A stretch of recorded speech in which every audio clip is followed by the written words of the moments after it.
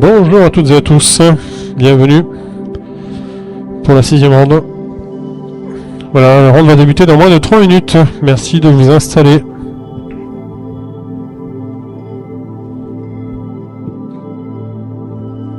Hello everyone, welcome for the 6th round that will start in less than 3 minutes. Please move on to your seats.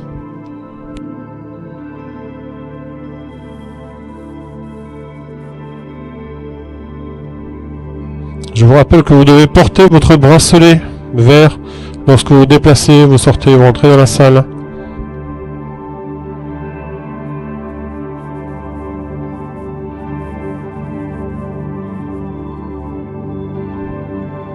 I remind you that you have to wear your green bracelets when you enter or leave the playing hall.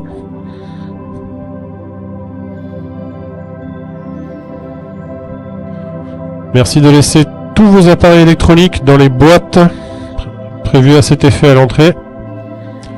Si un joueur est contrôlé avec un appareil électronique dans la salle de jeu, même éteint dans un sac, il aura la partie perdue automatiquement.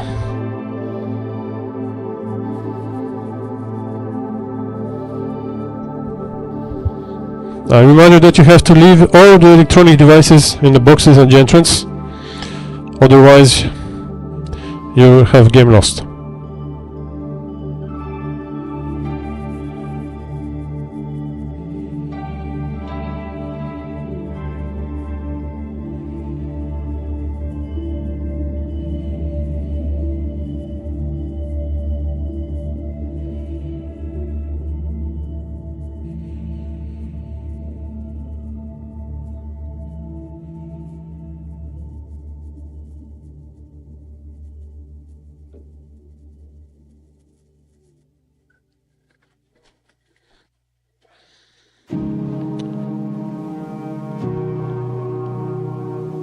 Je vous rappelle également que les nuls par accord mutuel sont interdites avant le 30e coup.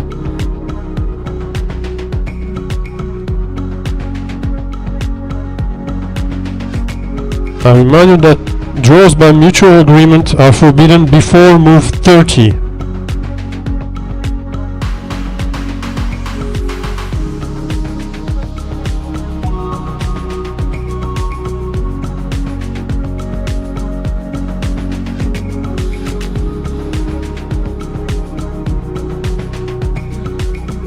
Allez, installez-vous, la ronde débute dans moins d'1 minute.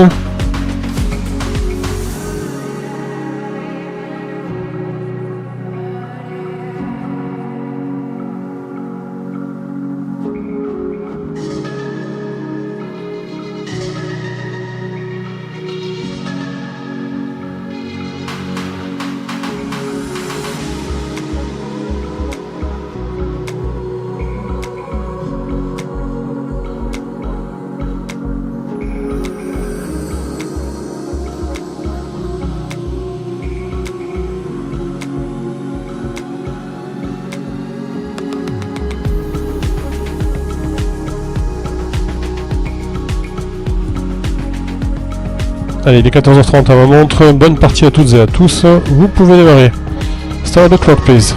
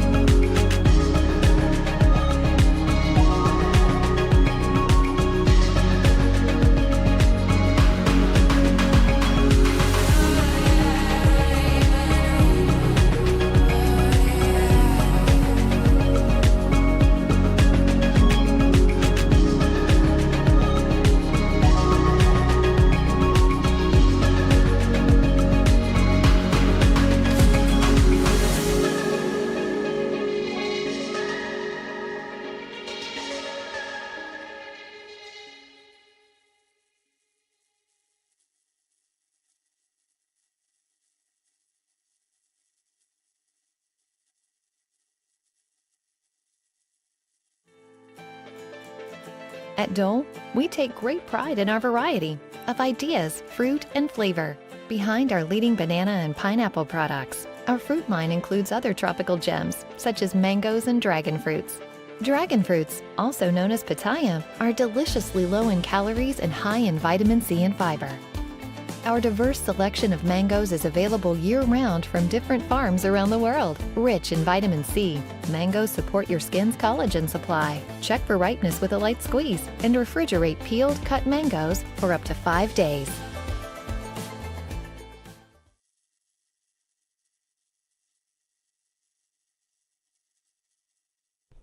Hello, hello, and welcome to round number 6 of Trophy Dole. Here you could see in the advertisement we don't only have bananas, but we have also mangoes and dragon fruit. We also did discover the color with Grandmaster Sergei Movsesian. Are you ready for round number 6?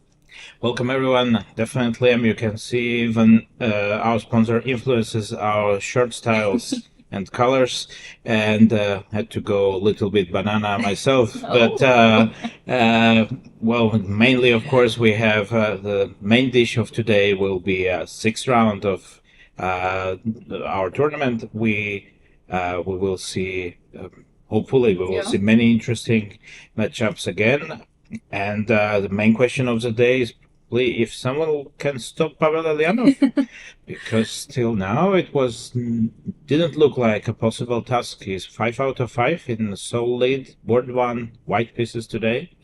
Yeah, that's actually a very, very good question. He's playing Tyglon Bryce from USA. He beat Yip Carissa yesterday in a long game as well.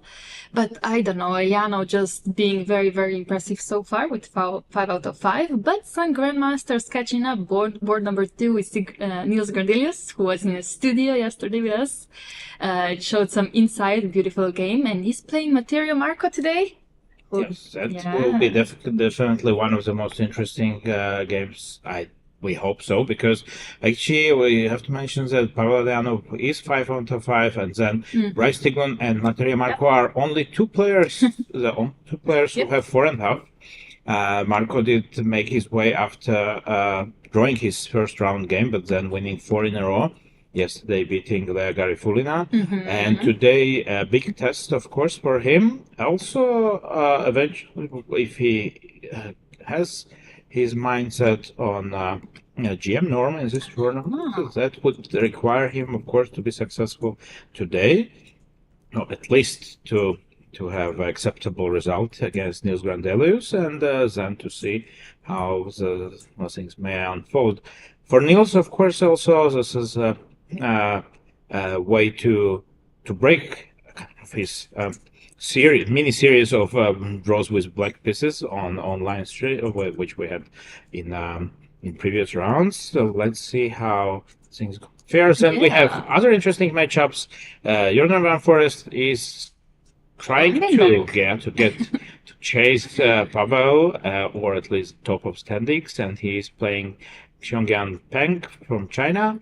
Leonardo Costa, another youngster from Germany, playing Aydin Suleimanli with white pieces on board 4. Tong Xiao of China, another player. I'm not sure we had him online yet. Yeah, don't remember at least. He's playing Badur Jobaba. Yair Parkhov of Israel, making his first appearance, if I'm not mistaken, on online boards against Brando Jacobson. Jan Malek Saovetok in another youngsters duel, and Ortik Nigmatov, who did show near to perfect defense yesterday, even getting some chances to win the game against Saovetok, and is playing Ido Gorstein. Ritvik Raja of India, with a slower start to the tournament, is up to online boards, and he's playing Patrik Cieslak of Poland, who had so far a very impressive tournament. Liu Yan of China playing Dimitar Mardov on board 10, and we have, of course, many other interesting matchups. Do we have any ladies on online boards today? Lumia Oji and Lea Garifulina are still on live boards. Kasper Piron actually playing Lea Garifulina today, and Surya Ganguly playing Lumia Oji. So it's going to be definitely very interesting. But like you said, so many youngsters on top boards.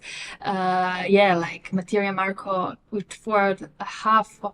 Then we have Csislak, Patrick, Malek, Jan. Yeah, I could just keep counting. At some point, we could just make an average age on the stage. Definitely, all very these young. guys extremely young and very promising, and we are happy to see them here because that may be one of the turning points of their careers, and we definitely would be quite happy to be present. So probably we can get to the games. It seems that board one didn't start quite yet. Can we see maybe the video of the stage board number 1? Maybe Pavel is a bit late today, getting some coffee. No, I guess Pavel is there, but I think that I had the feeling that I saw Pavel around, but maybe we will definitely. It's his time running.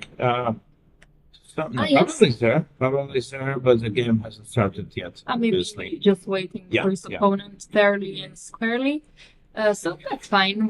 Pavel being very respectful person, chess player, sportsman, as chess player. Well, generally, I think that it's the arbiter's job to start the clock. So in this case, we will see soon enough. Of course, maybe there was some delay. The knight f3 is on the board, actually. Yes, okay, we just don't see it.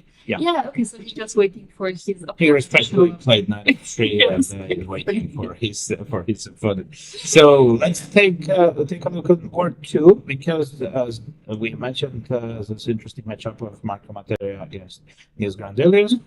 And Nils, it seems that he took his task of making me happy seriously, because he did play Slav Chebanenko, so-called Chebanenko Slav, a system with A6, which I played successfully for many years myself with black. Yes, but the line white chose here, so we can show after A6. White, of course, has many options. One is C5, one of the main options, E3, you name it, A4, Bishop G5, Bishop F4, H3, all the things I had to face throughout my career. C5, of course, one of the main moves, one of the most logical ones, because white wants to grab some space on the queen side. And knight B7, one of two main moves. One of them is Bishop F5, and another is knight D7. Bishop F4, knight H5. Usually here, white retreats the bishop to D2. Yeah. And actually, what's gonna most likely happen here is knight H6 back.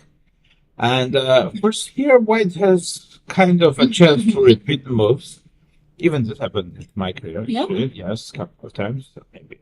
And of course, I wouldn't expect Marco to repeat moves here. I would believe rather that he is gonna go for either queen C2 or H3, one of the moves here. But it seems that he's a bit surprised by his opponent's opening choice. Yeah. Nils has a wide repertoire of openings, so it's very difficult to guess what he would do. So I guess that's the case. Meanwhile, board 1 did start. Okay. Ooh.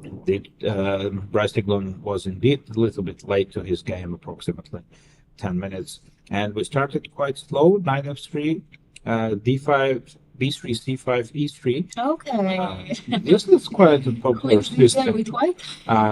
Or, sometimes this is called as a modern way. You see that you can actually become quite famous or quite popular even in very early age. This is one place already called the Khmer system. So not exactly maybe as this move order. Yeah, well, official it's very difficult to.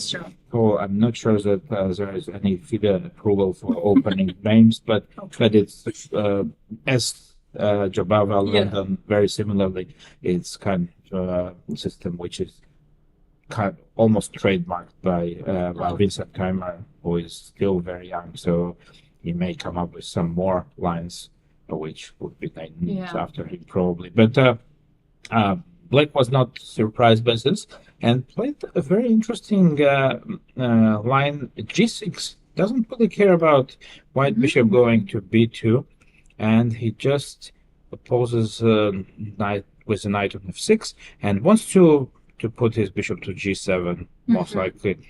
White immediately challenges the center with c4, asking Black if he is ready to take back on d5 with a pawn. Instead, he opted for d takes c4, b takes c4. Players are button quickly, so it would mean that they are in prep still. Yeah, very both of them. interesting actually. A g6, like you said, I don't think that's a very common response because of bishop b2. But also b takes c4, maybe not bishop takes c4 was also an option, right? Yeah, definitely bishop takes c4 would be also quite logical, but bishop b takes c4, yeah, okay, I see it's actually played all the time. Okay, and yeah, now bishop g7, we expect this, of course. Once you play g6, you play bishop g7. Makes sense to do bishop g7 now, but of course we are up to a very interesting strategic fight, already maybe not so common territory, and and we can see that board 2. Okay. Yeah, bishop g7 happened, by the way, and board 2, Marco did move his bishop to d2, which is, but it's just the first time, so we don't have to be worried quite yet. No, but like I said, Nils will probably go back with the knight, and in case of bishop f4, do you think, that Marco is already counting how much he needs for a norm, and no, not yet. Okay. So I would believe that he definitely would want to get his GM norm here, but it's not. It doesn't mean that he will go for it in this way. Sure. We should hope actually that it's not going to happen. I guess that both of them, they are knight h5 is the best move for Black actually in this position. So yeah, exactly. Yeah. So if somebody you should be fighting, it's white. Of course, Black instead of knight h5, he felt ambitious g6 was an option. Yes, but not the best one. Yeah. Always an option in these positions, but it's a little bit positionally dangerous. We'll see. Yeah, let's check board number 3. Jorden Van Foreest is playing a Rosso Limo, bishop b5 e6, and we had this line already once, I think in the first round. Yeah. Very similar, but different approach by Black. Okay. d5, quick d5. I have to admit, not that familiar with this move in this version. Yeah. Knight g6 is mostly played, or instead of a6, knight g6 is one of the big options. Knight takes d4 being actually the most played, and then followed by knight c6 also, in this kind of scenario. But yeah, d5 definitely third move actually in this database. Not very familiar with d5 here. Immediately asks White the question, how do they want to treat the center? Because often being said that if Black manages to push d5 in Sicilian without any direct punishment, that it should be a good idea. But let's see if this game is going to confirm it. e5, queen d5.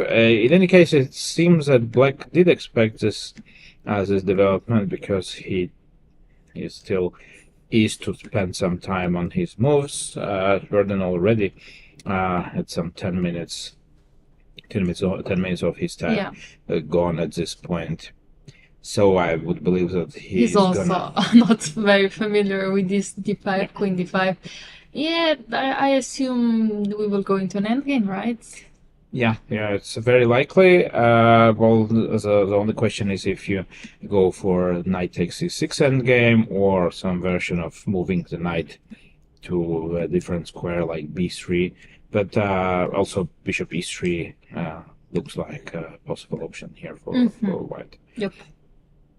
Interesting. Okay, but maybe we can move on to the next board that has developed a bit more between two youngsters. I am this might be my favorite game of the stage today, because they are both very, very ambitious players. The opening was not a Sicilian, but still, some fight ahead. Yeah, that's not one of the very fashionable lines of Rui Lopez nowadays. Both players indeed quite young. Leonardo Costa is a small exception of the youngsters who came here to Aix-en-Provence, because we mentioned this on I think on the first day stream, that he freshly was awarded a GM title just a couple of days ago. So he is not the one who is pursuing a GM norm, but still I would believe that his ambitions are not only limited to say some small steps, and maybe he will surprise us today. On the other hand, Suleiman Lee for sure also wants to try to test his young colleague opening knowledge, and to try to push for his for a win with black pieces. He opted for Rui Lopez because we saw some French defense against from him in one of the cases. What was another one? It was some reversed Sicilian against the British player. Was very just knight h4 That's line. the game that I have in my head, because I didn't want to draw. He was maneuvering his rooks, wanted to push b6, wanted to take the knight on h4, and that the game I felt like it just went on forever, and he was the one that basically was narrating the game, like, oh, do you want to draw? No, I'm gonna play on. So that's why, I'm a bit, not scared. I'm actually very happy about it, that he's one of these ambitious players that never wants to have a draw.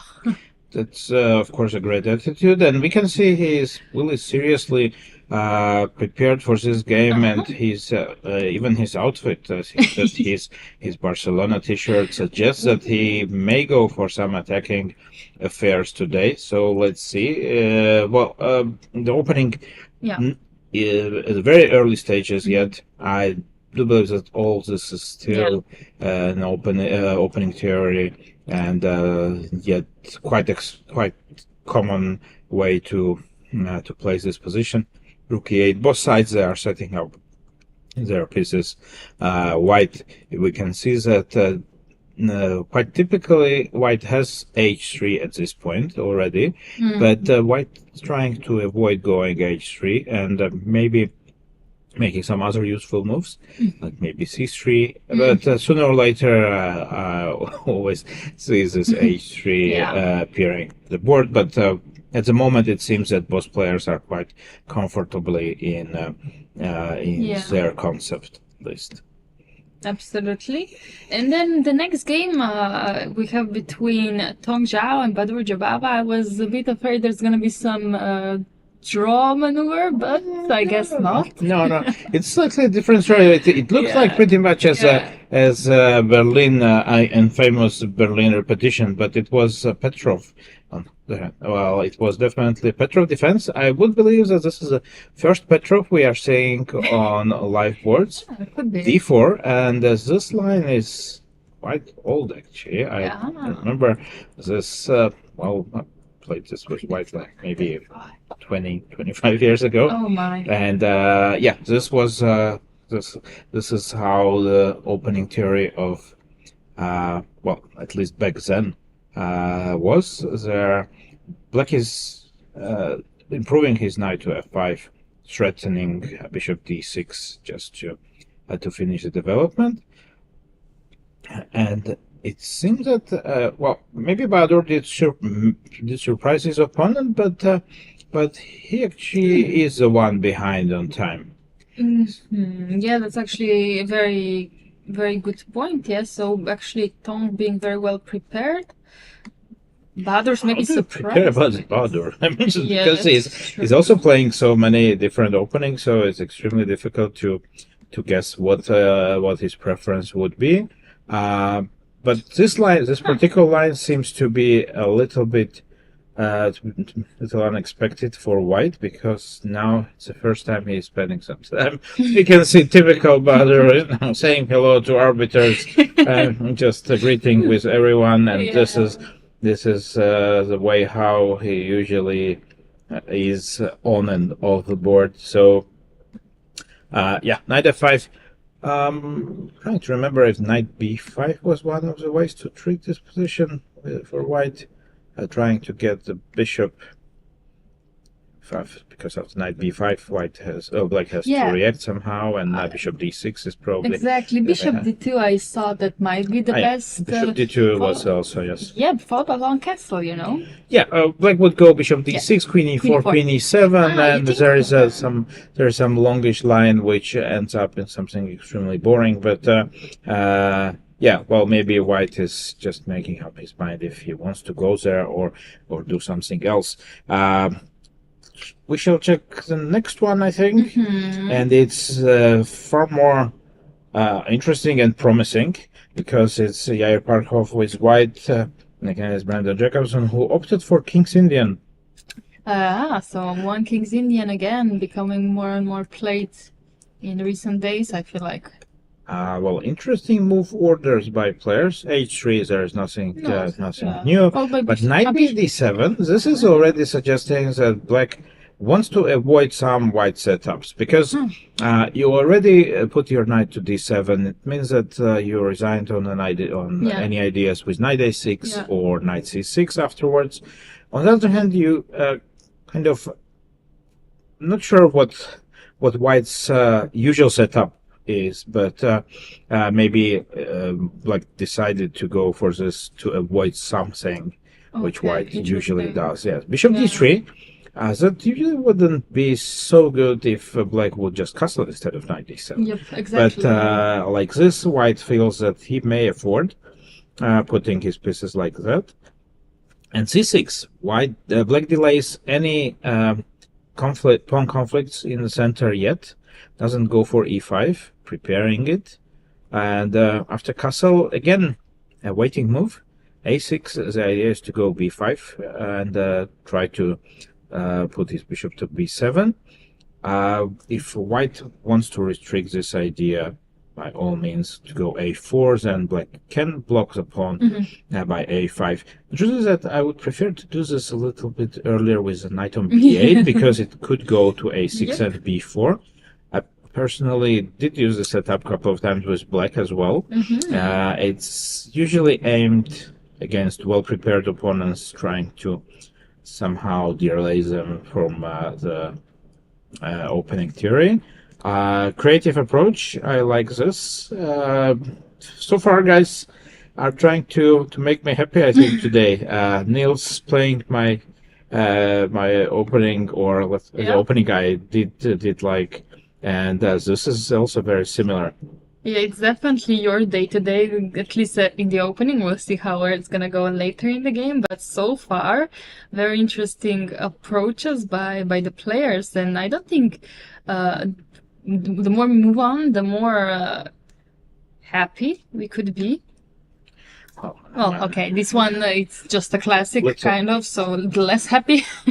Yeah, no, but it's of course it's half jokingly we say this because I do not believe that my presence has absolutely any influence on our players' opening choices. You never know. But well, yeah, we can ask them, of course.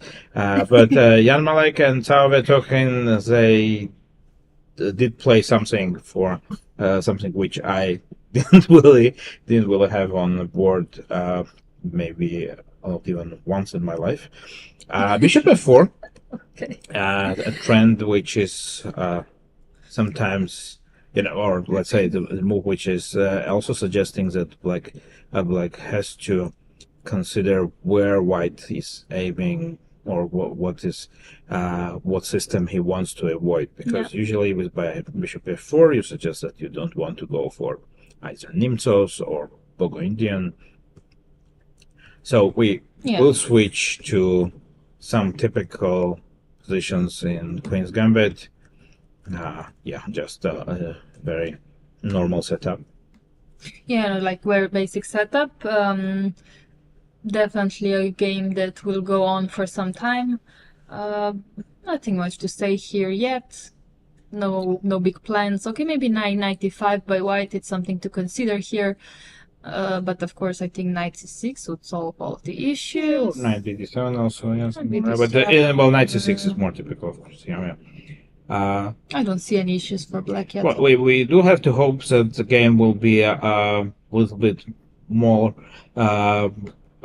interesting than Savas yesterday. It's not fair because it did take really a long time until something started happening. Yep. So I believe that here White will try to come up with some ideas earlier than second time control. Yeah, okay, definitely. But maybe the next game will be more interesting because we have a Karkan and there's some B4 on the board, and let's see how that happened. So, Advanced Karkan, very popular. Yeah. We can see that it's one of the most popular lines, not only in Nobody's Theory, but as well in this tournament.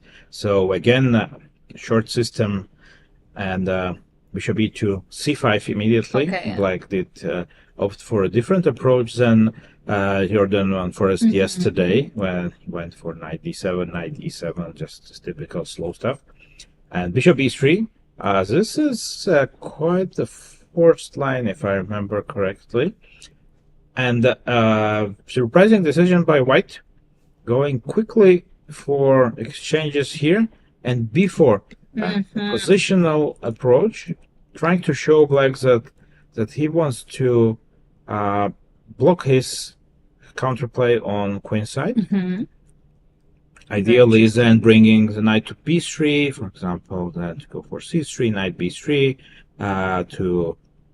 wants to play on the these c5 very nice square. squares. Yeah, it's strategically that would almost be winning for White if the Black had no knight. Sometimes I know these kind of structures would be very interesting, but okay, it's definitely a way to play. And Black was not so surprised by this, and we opted for Bishop g6, castle, knight f5, and some exchanges happened already. Now White is gonna most likely protect his pawn on c3 looks like a logical way to proceed, because also he would really like to avoid the d5, d4 ideas. So c3 is something which we would expect at this position from White, and then trying to put his knight to b3. Well, in a perfect world for White, this is gonna happen, and then we will end up with not such a happy bishop here. And we will see if Black will be able to do something against this quickly. And this is exactly the scenario that I was talking about. This knight against this bishop. It's almost a strategical engine would say. So strategically, I'm just gonna play on two results here. I'm either winning or it's a draw. Definitely, and this is not what you want to get from your openings usually. But let's see if Gorstein is gonna do something about it and avoid this somehow. At the moment, I don't see exactly. Maybe something like c3, a5. Yeah, that's what I was thinking. But a3, This like position very risky, maybe. But at least I will restrict your knight from going to b3. Okay. So not sure how justified this is, but c3 is on the board, and we may see soon enough if a5 is the most logical response, I think. Also pushing the pawn further, not keeping it on a6 in case knight does come to c5. It would be stuck a bit. Also queen c7 is an idea, just attacking the e5 pawn, but maybe we can combine with this maneuver actually. Maybe start hard to say what we want to start with. Maybe queen c7 first, and then just go with a5, a4. Both looks good. In any case, it seems that White is well prepared. Interesting. Very quickly till now. So let's see if we have such a perfect prep in other boards on other boards. So a little bit of a slow play here of Raja Ritwik against Patrick Cieślak. They started off promising with Grünfeld, but not with c4. c3. C3. This is a move which invites Black to swap the roles in the game, and if you would go for c5, you actually have opposite reversed colors. Reversed colors Grünfeld, which was not such an interesting idea for black, so he decided to go for copying the white's moves with c6, knight bd2, and bishop f5, developing bishop quickly to f5, knight h4, bishop e6. Black doesn't mind losing half of a tempo because white knight on h4 may also not be so comfortable yet. But we are very early stages. The game unfolds quite slowly at the moment, so we will see what's gonna happen here next. Definitely more interesting moments. Liuyan of China is facing Dimitar Mardov. We have an English opening c4, e5, one of the maybe well, I have seen this line, but lately not so often anymore. And I believe that it was played a couple of times by Chinese Grandmaster Wang Hao, but it's a couple of years ago because at the moment is not very active. And White's plan exactly with Rook d1, preparing a quick d4, opening the center a bit. I was always curious if Black wants to go for these positions. It feels always a little more comfortable for White. Maybe not such a big deal, but somehow it felt that White has a clear plan, and we will probably get a good version of King's Indian or Philidor eventually after d4. So Black also, it seems that Black is bit surprised by this. Well, both players did consume already around 10 minutes of their time, but maybe remembering the correct setups. Yeah, definitely a game that we will come back later after the opening is over. Meanwhile, let's check the game between Maxime Lagarde and Jakub Simon, because also people in the chat are asking, this is a reversed Botvinnik setup? Or would you call it probably reverse else? Rossolimo, because this is reverse Rossolimo to me at least. Yeah, of course, maybe some transposition from something, and Botvinnik. Yeah, actually, I had a fantastic opportunity in my life to meet some world champions, including not. Didn't have a chance to talk to a great champion, but I saw him during one of the tournaments. He was a main arbiter of Soviet Union championships in 1989, I think. I was a little kid back then, but yeah, of course it was seeing people from the books. It's always very interesting. So yeah. Not sure if this is reversed Botvinnik or not, but it reminds me a lot of a Rossolimo setup where bishop takes c6. So we can see that it happened like this. Yeah. And White did go for quick f3 and developing his knight to h3. I think Maxime is again in creative mood. Yesterday's game, he had the white pieces against Tobias Kola, and he may not have been so happy with the result, but the result was okay. The game was not okay. I mean, generally, yes, he was. I think that. And today he was actually also struggling to find which opening to pick, because Jakub Simon, even though he's a youngster, he plays everything, and he knows these things, these openings quite well, and it was very, very hard to prepare for Maxime. So I'm actually glad that he's up on time in the opening. That's a good sign. Yeah, it seems that Black wouldn't expect this line. The setup looks familiar to Maxime. At least his time management would suggest so. Rook a2, a creative way of bringing the rook into game. He may decide later which square he's gonna go. D2, maybe even F2, you never know. Of course, next he will most likely move the knight and then finish the development. But so far, both sides are operating on their sides on the board. We can see that nothing really The only piece which crossed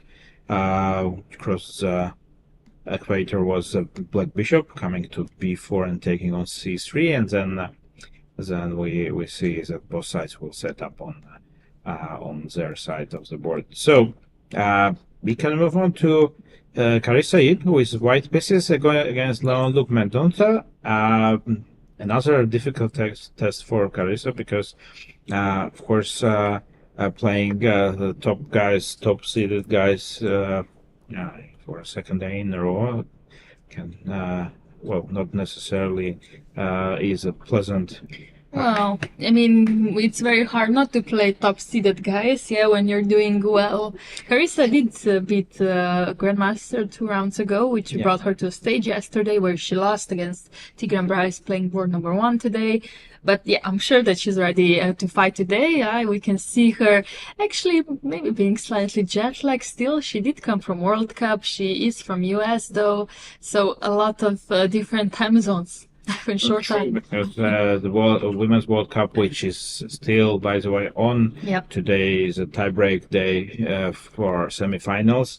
And if I'm not mistaken, Batumi, Georgia is 3 hours or 2 hours away from 2 hours, I think, from us. And of course, it's probably a good idea to play in this tournament on the way back, also from the jet lag point of view. Not so bad, So let's see how she will deal with Mendonça's French defense today. Okay. And we called for this. Yes, we called for ED5 yesterday. Kind of. We did say that we had all kinds of French defenses, advanced knight d2s, knight c3s, and we only missed ED5, and it's here. I guess it means it maybe that people really paying attention to our streams. That's actually or just a preparation, of course, which she decided maybe from psychological reasons also to go for a safe line. But you can see c4. It's more of an aggressive approach here, and c5. Not afraid to commit this. Actually, something like this is also present in reversed order. Sometimes c5, c4. There is an idea with in French as well. Exactly. But white was first to do this, and bishop e3. Okay. Interesting. It seems that it was part of a creative approach because suggesting when you look at the time situation, she already did spend more than 20 minutes. So it seems that she was maybe just creative in the opening. Feeling inspired, it's okay. When you play c5, you can expect something like this. b6 had to happen, for example, so I'm sure she was prepared for that, but then she maybe had decided to play either bishop e3 in the moment, or knight a4 now. That's a definitely very nice square for a knight coming to b6. Well, black most likely will react by going knight bd7, maybe considering bishop a6 as well. First. No need to rush into anything. After knight b6, just to move the rook to a7. And next board we have Lea Garifulina against Kacper Piorun. Also I have to say that this is something which is not completely common these days. No, it is actually, but I mean, I'm not completely happy to. Happy to see this. Some modification of 4 knights because there are no 4 knights, and the knight didn't come to c3 and did choose for different route going to d2, a5 quite quickly. Look at the clock. It seems that Garifulina is ready for this, and at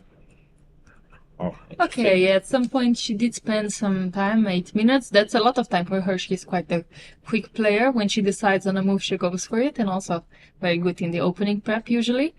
But I mean, in these kind of variations, I would not be really afraid for black pieces. I don't know. Kasper has something in mind, I'm sure.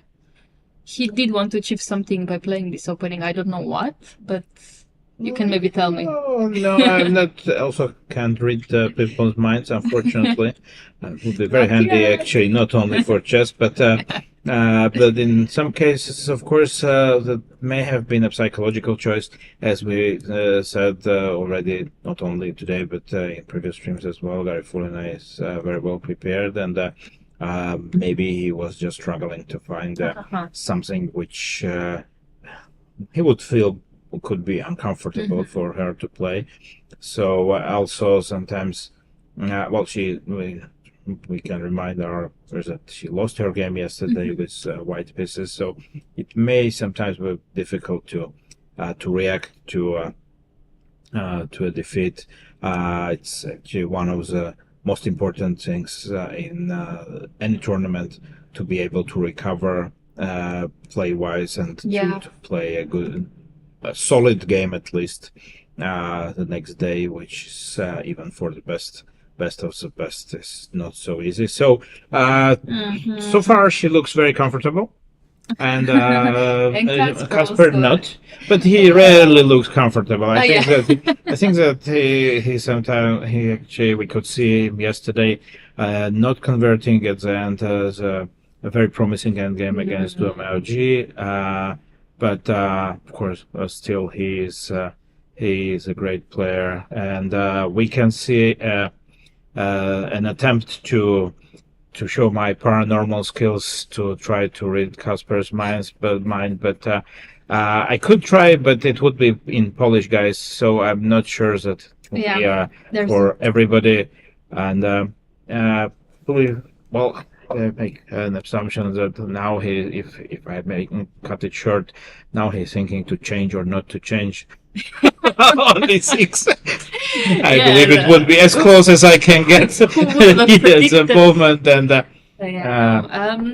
move I would look for, of course, is bishop takes d6, and if I could somehow take advantage of the d line, the file somehow, or queen d2 now is also crossing my mind.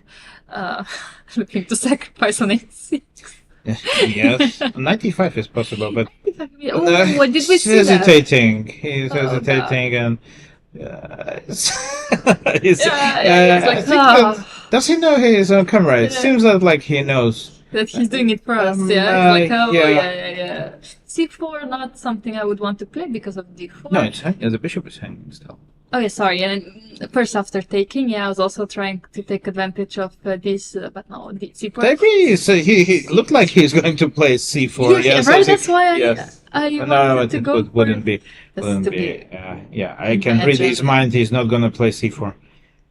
Maybe 95 looks interesting, actually. 95, why not? I bet on queen d2. But bishop takes d6, Okay. Late. So after queen takes d6, am I allowed to suggest some stupid trick? Yes. Okay. Yes, let's 95, go. and of course, black. Even positionally, it wouldn't be a good idea. But of course, if she would like to push the pawn, there are actually two ways of treating this. You can take with a bishop, actually, but also you can take with a knight even. Of course, this is something which is not. Now he did go queen d2. Now. Afterwards, yes, took on 2. Queen on d2 is actually quite comfortable because he's eyeing a5 pawn, just in case. Yeah. I wanted it on f4. But cannot have everything. True. Well, queen d2 was definitely one of the ideas. He may have been concerned about this. Actually, I was just that he may have not liked this. Oops, not there. Queen b8. Yes, queen b8. And exchanges could be quite okay for black, and there is double attack on b2 and f4. So maybe that's the reason why he chose a different version of exchanges. No. All right, let's leave them to this position, and we move to Ganguly Lumel G. Yeah, absolutely. let's go. Let's see what happened here. That's also not very typical. Started with Slav, and White decided to go for a setup without d4 yet, and only moving d4 later on. Okay, now this is a slow. Yeah, this is You did transpose to one. And actually, we got a very typical position. A couple of days ago, I had a short conversation with Surya during the breakfast, and I did praise his excellent opening course on Nimzo Indian defense.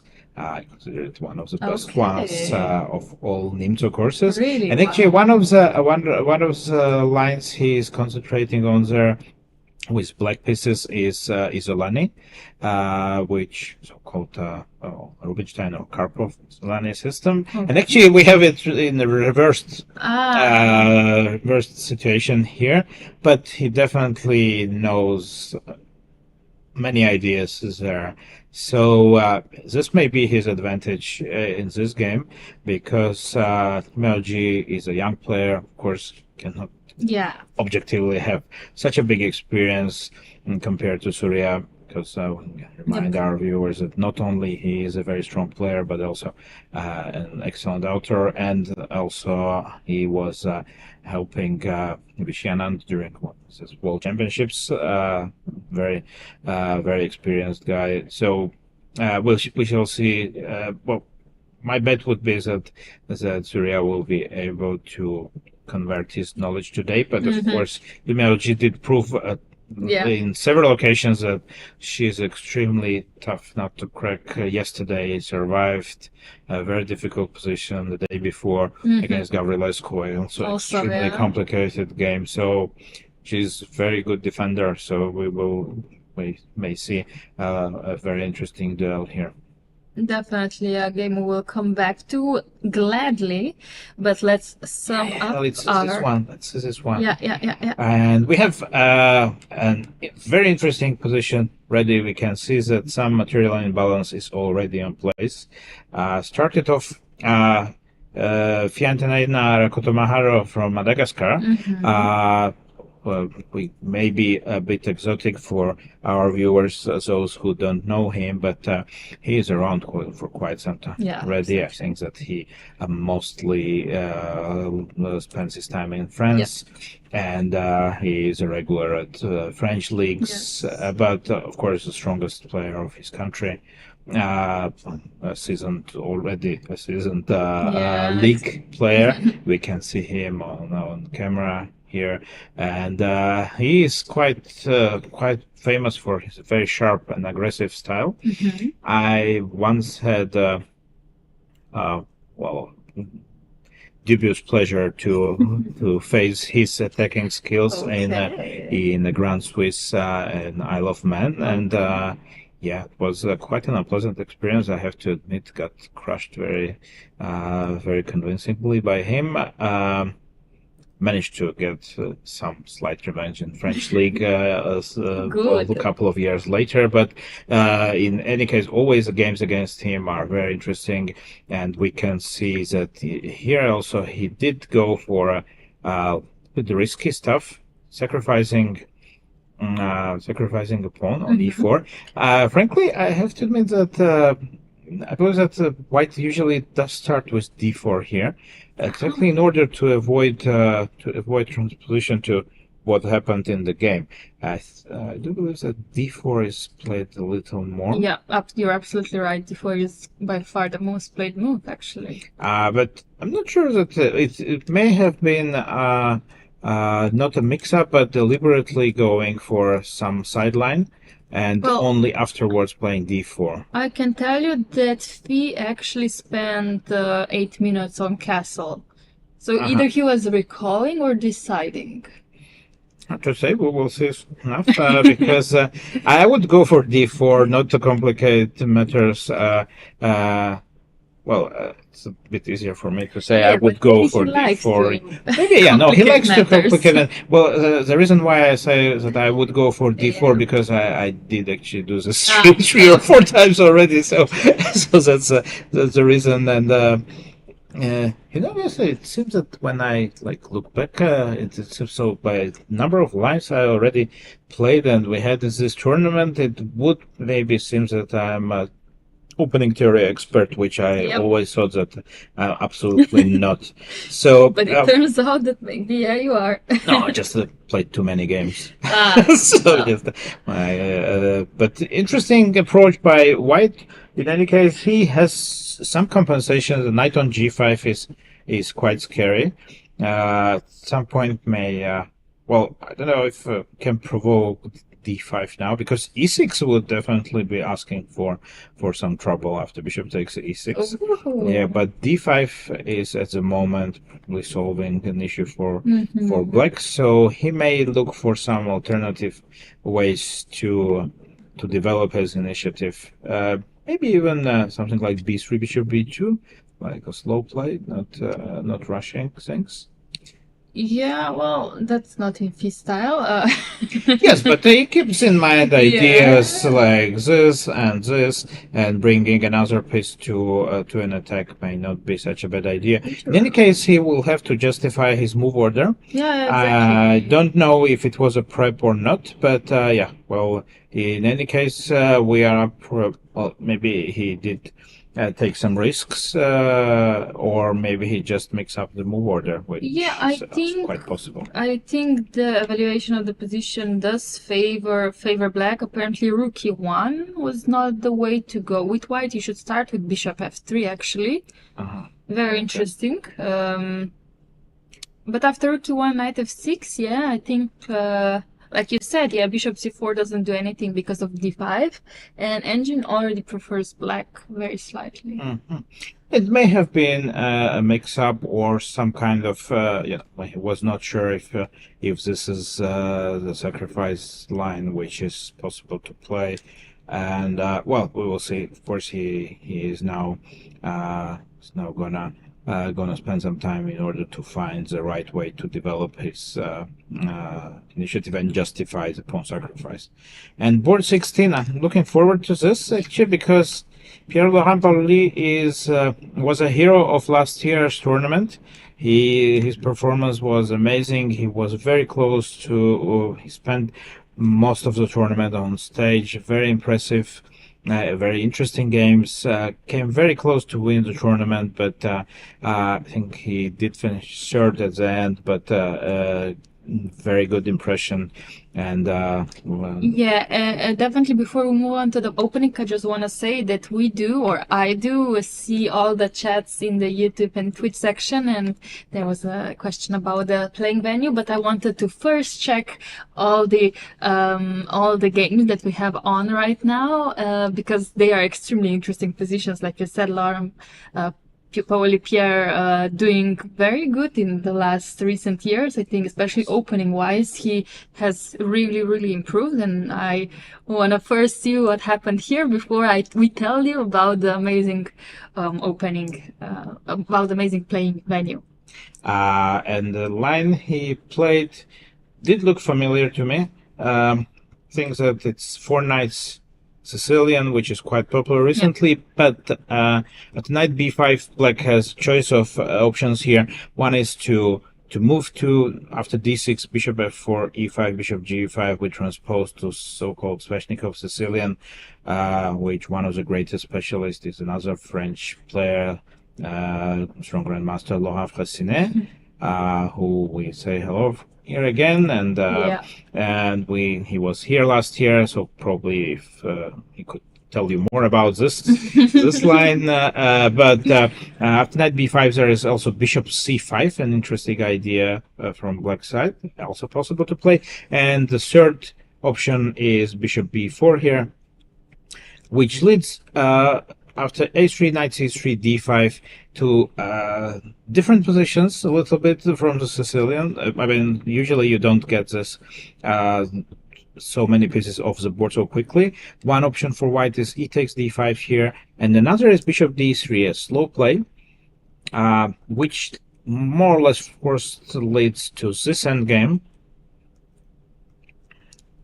Bishop b3, e5, f3. Okay. I don't remember exactly if f3 was a theoretical move, because That's I had this position on the board once in Croatian League a couple of years ago. I opted with white versus. I'm not sure about f3, but let's see what does this.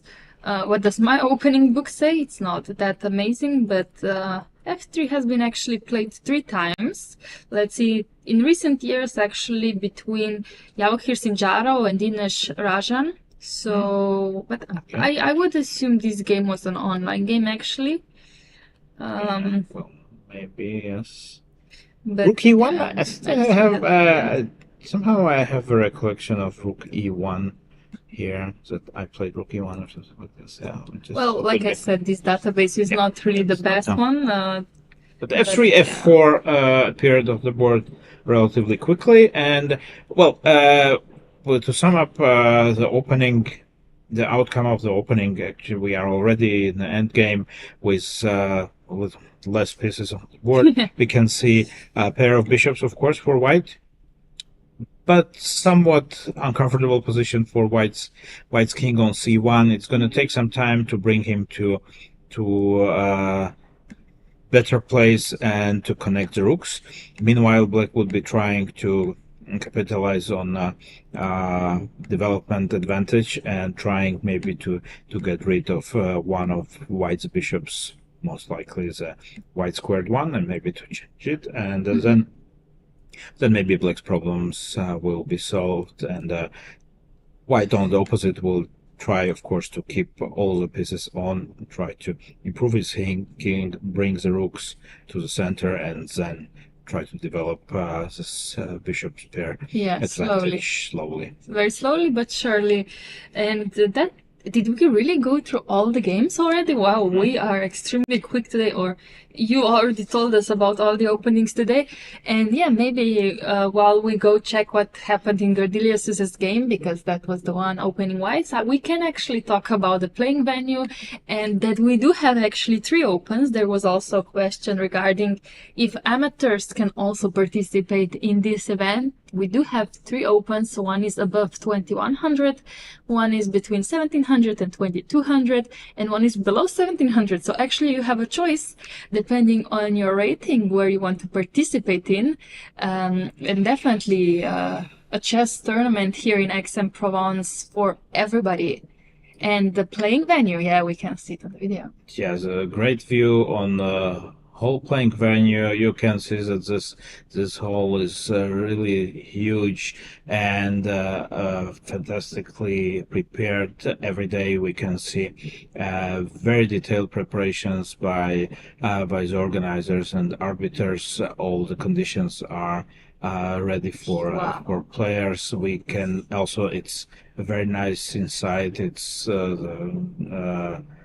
climatized, of course. There is air conditioning, so players do feel comfortable, as I believe, and when you feel comfortable, you play good chess. Yeah, absolutely. Yeah, we can just see, wow, so many participants. Only in Open A, I think we have 270 participants. Yes. And then, of course, Open B, Open C, and a lot of female players, as you can see. We can see Carissa Yip exactly in front of us. 40 female players only in Open A, yeah, and then Open B and Open C. And would you guess that this is actually a casino playing hall? Yeah, we are actually playing, well, they are playing, we are commentating in Pasino Grand Casino, well, above one. So yeah, if players do feel lucky, they can also try their luck somewhere else than chess. But absolutely, like I said, I don't think there are many playing halls better than this one, to be completely honest.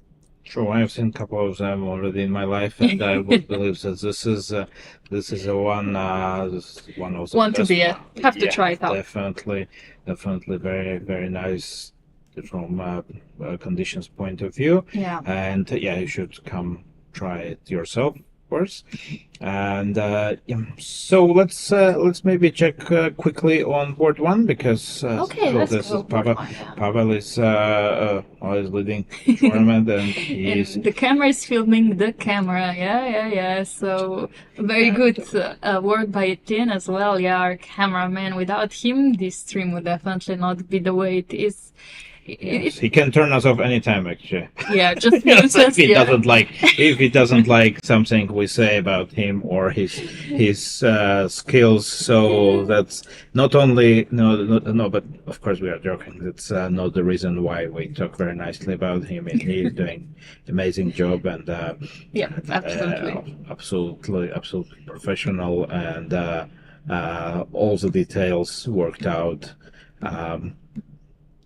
Let's go to Pavel. Yes, we left the game after b takes e4, bishop g7 as predicted, bishop e2, both sides developing,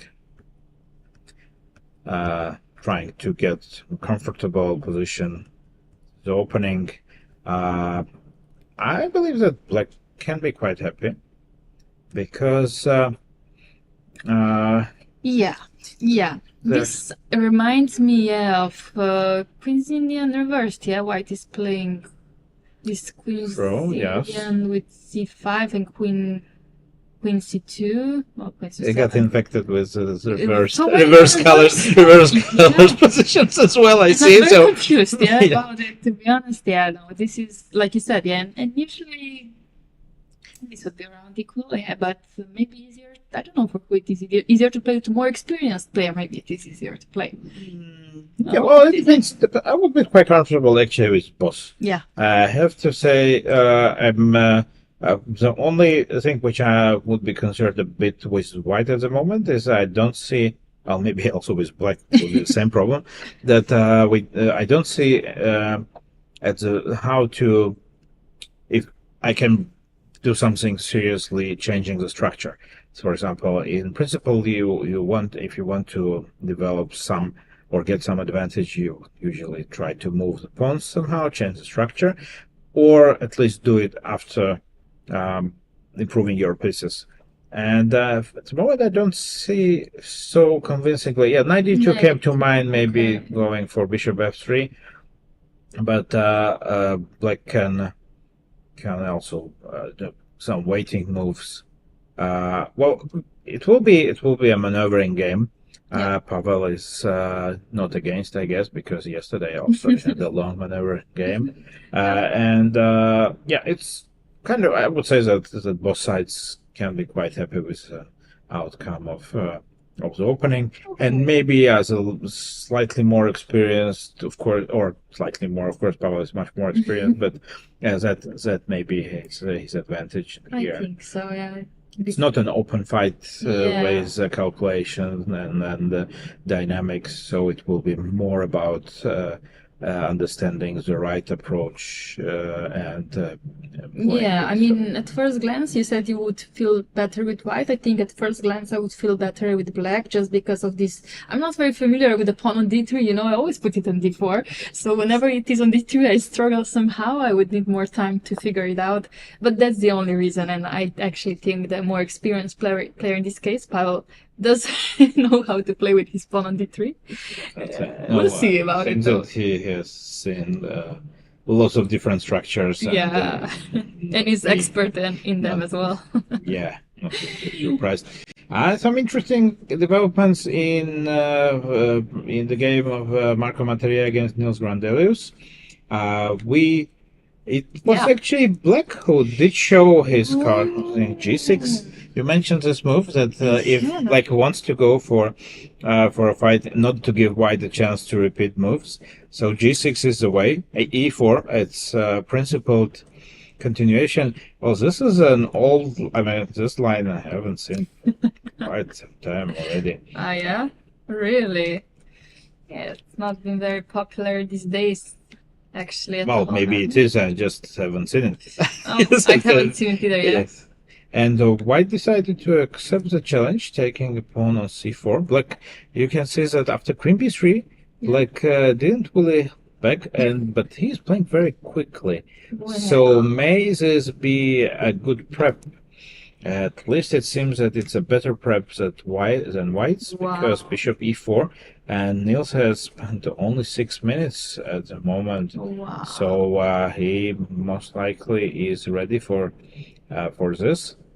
And you can also see Pavel standing up, taking a glance at this position. I think Nils has done an amazing job in preparation. When you sacrifice the pawn so easily, actually Bishop e4, the only move in the position as well. So he played it quickly. That means he had this in his prep in one of these recent days.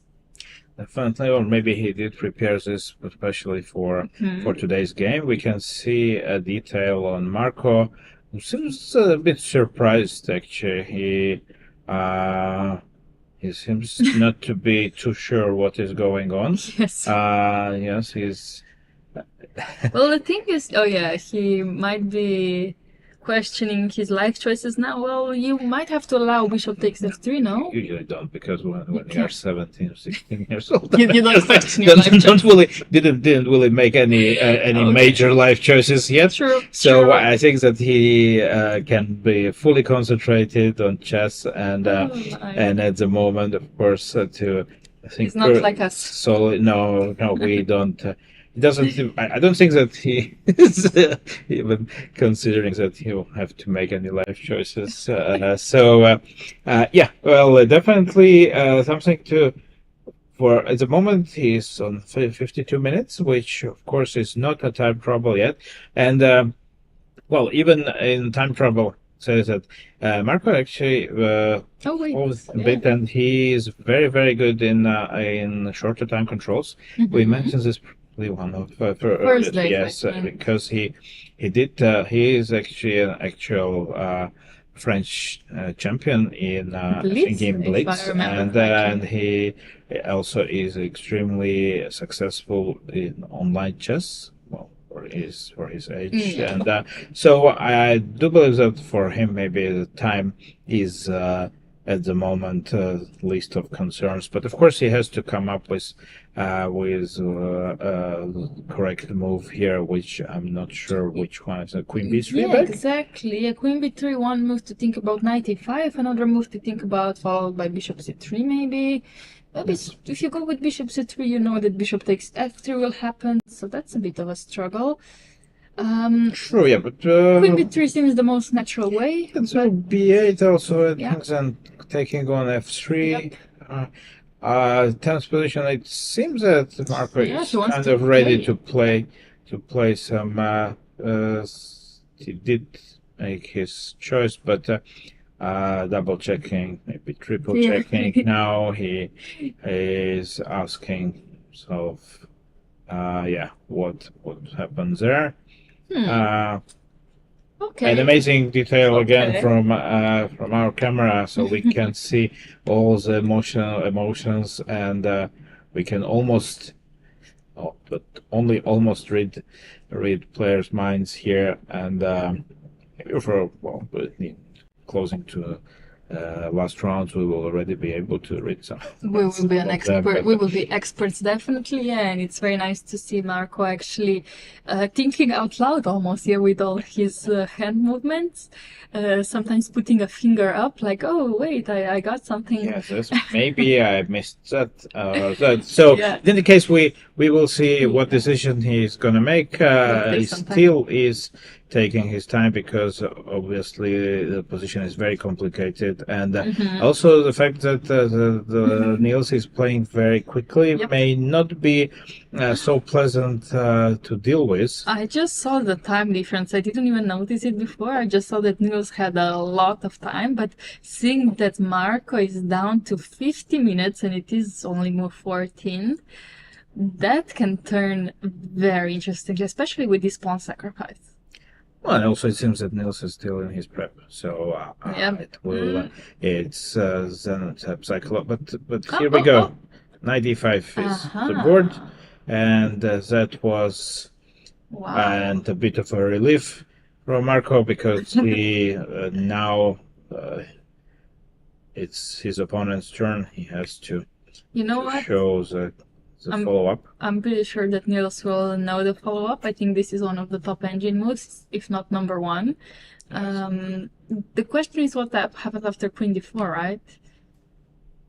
Because you might have to play bishop c3, or maybe go bishop e3. No, you cannot go bishop e3. F7 possible? Oh, you start with bishop f7. Yes. Is this possible? I don't know. Can I not take it? Yeah, I wanted to go bishop c3. Yeah, can I not maybe, take okay, this? I may not do this. It's too complicated probably to giving up too many options. So Yeah, Nils... can I play now queen c5, and now I'm a pawn up. And then I take on f7. Okay, I take back. Oh no, wait, sorry, I have to start with this. Yeah, that's true. This is not what you wanted. I guess, no? Yeah, that's true. No, I'm still thinking about rook f7, just letting queen a8 happen. Except if you want to start with knight f7, I didn't think about it. No, it's yeah, okay. because queen b7, I have a square, and queen may happily return to b3 afterwards. It may or it may not. But Nils is gonna make. Think of it. I don't think queen d4. It's gonna be the move. But he is gonna play some move quickly. Yeah, as you he's predicted. recalling, Yes. You can see that he is usually when you do this, it's just trying to. Rook b8. He starts with rook b8. Okay, good. Wow. Not hanging, and so. Giving up another pawn, on a6, it's a question to take it or not. Well, rather not, but. Maybe not? No, maybe not. Scared. Okay. Yeah, wow, and Marco again will have to go into, I think, he's also looking at the score. He's only moved 14. Oh my, how is that possible? And he's still in his prep here. Yeah, I would not feel good if I were Nils' opponent right now. So may Black simply, maybe there is I'm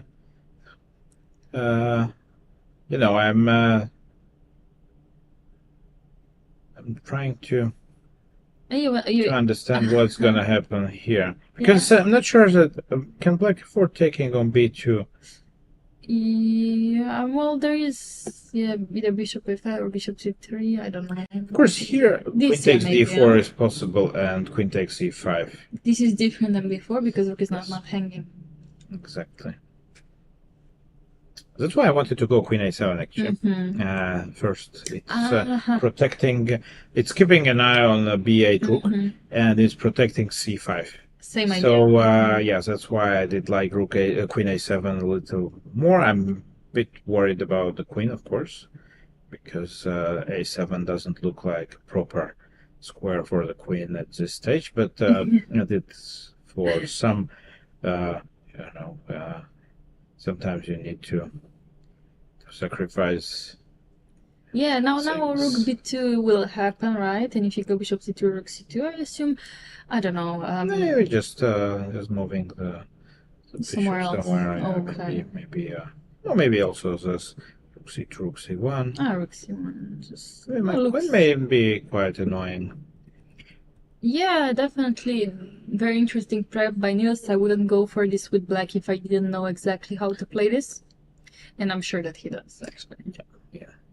Wow, okay, this will be an interesting game for sure. But yeah, I mean, we can actually, when we're already here, we can stop at board number 3 just to... wait. Queen takes a6 is on the board. Yeah, quite quickly made up his mind, but I believe that he did expect rook b8 to happen when playing knight d5. So we can probably wait and see, because I believe that Nils he's gonna play quite quickly. Yeah, he's definitely going to play, and we can see very good camera angle, a very good camera angle by Etienne here. Just really, we can literally read his mind. Yeah, he's like, okay, wait, where are you? I know you will play immediately. So what is it? Which pawn are you going to take?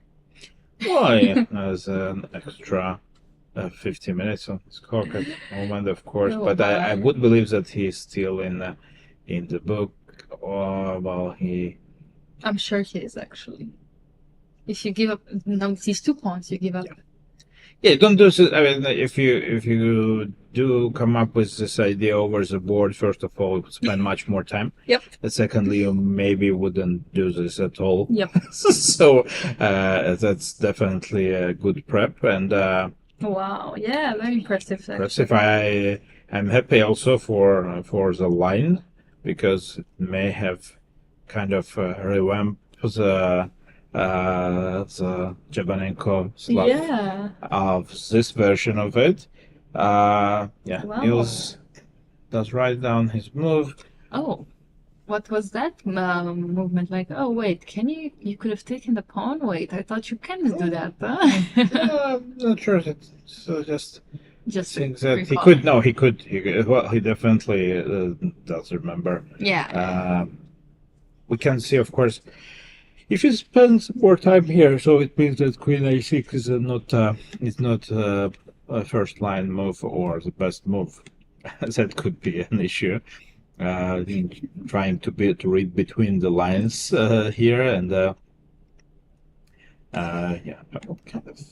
somehow I did like Queen A7 a little more. Just my feelings that it could be correct, but maybe a Queen A6 is also working here for white. Yeah, I did check. Well, at least with this, not the strongest engine, but Queen A6 is a definite option. And here Nils again has to remember which pawn to take. I am pretty sure the engine would prefer to take Queen D4 and not Ruby D2 here. Yeah, followed by yeah. And it's on the board, so it means that the line was still. It's still in the line. You can see. Yeah. Oh, that's very interesting to follow players this way. Yeah, these two guys are very expressive, so it's very interesting. Not the most expressive, but yes. Not bad. I think Nils is always fun to watch in over the board, always, because I would say, of course, you cannot always read what does he think, but at least. Well, there are many players who simply sit back there and you cannot really read. For instance, we can, as an example, Pavel, for example, Pavel Eljanov is not too emotional, at least not visibly emotional, and you can see that Nils, he's very, he's living the game through. So you can see that he does. Yeah, and he also takes the pawn on c5. Okay, well, it's just typical Nils looks at. Okay, yeah, was it when you really want to go for this? You know him. Played him played him quite a few times. You might know. So it's not always that it necessarily means something. As some chess players, they quite often have masks on during the game. Masks on, and we can name many players who do look following their expressions. Very interesting. Hikaru Nakamura, of course, for example. Magnus as well. It's very, very interesting to watch them, and no, it is. It does bring something to the position. Actually, you never know. Are they actually making it real, or is it? Or they do? No, usually you have absolutely no idea what they are thinking. Because this is just like a game mask, which they put on when they go to play, and it may not be really meaning much, and but there seems to be the moment. Well, Nils definitely got a comfortable position out of the opening. It seems that he's still in his prep. Marco has to come up with something which will justify this attempt with Queen B7, Queen A6. Yeah, absolutely. And okay, he has many choices to go for. Yeah, he could even play a4 if he wants to. He could go rook d1. Of course, maybe he has to think a bit because some pieces could be hanging eventually. I mean, is rook a8 a threat? Not really. Is knight g4 a threat? Not really. But okay, some knight movements in the future could be unpleasant for white. Also, he already spent almost 1 hour, and of course, in such situations, your brain is a bit overloaded, and you start seeing ghosts, and of course, pieces are not all so well protected. They are, but not so fantastically. So, will be some dilemma here, and the time situation is not looking so great for him at the moment. However, the position maybe is around balanced anyway, but of course, black is on top psychologically. Definitely a game we will come back to. And before we go on our first break and get coffee, I just want to mention another imbalance. It is actually board number 3. It looks equal, but I don't think it is. Well, Angie doesn't think it is. Not me. Okay, interestingly, so we did leave guys here. Knight b3 was one of the options, and g6 played by black. Well, Knight b d2. g6 apparently a mistake actually already. Just not the way you want to play with black. I think here was a psychological moment, and here Jorden did show his experience, because I would assume that black's prep would be, most likely focusing on moves like knight takes c6, bishop b3, and I would expect knight b3 not to be in top lines of engine. I don't know. I would just. And this is something I would really strongly consider to do myself with white. Just to go away from the prep. And if you say that g6 actually was, it seems by time management that the black started to consume lots of time here. It would justify knight b3 strongly, and white actually played very logical moves, forcing black to take the queen in not a comfortable situation. Just c3, so preparing to come out with the bishop, and can I take it? That's for free. Black struggled so much because bishop f4 was such a big threat that he just decided to say, okay, I'm gonna sacrifice a pawn, but at least my bishop will come out and I will have some chances to hold. Maybe just a free pawn, and then just a conversion part for white. Definitely black's prep with d5 doesn't look to be very successful at the moment. I mean, I wanted just to bring attention to this game because it is already +1.5. Actually, after g6 it was already +1. Wow. It's that big of a mistake. So we can see that how experienced player managed to get off the preparation quickly, and it immediately brought him some results. So just an extra pawn, it seems.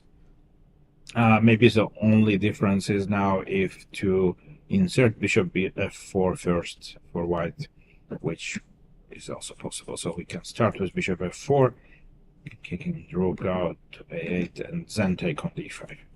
It's just a comfortable advantage for white, and not so clear what black compensation might be.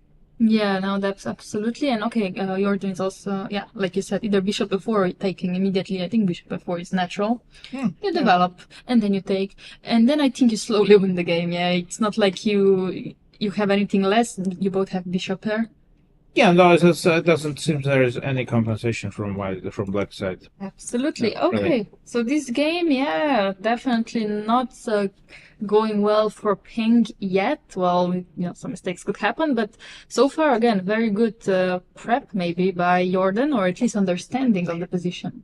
Maybe just a very good move, knight b3, avoiding the prep. Exactly. Maybe, it seems that black was prepared, and white just guessed correctly which move will not be on his list, and did exactly that. And it seems that black went immediately wrong here. Absolutely. So I think it's time for our first coffee break of the day. And here I would like to invite actually the viewers on YouTube and Twitch while we are on a break to maybe suggest some games that we should analyze after we come back from drinking all the coffee that we can get, or just having some questions about the tournament. So see you soon, guys. Yeah. And yeah, stay with us.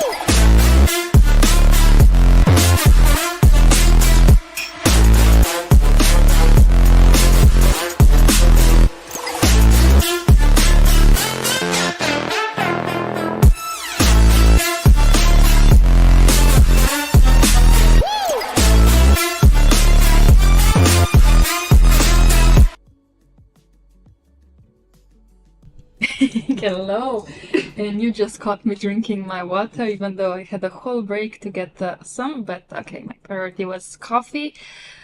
And of course, watching the beautiful playing hall of Pasino Grand Casino, where the players are taking their chances, but on the chessboard.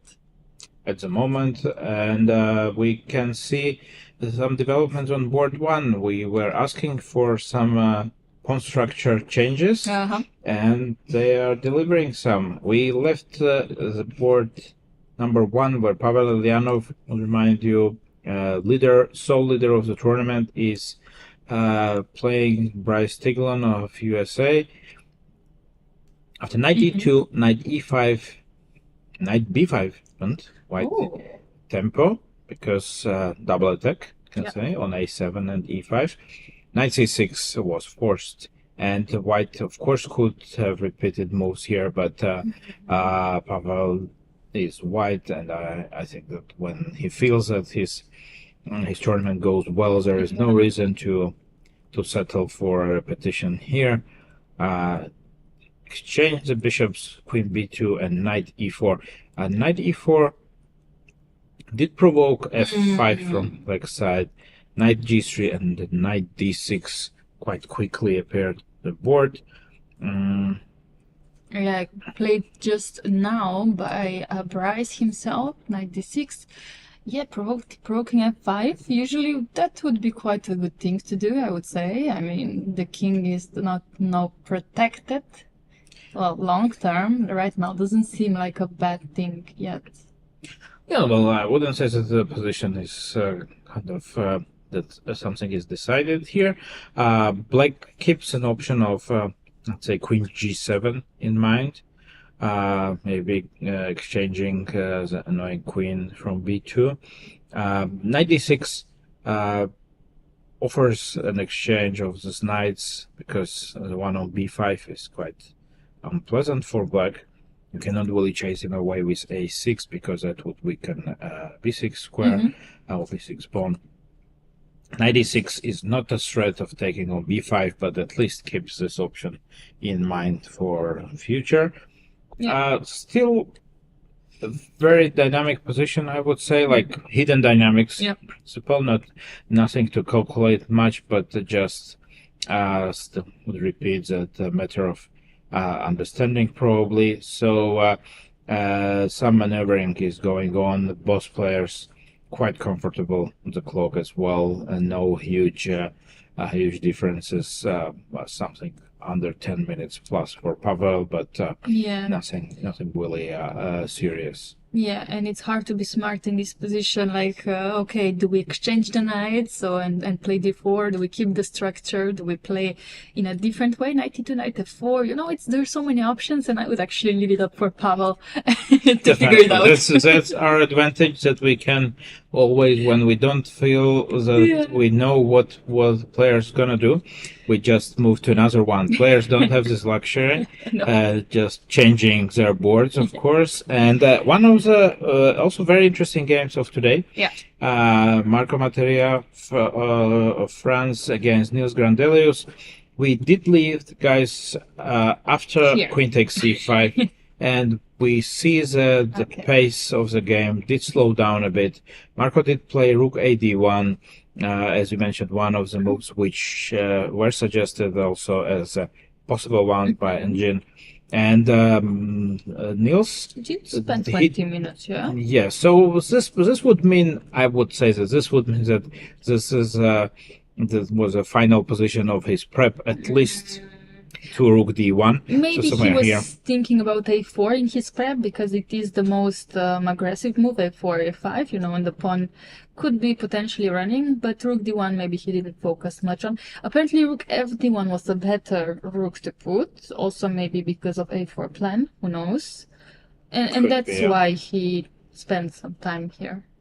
True. Well, in any case, we cannot know for sure how far his prep was, but it was. We can safely assume that till Queen takes c5, at least. Or also, you know, in your preparation, you cannot really cover absolutely everything.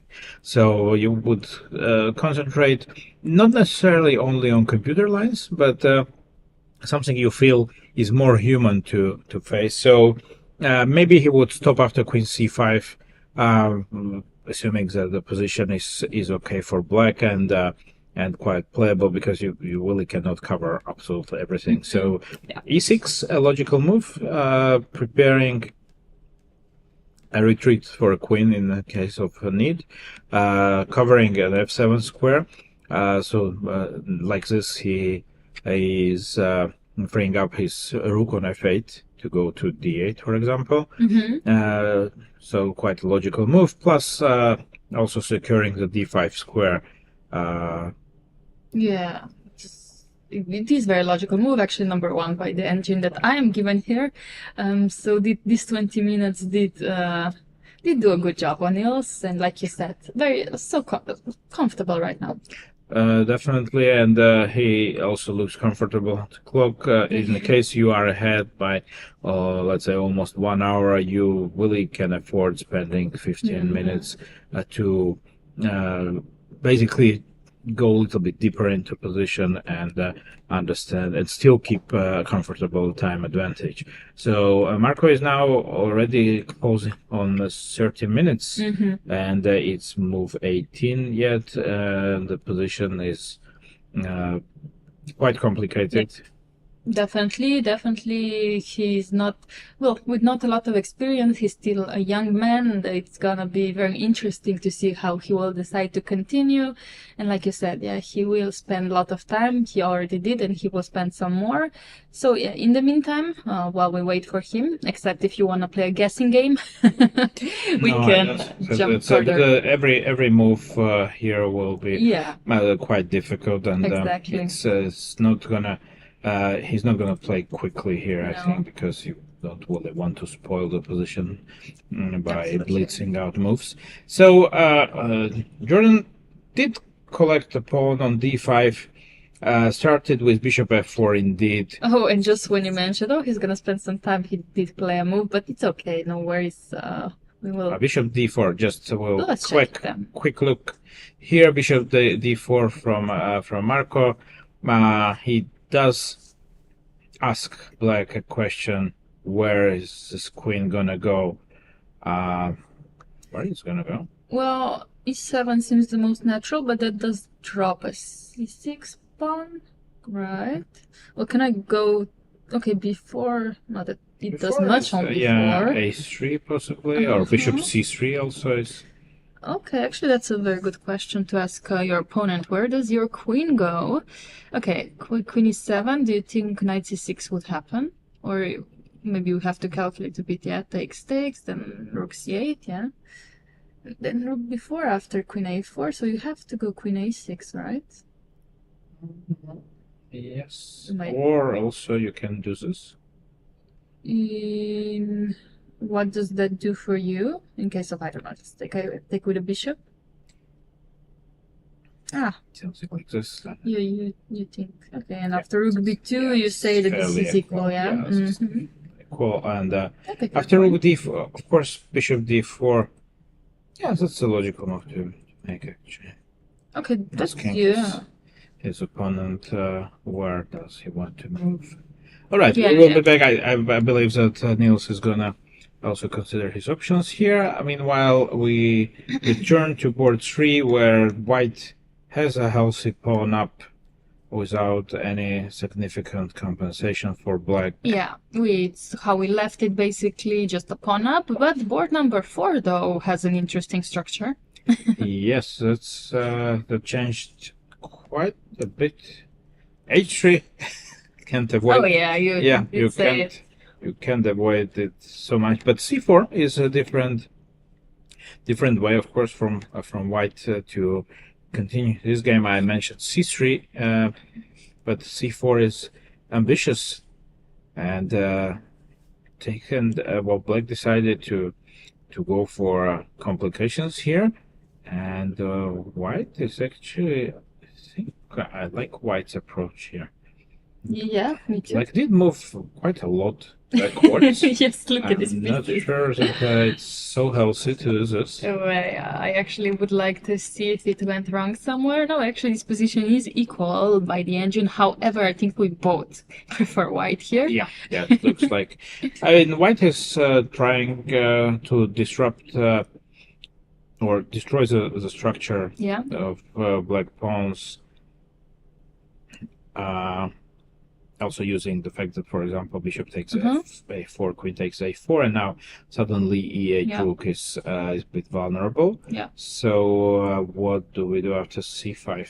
Well, apparently taking on c5 is not a bad option.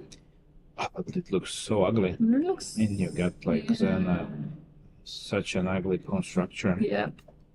It's not what you wanted for sure. And of course, maybe computers are they don't care. They have no emotions. They don't have really any restrictions to themselves. They just pick the best move possible. I would have, but frankly, this is hard. Frankly, dc5 wouldn't be on my list of candidate moves. Most likely for. In only case it could appear there if I wouldn't see anything else I could do, because that's a last move for me, at least, as a human of maybe a little bit of old schoolish, but I would feel that dc5 is just wrong. It does. Everything feels so backed up. Yeah, I don't want to be in Aydin's shoes right now. Without the engine, it's hard to find the best moves. Apparently, it's nothing bad. You also, if you take knight d5. Queen d5 is possible. Can I do that? Maybe you can. Or That's what I can do because rook on a8 is hanging. yeah. But maybe it's risky. Yeah, I would have to think what happens if I decide to sacrifice an exchange here. That's, well, you could claim c6 is good. Yeah, no, but probably not. Now No, before would probably solve the issues. Yeah, it's not easy, huh? Yeah, Let's see. I mean, after c5, it's... Queen a6, he wants to play after queen d5. Oh, okay. Obviously. Duh. Obviously. You totally saw that. Queen a6, yeah. Well, It's this is a complicated position, Very of course, hard. for both sides. So it will. But yeah, I would agree that I like White's approach at the Yeah. moment. Me too. But Black has a comfortable time situation.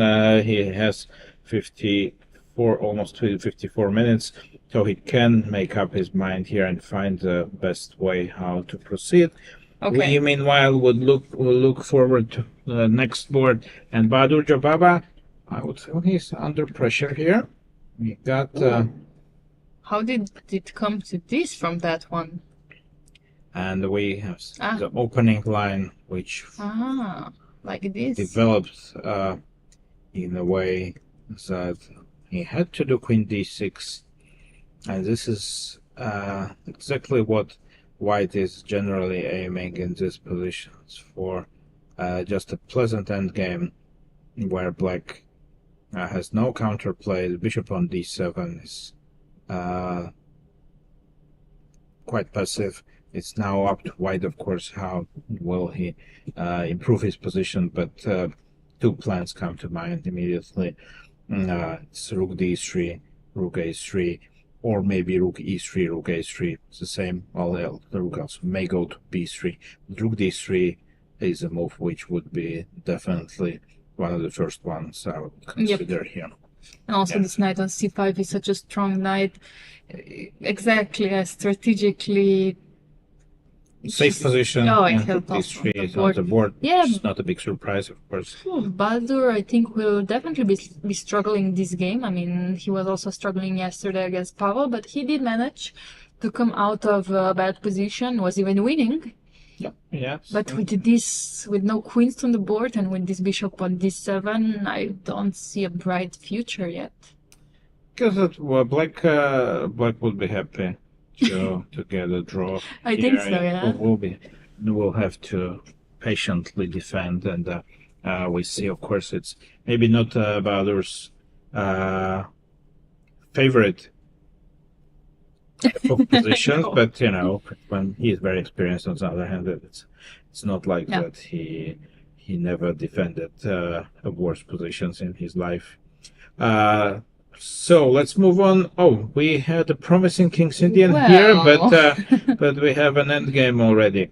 Oh, So well. after a6, bishop g5 happened, and Black managed to push his Okay. dream move b5, and And immediately c5. Okay. interestingly changing the structure quickly, Yeah. and we can see that Yair Parkov's position is under supervision of arbiter here, No just draws. in case. Not just Just yet. in case, yeah. No, well, I don't even think that there is any. There was any draw offer. Oh, rook takes e5. A small wait, combination. wait. Yeah. Combination leading directly to the end game we have on the board now.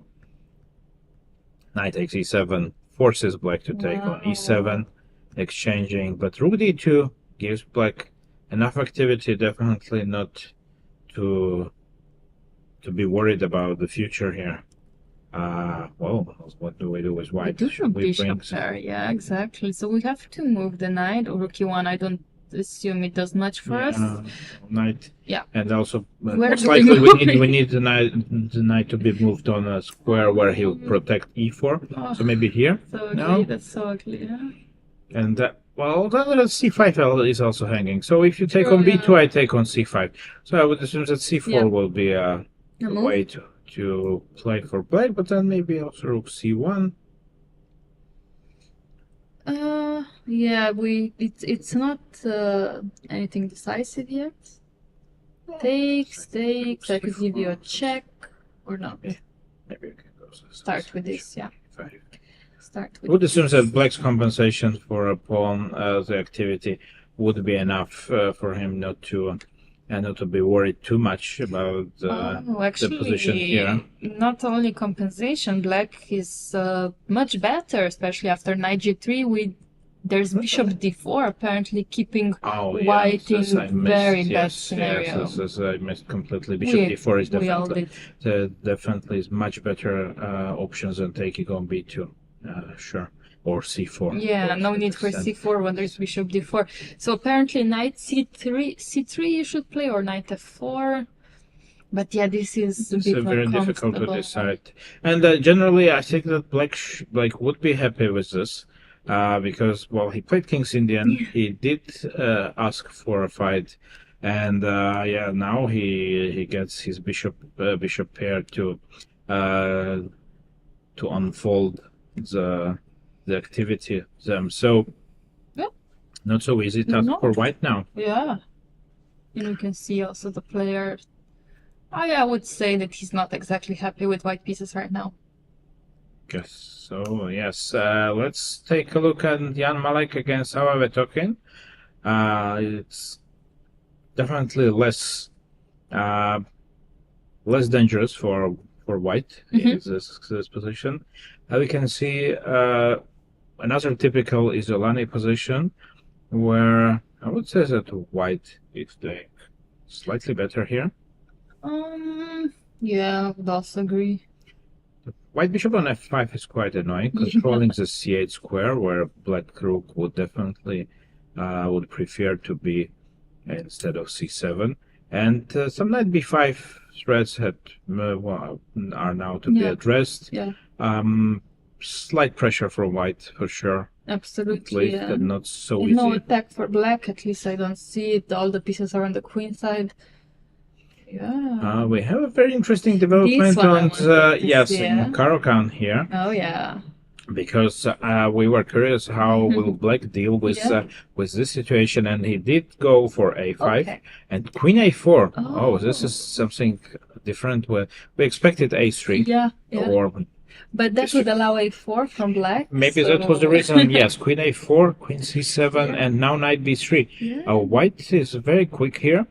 And he wants to immediately to save tempo even on a3. Yeah.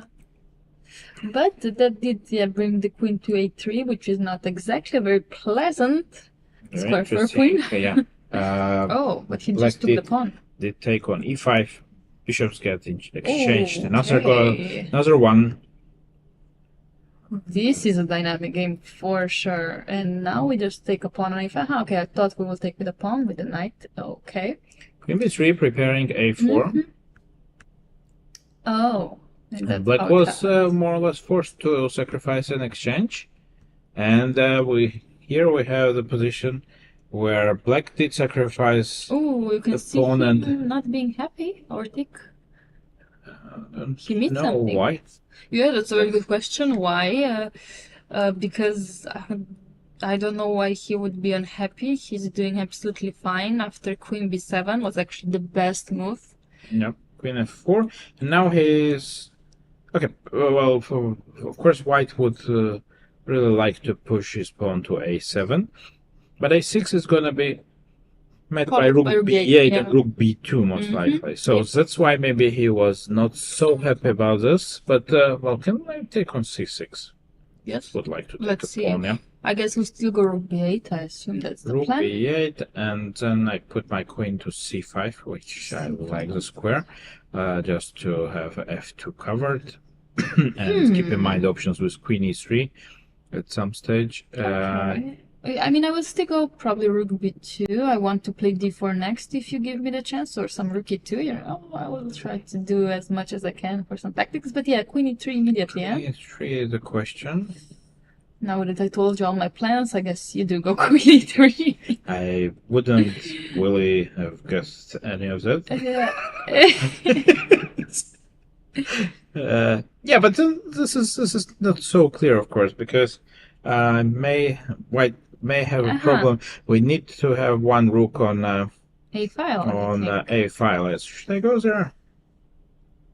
You can go there. Okay, one, but then you can maybe come you do have up queen with e5, but I'm not sure yet. D3 pawn is quite dangerous as well. Yeah. So it's it's double. It's definitely white has to be careful here as well, and has to consider his options careful, because queen takes c6 looks logical. On the other hand, after b8, he needs to know what he's doing. Yeah, I understand why, because he does have 30 minutes, or almost 30 minutes more than his opponent, and I guess he played queen b7 quite quickly, and he might, want to go queen b2 back to keep the position stabilized.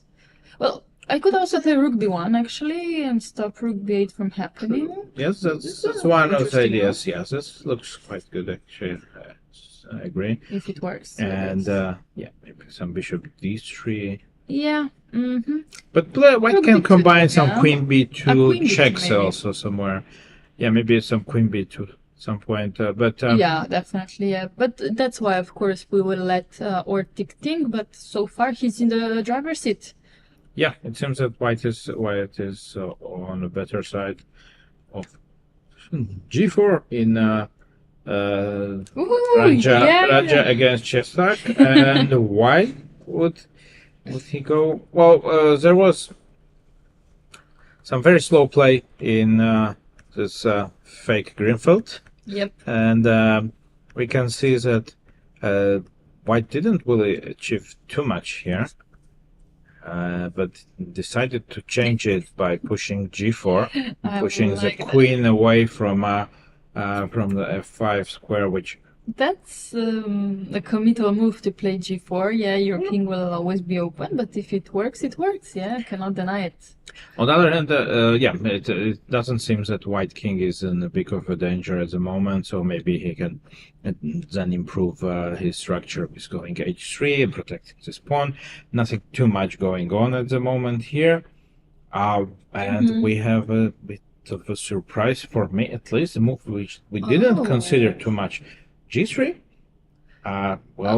First sight, I don't like it. Because it feels wrong to do g3, yeah? But maybe, definitely there was some concrete calculation behind this, because you want to do g3 not being very sure what you are doing, because this is if g4 in previous game was committal, this is super committal. This is super committal, especially with bishop, light squared bishop here for black. I would not feel so comfortable bishop d3, bishop b4, and suddenly who's getting checkmated. Also here black should definitely check rook b8 immediately. If it works, or just queen f3, who knows. No, I think I like rook b8. If it works, I want to just put it out there, Yeah, rook b8 looks interesting. Well, maybe I have to go queen a7. Yeah, I think so. And then that does bring a queen back, but and some queen d. Oops, there is a problem with queen with rook b8. What's the problem? It seems. I think queen d4 check. Why would that? Oh, okay. d4, yeah. I was like, wait, don't really want to go e5, I guess. Yeah. It was not so. It maybe has some concrete justification. Okay, that does make sense then. Okay. But still, if yeah, this weakening your king like that, it's risky. It's risky, but maybe he has a point. Of course, I mean, g3 is not a move which you would do without serious consideration. Well, let's see what happened or what's going on in a game of Liu Yan against Dimitar Mardov. It was this line after rook d1, and black did set up his pieces very interestingly. Came up with knight e7, bishop f6 idea. White reacted, allowing exchanges on d4. Yeah. Still, a knight appear on d5. I always felt that this is very comfortable for white. I thought you were gonna say that. Yeah, this knight coming to d5, it's a very comfortable knight. feels again somehow two-way result right now at this moment. White being the one pushing, and I don't see black has to be so many weak squares right now. But if I mean, rook h4 is coming. It's Well, no, the problem is with the knight on d5 that you cannot chase him away effectively because d6 is becoming yeah, a exactly. big weakness afterwards. I would and, want to exchange it for this bishop probably, but well, if you are in time, but Yeah. before you get mated, Yeah, probably exactly. everything will be fine. But exactly. yeah, I'm not sure. I'm not sure, of course, that white is definitely happier here, and Absolutely. we'll see if he manages to convert this. Let's check on Maxime Lagarde, and Whoa. he is doing definitely much better than yesterday Whoa. because he got. I think we stated that he had a comfortable position after the opening. Maybe he was happy with it. Yeah, just And now he improving pushed his f4. improving his pieces. Picked the right time, at least seemingly the right time to push f4 because knight on h5 is hanging. So knight f6 and f5, changing the structure, trying to start the recto attack on king side, bishop g5, and Okay. h6 h4, using the fact that he didn't castle quite yet, and h4. Could he have seen this move somewhere? Somewhere Yes. in some, yeah, definitely h4 stockfish move. Absolutely beautiful way to combine your attack. Queen e8, black realized that basically he cannot wait longer because knight g4 may have been Big on threat. the table, yeah, at some point, and the queen e8 allowing taking on f6, and this doesn't look very good for black. Oh my. Not at all, because we can see that I have 3 players on camera at the moment because Second Yes. interested a bit in the position next to her. We will take a look at her Yes. game, of course, as well. But this seems to be a very promising position for the French player. G5 will sooner or later become a big threat for black. Of course, white can pick a moment when to push G5. Can prepare it Slowly. Yeah. If somebody's comfortable, it's white, definitely. Yeah. Yeah, black definitely didn't really want this to happen. Nice. And Carissa Ip, we left Okay. the game after a4 knight, after knight a4 Yep. here, and bishop g4 happened. H3, bishop h5, bishop e2 covering the knight on f3 and letting the white queen to go. Bishop takes f3. Black changed his mind. Could have taken immediately, but maybe he didn't want the queen to go to f3. And knight a6, focusing on the c5 pawn, and knight d7, Yeah. continuing the same. Bishop f6, rook a8. Yeah, rook b1. Probably preparing b4 at some point Yeah. if needed. Why not? Before b5. I would love to play that. c7, black is also ready for b4, maybe knight Mhm. b5 ideas. Yeah. Knight b6, rook a7, and queen a4. And this is the position of the board. It looks Wow. quite good for white. I'm sure that this is not how black did picture this start of the game. Yeah, I mean, I would agree, but at the same time, if I start with some 95, well, not that Retreat with the maybe it doesn't bishop. do much. Just or what? But it will be, 95. Fine. Bishop Bishop e2. e2, Then, okay. once I hit the knight, c6 is gonna be hanging. I don't know. I think I black don't pieces are feel quite it passive. that way. Don't like black, No. not at all. Okay. Yeah, I am gonna trust you on that. So if I go something like 96, you wouldn't go f4, right? Or would you go f4? Right? I mean, it's I have to. You I have to know. I mean, once somebody tells you you wouldn't do this, I mean, then you go for it. that's more or less a must. Yeah, I mean, I thought knight d7 was good enough, but maybe queen c6. Yeah. I don't know. I did think something like rook c7 would have solved my issues, but again, you take d5 pawn, and Yeah, maybe it it's not looks like so Black's position could collapse Yep. quite Okay. quickly here.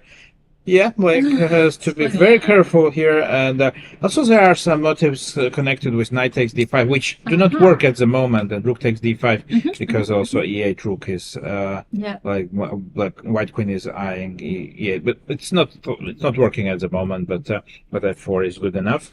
In any case, there's one more thing we maybe forgot to mention at yeah. innings. There was unfortunately Yeah. I wonder Liang, who won his game yesterday, and would be definitely on our live boards today, but unfortunately had to withdraw from the tournament. So, in case you were wondering why Liang is not playing today, it's this reason that he had some. Well, I don't know. I don't know the Personal I don't know. stuff, yeah. I don't know the exact reason, but he had to withdraw, and That's sad, we yeah. believe that at some serious reason.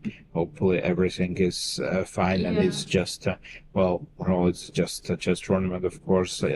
However, a very good one, but still, there are more important things. And we see Leon Mendonça to play knight e5, Yeah, okay. bishop e2. Maybe our line for And- future is Yeah. this game. Okay, bishop e2 seems extremely natural, but okay, maybe my move knight e6 was a bit too much, to be honest, because f4 seems to actually knight e6 is not a bad move. f4 does apparently knight g6 you would go, allowing f5, which is very funny, but knight c5 I assume was then Oh, there are some tricks. or Knight what? c5, like, or no, or maybe something else. I'm knight not sure. f4. Maybe just knight f4. Yeah, maybe just knight f4. Yeah. Well, Interesting, yeah? that looks so obviously easy, Not but something that yeah, you play, I yeah. think, with black here. Yeah, it maybe. Well, he will see consider something his well, bishop e2. I would assume that would Yeah. happen quite quickly there, and I think she now played. she played Yeah, bishop she played e2. it already. She Okay. played bishop e2. I saw The movement. the bishop. Okay, so bishop e2, and I And, think he's Leonov ready will to play something. Yeah. Oh, And knight he did play knight e6. e6. Okay. Woohoo! Okay. Asking, Let's go with 4. Asking Carissa the same question actually you asked me, and You will not go I with think- 4. Come on. okay, she will not go. She will not do that as quickly as Yeah. I decided. Okay, There definitely. is something very interesting going on in Kasper Piron's game. At least Let's check. the placement of the pieces doesn't look so natural. Yeah. And let's see how all this happened. Queen d2, rook b8, b3, rook b d8, or rook d8. Yeah. Okay, to be precise, yeah, rook a d1, queen c7, and white decided to go for some adventures with knight and bishop put to b5, returning back c4. Okay. Decided to change the structure, and knight g6. Whoa. The move itself doesn't really threaten Nothing. anything, But it's an interesting move. yeah, probably just wants to keep an eye on the knight f4 ideas. Yeah. cb3, knight f5, and rook b4, restricting white's knight movement, rook c1, and queen d6. And now already white cannot keep the knight on on g6 anymore, so he would have to go some knight e5, I guess, right? Because I don't see any other square actually for that knight, and leaving him there will not work. So knight e5. Yeah, 95. Yeah, absolutely. It's a knight d4. 94. Now I would like some dancing banana on the board to motivate me to calculate. Yeah. Or mango. Oh no, I want a mango. Yeah, definitely 94. And now how are we gonna protect the b3 and attack something? It's a Yes, good question. mango. Queen D1? Okay, let me hear. Now I can calculate with the mango. Yeah, let's go. Queen D1. Because knight c6 will come, right? Or rook c6. I'm looking at both. Well, knight c6, knight c1, right? That doesn't do much. Knight d8 is not really a big threat, so I have to go rook c6.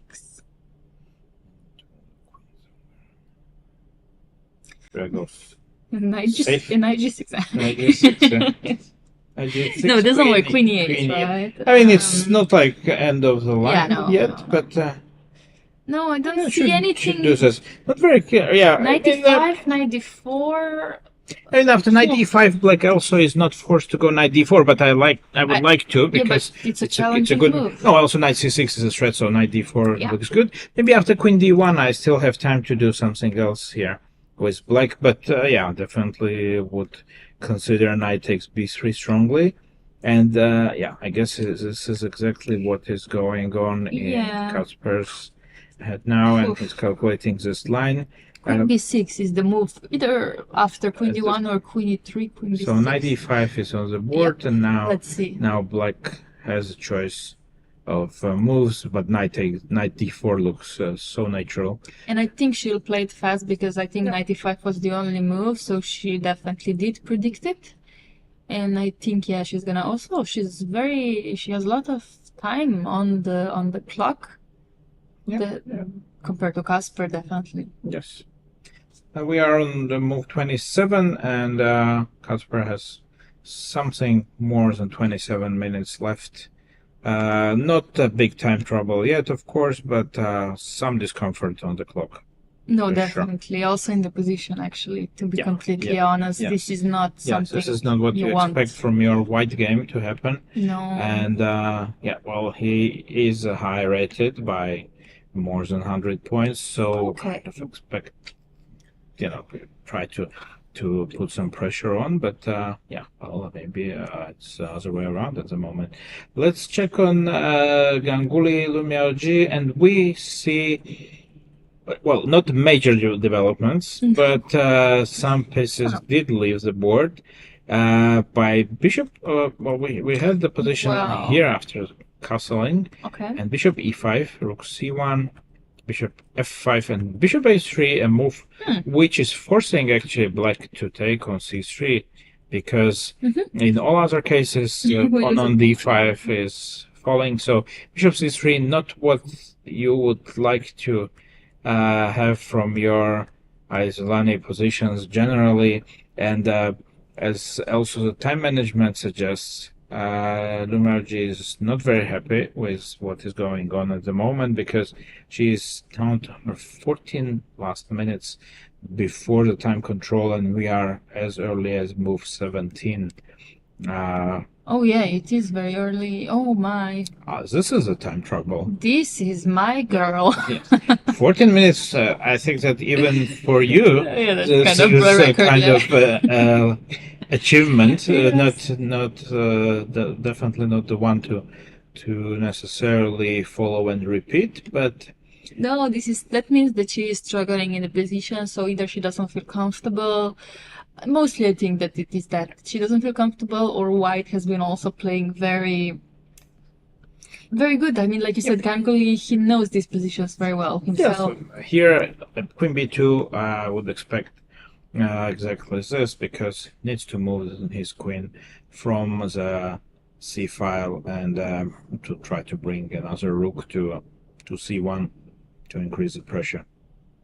Okay, definitely a game we will come back when she will be in more time trouble, but so far... Oh, this was very extremely curious what was... Oh, wow. He doesn't disappoint when he comes to live board? Also, he's... Well, we will get to that, but he has 12 minutes. So it means that he did take his time to come up with options here. Bishop f3, d5, c4. Okay, challenging going again. For... Not the there are some... not the square. There are some... Yeah, some unpleasant things also to be done, but knight h3, forcing black in a way to go g5, because otherwise knight would appear on f4. Wow. CD5, knight d5, rook a3, creative. Indeed. And went long. black doesn't want to stay behind in creativity and goes for castling long. Oof. b4. Oh my. This is good. This, guys, this. Oh. And knight f4. Oh, wow. Bam. What is this? Oh my. Knight f4. There's no way this works. No? I don't know. I didn't yet quite understand what is. The point is takes, bishop takes, I assume, and after queen c6, exactly. I think white. Let's see what white has in mind here. I assume it is not queen g4. b5. b5. I don't know. I don't. No, it has I'm to not be sure b5. yet. I'm not sure yet. Well, the thing is that bishop on f4 is extremely strong, It is. and of course it gives white some extra ideas here, but will he be in time to create something here? Oh, okay. So now this is extremely hard. At least if I already had a queen on d3, I would argue I can play rook c1, and then you are in trouble. Because queen d3 now But we it's are a bit maybe not so slow. much in time, yeah, because I think that Yep. bishop g7, and how do I develop this further? No, this. Do I have any quick way to do something here? Wow, wow, wow. No, Okay. knight f4 looks spectacular, of course, but yeah, it makes it a little bit less spectacular because we don't see the follow-up yet. Well, let's try b5. b5, yeah, but I has to felt that be. b5, Has to be. and I wanted to go queen c5 simply. Okay, okay. Let's see what I can do about that one. Yeah. Rook e5, I always have e6, yeah. It's a big struggle. I guess I would. No, Take? I'd have to take on e6, but then again, Try to run off with this pawn somehow. yeah, It doesn't. doesn't seem yeah. like they should work somehow. Okay, bishop g7 is not an option for black because there is queen g4 check always. So at least that can be a pleasant. Yeah, no, I don't know. Or I don't see what is Yeah, what is I can inform you. White's idea. I can inform you that exactly this line with b5 and queen c5 is the main line, and it is -2. Okay, so this This is not enough for white, but of course black is not in a big rush because he has almost 1 hour on his clock against 12 minutes of white, so he will take his time, but most likely he will come to the same conclusions that he can take on f4.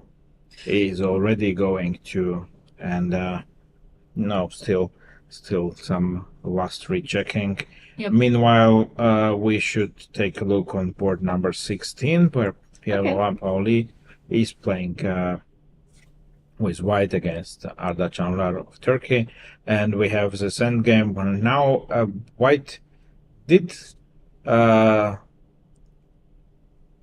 of, we can say, sacrifice his white squared bishop or exchange it for a knight on c6 in order to bring the rook via a3 to c3. I'm afraid that this will not be enough. I think that after e4, black may equalize quite comfortably here, and I don't see much of. Long term, you could say that these two pawns on a6 and c6 could be potential weaknesses, but nothing enough for. Yeah, also we have opposite colored bishops, which is always a big, big drawish tendency. So you're absolutely right. e4 actually here, I think it completely breaks the game. Yeah, this looks like heading for more or less, say eventless draw, but not too much happened here. No. So maybe it's time to check on some. We can get back to our top boards. Yeah, I think board number 1, we see some changes here. There's now a pawn on b5, so let's check what happened. Lots of pieces again went missing, and knight d6, knight e2, and black decided to get rid of the annoying knight on b5 by taking it, and knight a5, and the bishops get changed as well. Knight f4 and a4, rook d6. Black is preparing doubling of rooks on d file, and then probably pushing upon e5. Yeah, but surprisingly, rook d6 apparently should run E4? into d4, actually. D4. Yeah. d4 And the only move in the position that gives white the advantage, apparently. the idea is maybe also knight d3 and knight d5. There are Yeah. quite Exactly. unpleasant. For example, if you do go rook d8 like you wanted to do, knight d3 is just very, very unpleasant. Just extremely unpleasant. So that means black would maybe need to play c4 or take on d4. Probably takes, yeah, but we take with a pawn, you know? It's interesting, yeah. Still, this... The e5 square is very important. Mm-hmm. Black knight on b7 is misplaced, not really participating much, and then white may regroup on e file. And suddenly king's position is very dangerous. Yeah, maybe rook d6 was a bit inaccurate and careless, and on the other hand, he was a bit pushed on the clock. Yeah. Because 24 minutes, a little bit less, and Pavel is ready to push the pawns, and it's the board. Cute. You can see that Pavel is really, I would say that he's seems to be in a very good shape here. The quality of his games is very high. Yesterday, of course, a bit of luck maybe, but also he was pushing for most of the game, and he did go for it. It wasn't sitting back and waiting what's gonna happen. And if he manages to win another game, then it will be already very dangerous for the rest of the field, and I don't know if somebody will be able to catch him. Then we will have to count on somebody like Nils to come back. Or Marco. Or Marco even, yeah. Let's see what happens. My feeling that none of them are going to do any big significant progress in terms of catching up with Pavel, because we see a situation when moves are started to be repeated after rook c8. It's a similar line which we mentioned. I think he goes back to a6. Now it's up to Nils, of course, if he wants to repeat moves or go or do something else, which I wouldn't really know what else that would be. I think that we are heading towards first result, at least what we have seen. The board, it looks like Marco Materia and Nils Grandelius are gonna repeat rook A8, moves, and rook a8, queen b5, and with repetition, which obviously means a drawish result. But that would mean, we can see them on the board. It's Nils's turn, of course. He doesn't wanna take the draw immediately. He does have much more time on the clock, or he did even more before. But in case of this draw, and if Pavel will manage to convert this, he did play d4, so that's a good start. That means he would be leading by 1 point, which is... Well, on the other hand, his position is not this advantage may not be decisive yet, but he is definitely pushing for another win, and true. Then he could have a very comfortable situation going into the last 3 rounds. Absolutely, but I mean, he would in this case probably play Jorden, who is now on board number 3 and is doing amazingly well with a pawn up already since I think move 17, around that point. So it would be an interesting matchup, definitely, because Jorden is number 1 seed of the tournament. Of course, and we would expect this matchup to occur sooner or later, but of course the big difference is in from which position, from which tournament position you arrive there. So of course it would be the bigger pressure would be then on Jorden, and he would be in a kind of a must-win situation in order to make things complicated. But of course it's early. Yet today's game is is ongoing. We can see on board ones that c4 indeed happened, and rook c1 quickly in the Pavel Eljanov's game. And so let's check on Jordan if his chances to get to the leading group, get closer to the leading group, are significant. He's still a pawn up. Still can't see much of a compensation for black here. Of course, it needs to be precise here, and rook b5, for instance, from black is now kind of a threat or something which black would like to do. Absolutely, absolutely. So it still will require some technical skills from Jordan, but it should be manageable. Absolutely. Let's check on board 4, because it was very interesting. How did Sulaimanli manage to solve his situation after c5? And he did play knight takes d5 and rook a6, not queen a6. The move suggested. Rook a6 led to exchanges of white squared bishop. Okay, some exchanges. Development again, also from black c6, yes. Queen takes c4, most likely is gonna happen. Yeah, definitely. I think I did manage to come out of this suffering mode, which we had before with all the pieces on the 8th rank. I think he did manage. Okay, definitely d6 will be a weakness. Yeah. Well, white has a comfortable everything. It's nothing special, of course, but it's more pleasant for white. Yeah, and I would assume that white is quite happy to have such a control over the game, because he's lower rated, maybe and a little happier with let's say equal position than his opponent. You are actually right. Yeah, this is definitely easier to play for white. And we can see just very shortly, I'm sorry to jump back and forth to Pavel's game, but it's an important one. And actually knight d3, a nice way to move the knight to e5. And I think once knight appears on e5, then c4 pawn is becoming c4 pawn is going to be in big danger. Knight d3 is really a nice positional idea. Based on small tactics, well, not even tactics, but basically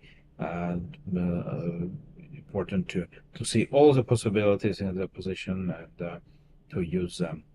So white is definitely on his way to, I don't know how big his advantage is, but you can feel it, you can feel the advantage. It's like 1.5 or something.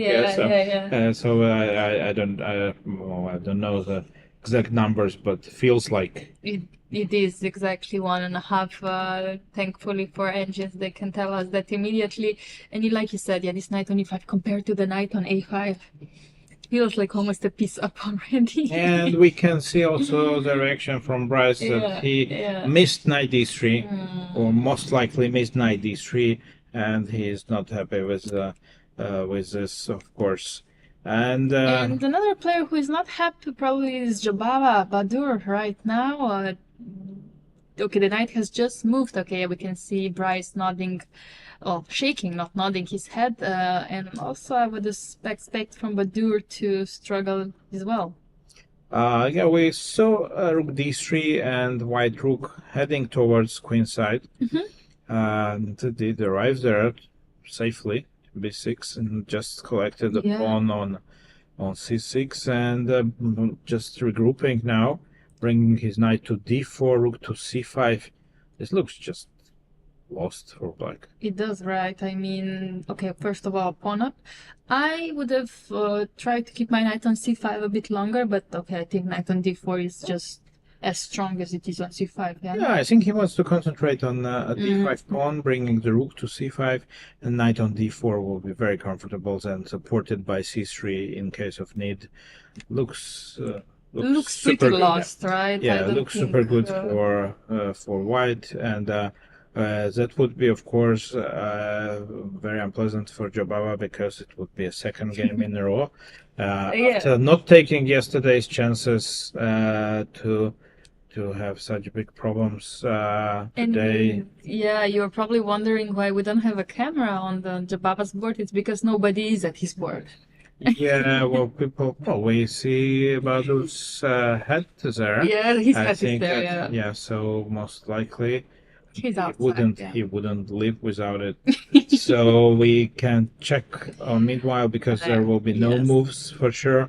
For some time we check on Parkhoff Jacobson where Bishop did appear on d4. White did opt for knight c3 rather than knight g3, bishop d4 and knight a4. And White tries to shake up things on queen side by moving the pawn to b4, but of course c4 is... I just wanted to ask you, but isn't c4 just... it looks crushing to me, to be honest. c3 is a big threat. You cannot move your rook. You might need to move your rook, actually. Yeah, I guess you would have to do something like bishop c5 or knight c5, but I mean the c4 pawn is so strong that... Let's do bishop c5, actually. It does... Then I would probably not exchange the bishops and would do something like with bishop, maybe e5, but, for example. Okay, and then I'd say I do go something like rook d1. Of course, would have to calculate if c3 is something you want to do. I assume you do, right? Yeah. When you said is there something I want to do, if I want to do it or not, yes. I guess yes, I will go for c3. Yeah. Knight on a4 is pretty sad. Not really proud piece there. But also I would go c4 from simply like maybe by elimination method, because you don't really want to exchange these pawns, not want to let White take on c5 for free with the bishop. So yeah, c4 looks logical enough. I think Brandon is on good way to climb even higher on the ranking list. His reward for playing King's Indian today. Jan Malek against Sava Vetochin. Some knights started jump around. You can see that both black knights are dislocated.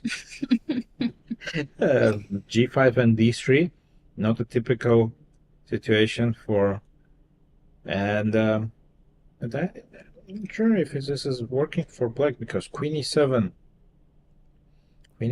is arriving at Knight E5. Yeah, he answered your question. Yes. Queen E7 is not in time because Queen E7 mate on H2 is hanging, by the way. Oh, yeah. So fair not point. Queen E7, so White has to do something else.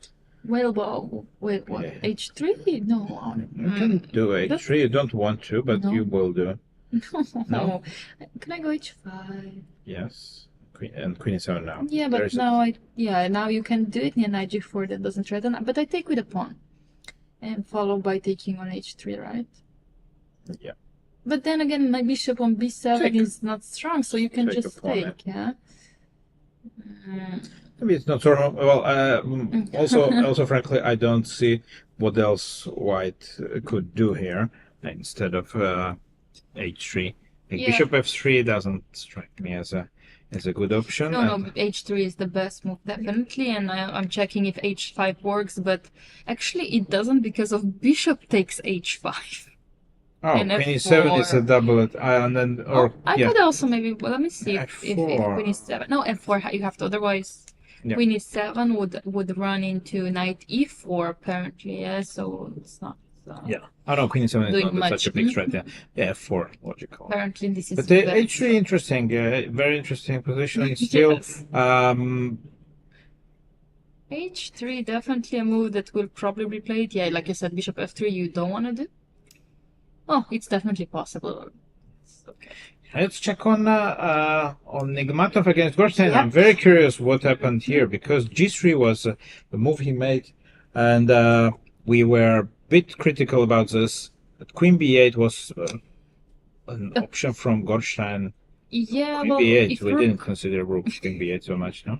No, we would prefer to play Queen d6, right, and followed by a rook b8, but Queen b8 looks so passive, and I think Ortic showed us exactly why this is not the best. Oh, the pawn got to a7.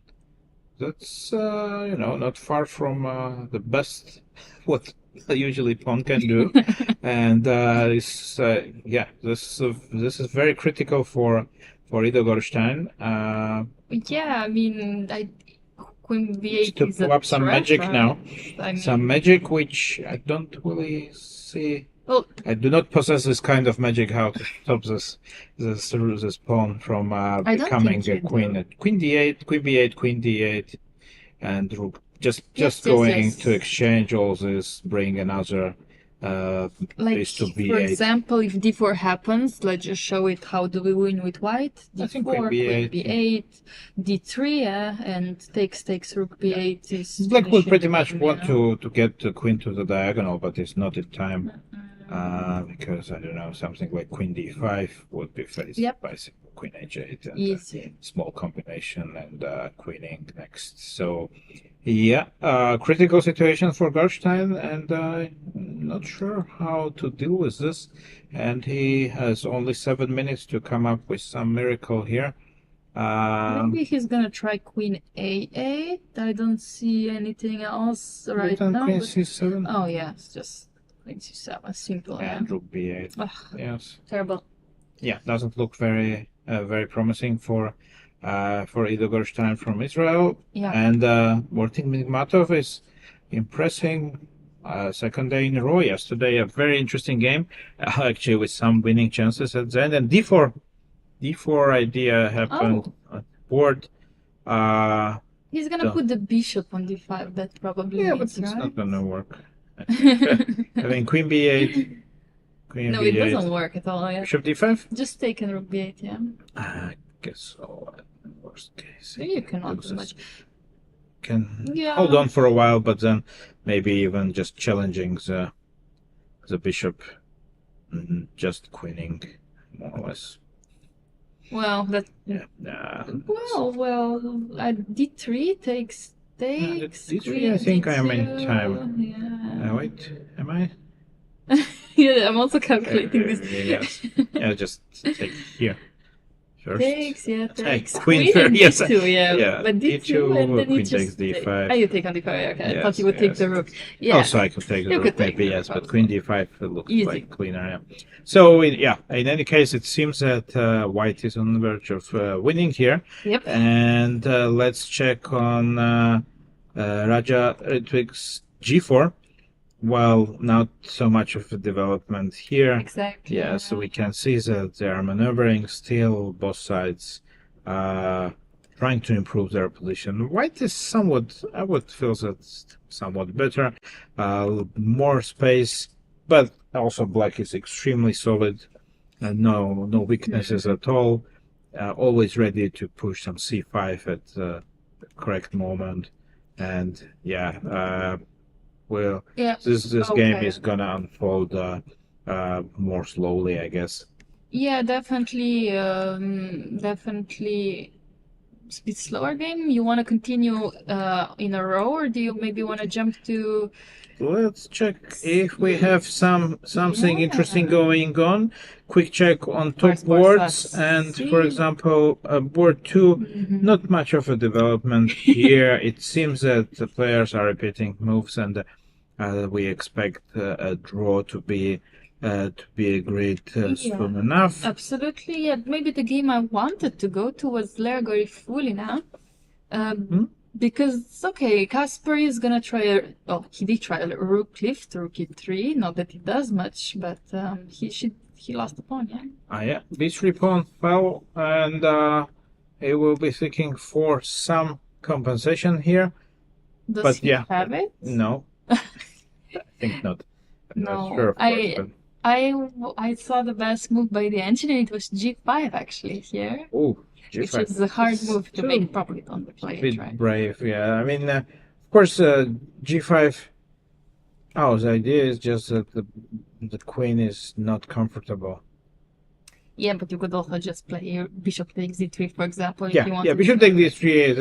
This looks a little bit more logical to me, and I mean, rook e3 didn't really create any any particular threat, so it's just that white is staying in the game and hoping to get some compensation eventually for the pawn. Oh my. Yeah, this is definitely not a case scenario for Kasper Turin to be in, exactly, and yeah. Maybe let's check on Maxime. Yeah, I'm always he up for that. did push g5. Whether this was the right moment or not, we will see soon enough, I guess. And he did this immediately, actually, the position we left him, and he did spend a lot of time here. Enough, huh? Well, but maybe that's correct way to treat the position. Well, right. Is it the correct way to treat the position? I think we should try to get a camera on him. I think he will be unhappy, to be honest, because after g5, h takes g5, if we took back, rook h8 would have opened, yeah, everything up, and our king then would be potentially in danger, right? Well, not so much, but maybe it's not achieving what he had expected. He took on g5, rook h8. We can expect to happen. Rook h8 will definitely happen, and then the question is, does queen g4 do the job or not? Yeah, and it seems like I don't have enough pieces with white to do anything. Yeah, okay. I guess I take knight h1, right? Yes, and try to bring the. I'm thinking that I try to bring some guys here. Can I still play the knight g3? Yes. G8. Rook g8. That was my idea, and I wanted to go king f8 here quickly, but we trust. I mean, we need to trust his judgment because. No, sorry, we cannot. No, nothing bad. Sounds personal. Sounds personal. You possess some information. You possess some information. I don't. But no, I mean, of course, he did spend a lot of time here, and he understands that pushing g5 is something concrete that you have to be sure to play, definitely. Yes. And he played that, so either he felt that there would be no better moment to do this. Yeah. Or also, of course, he could have missed something, theoretically. Not sure exactly. Apparently, it's not the best way. I mean, apparently black is better already. Oh. Yeah. That's a bit of a shocker, of course, but well, it's sometimes hard. It's very difficult sometimes to take these decisions, because if you wait for too long, also the chance may not present itself at all. So you don't want to rush the decision on one hand, but on the other hand, also you don't want to miss the moment. So it's always a very very tricky situation. Both things possible. Also, it depends how psychologically you feel at this moment. If you really want to push for a win, like whatever the cost, and take some risks. No, absolutely understandable. Yeah, like you said, if you wait for too long, the opportunities are gonna be gone. But somehow, I feel like with this bishop on g2 and this knight on f2, okay, let's see if he has something special in mind. He does like to surprise us with his moves. But yeah, apparently not the best way to go for white. Objectively, maybe not, but well, he did decide to go for this, so he felt that this is the best way. Let's trust him. Let's go to Carissa. You see, I managed to appreciate that you should. Let's try to should trust give him more trust. Yeah, to put in more trust in Maxime, and I understand that it's very difficult for you to commentate on his games. I do absolutely understand this. And, no, I hope the thing is, like, I cheer too much, I just want him to play perfect game, because I know even if he's gonna win and it's not gonna be a perfect game, or if he's gonna blunder in between, it's gonna be tough. He's like me. I'm never happy if I blunder something, even if I win at the end. So. But this is the right way to do, because of course it's very difficult to play a perfect game, but to be too relaxed as well, and to as my my good friend Levon, I like to say, giving yourself too much love is also not the way to go for it. So let's check on Carissa Ip. I'm quite curious what happened here, because actually you predicted the best, or at least what they would go, and she did dare to go for f4 here. Knight g6, almost perfect play from sides. I don't know how about bishop g4, but bishop g4 is the best move, I think. It's perfect play, actually, to be honest. This is a very good game, and we can see now lots of stuff, lots of things hanging. Yeah, c6, f5. Yeah, I think this is actually a very tough moment for Leon Luke, because f5 is a threat. I mean, it's just threatening to win a piece. Also, there's an additional problem here that actually, like, if you would like to protect your pawn on c6 by something like queen c7, well, I don't know about f5 here, which may be working as well, but actually knight takes b5 is a crusher here. Oh my! The e8 rook. We remind you that it is a bit of x-rayed by a queen from a4. So I think this is a very hard position for black here. Yes, I would be very uncomfortable with black here, definitely. Well, white is knight on b6. What do you expect? Controlling lots of squares around, and seemingly it's not so easy for black to make a move even here. Yeah, I have to be honest, because I saw the move now. Of course, it feels logical, but if I didn't, I would need at least 5 minutes to realize what is happening. Queen e7, you have to play with black. You attack c5 pawn. It does make sense when you see it. So queen c6, knight f4 somehow works, right? Like I would trust something like that. I'm trying to see if anything else, but probably knight f4. And if I take here, knight takes f4, so you somehow have enough compensation here. Well, but this is not happening because rook c7 is on the board. Is this working at all? Well, what do you after f5? You have to move knight f8, yeah? Knight f4 or knight f4? No, knight f4 is not. No, knight f4 just take, yeah. Yeah, take and the queen takes f4. So I have to go there. Okay, also f5 is, be careful if I want to push f5 or not. Have to calculate. Yes, and after rook c7, what else are white's options here? No, definitely a very interesting game. Yeah. F5 looks interesting, but also, of course, it's a pawn move, which we know that they are tricky.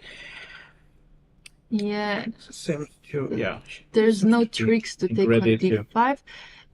Yeah, I cannot really move my bishop. Rook e1 seems interesting to me, but that allows d4. So let's not do this. But what else? Rook d3?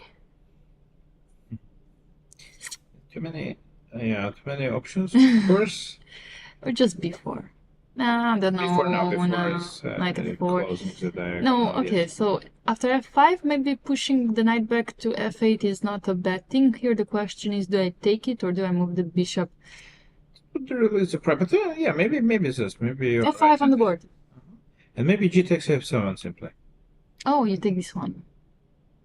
Because rook f7 is not too good. Queen and c6, yeah? if you take with the king, at least there's something in there. Something in there you can feel there's something tempting here. But it is, but maybe, what is it? Maybe not so. F5 was the best position by the engine. After knight ef8, we can either take on g6 or play bishop f2. I don't know what engine will prefer to do, but like you said, g takes f7, king f7, and then apparently knight c4 is an idea. I had this idea somewhere, but it was somewhere. Because knight c4 and knight d6 was something I wanted to do, but some earlier stages, that's a problem sometimes, that when during the game all these things you have to. We have an advantage where we can play this on the analysis board. But of course, the players, they are forced to do this blindfolded, that they actually have to calculate in their minds. And sometimes the lines, they mix up to each other, and they would definitely, you may forget the ideas. It's very common to mix up, let's say, a good idea, or to miss the right idea at the suitable moment. So, yeah, it seems that the game is heading towards this position. Absolutely, yeah, definitely. Let's meanwhile check on first boards. Yeah. And as we expected, Marco Materia's game against Nils Grandelius did end in a repetition and a draw. Yeah, and also Ortic Enigmato did beat Ido Gorstein. So, expectedly, didn't really manage to hold this A7 pawn. No miracles happened, sadly for Gorstein, and Ortic Enigmatov is also having a very good tournament at the moment. He was the one playing Bodana and was winning in a rook endgame, but then with one mistake it was a draw, and she did hold it, and I don't think he was happy with this result. But otherwise, I've seen him play an extremely good chess, even yesterday. E5 and he found all the right moves, and especially impressive his performances. Also because of the first round, because as you said that he didn't convert, or it was the second round, he didn't convert winning advantage, and still he managed to recover, and he managed to show good chess so far. So very good preparation today, seemingly, and seeing a very good performance so far from him. And also just want to say that board 16, so between Pierre-Laurent Paoli and Arda Kamlar, did end in a draw, as expected, in opposite colored bishop endgame. I'm curious what is going on in here. Whoa. Wait. How did... What? Let's very quickly go through this. Okay. Actually, the line which you mentioned with b5, and black did go a b5, which was a bit unnecessary. I think so. Seemed. Queen c5, giving and queen a4 extra option, which may not be decisive, but we are both, you can see, we were a bit shocked by rook takes e7, because we are trying to understand what is going on. I think he wants to, after queen takes e7, he wants rook c4. Not that he does. Let's show a very nice mating attack here by white. In case you take here, there is this beautiful check. White is a couple of rooks down, and I don't know what else, and two rooks and bishop, and still enough to checkmate his opponent. I'm not sure if after rook c4 black has any better options, like king d7 and rook c7. Well, this has to be calculated. Yes, this is one thing. And after rook e7, I think if there are any other options, because queen a6 is a strong threat here, of course. There's counter checkmate with queen e1. We were just messaged by our cameraman Etienne, actually, so he is following our analysis. Wait, where's the... but we are giving checks. We are not allowing any counter mates. Yeah, maybe after king d7. But no, there's no way. I'm not making any slow moves. I'm not making any slow moves. Will only give checks because I am so much material down. That's true, that I need to give checks. I need to get this forced. It doesn't work. Queen e1 is a threat. We do acknowledge the threat. But that's why we play rook c4, because we need to immediately play something. Sure. Yeah, like rook. Yeah, exactly. So wait, after king d7, don't go b6? B6 is a possibility. Then king e6. I didn't see the follow-up here. Is there any? No, I was maybe hoping there would be some rook e4, but maybe there's nothing. King f6 saves everything. So like you said, rook c7. Rook c7, king e8. King e8. But I assume that even that is losing for white. Wouldn't you? No, I'm not sure. You're not sure? No. this. You're not sure, yeah, what, b6? King f8? Yeah, something like You have that. to take. Takes. Okay, yeah, I understand. Yeah, this at least gives some chances for white. So why would we even allow queen takes e7 actually in the original position? Yeah. Yeah, I think there is no other move for Really? like no. Do you think No. there's anything else? Actually, I that's mean, a queen really a6 is big huge threat. threat. Huh? Well, Queen e7. ooh, Can white do something else here? Then rook c4. rook c4. No, it doesn't seem so. Yeah, rook c4 is just first and. Okay, I will resort to help because of course it's easy to miss things. Rook e7. Okay, queen e7 actually does win exactly because of this line that we showed. Yeah, king does run to e8, and that is a winning endgame eventually. But in the original position, you could also play after rook takes e7, rook d7 apparently. So that's one we missed this lane, but rook takes d7. King d7 simply. I just Simply, take yeah. And then suddenly, okay, b6 doesn't do much, I assume. Oh, you can try it actually. Rook e7 is very spectacular, of course. Yeah. A great try from white. Exactly what we expected. Yeah, this is something what he likes to do. Fortunately, it seems that it's not going to be enough if black finds the correct way to proceed here, which he has more than 30 minutes to do, and I guess that it will not be, well, simply by eliminating all other options which lead to mate, actually. So he will most likely opt for one of the correct ones, bringing him a win. Yeah, okay, that's going good so far. Very interesting games, but I think it's also time for our second break, if you agree, of course. Or do you want to jump quickly to board number 1 to see what happened here? Or we just... I thought that you were asking the viewers if they agree on our break. They will hear this 15 minutes later, I so guess, we cannot I guess sit they here agree. in silence. I guess they agree. So yeah, let's go break, and then we will be back for the decisive parts of most of the games. And don't go too far, and see you soon, guys.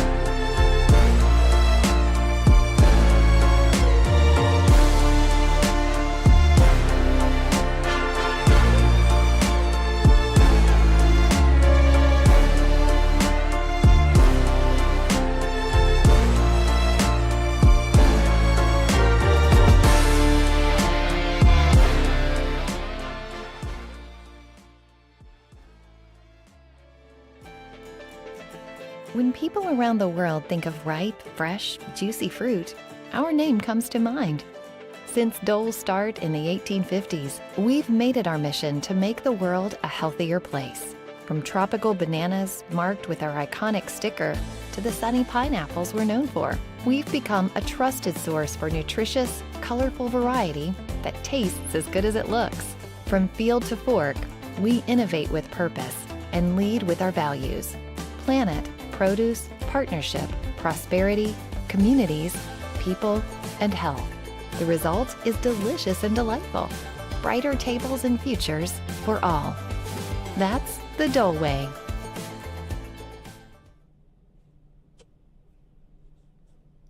And welcome back to round number 6 of Trophy Dole here in Aix-en-Provence.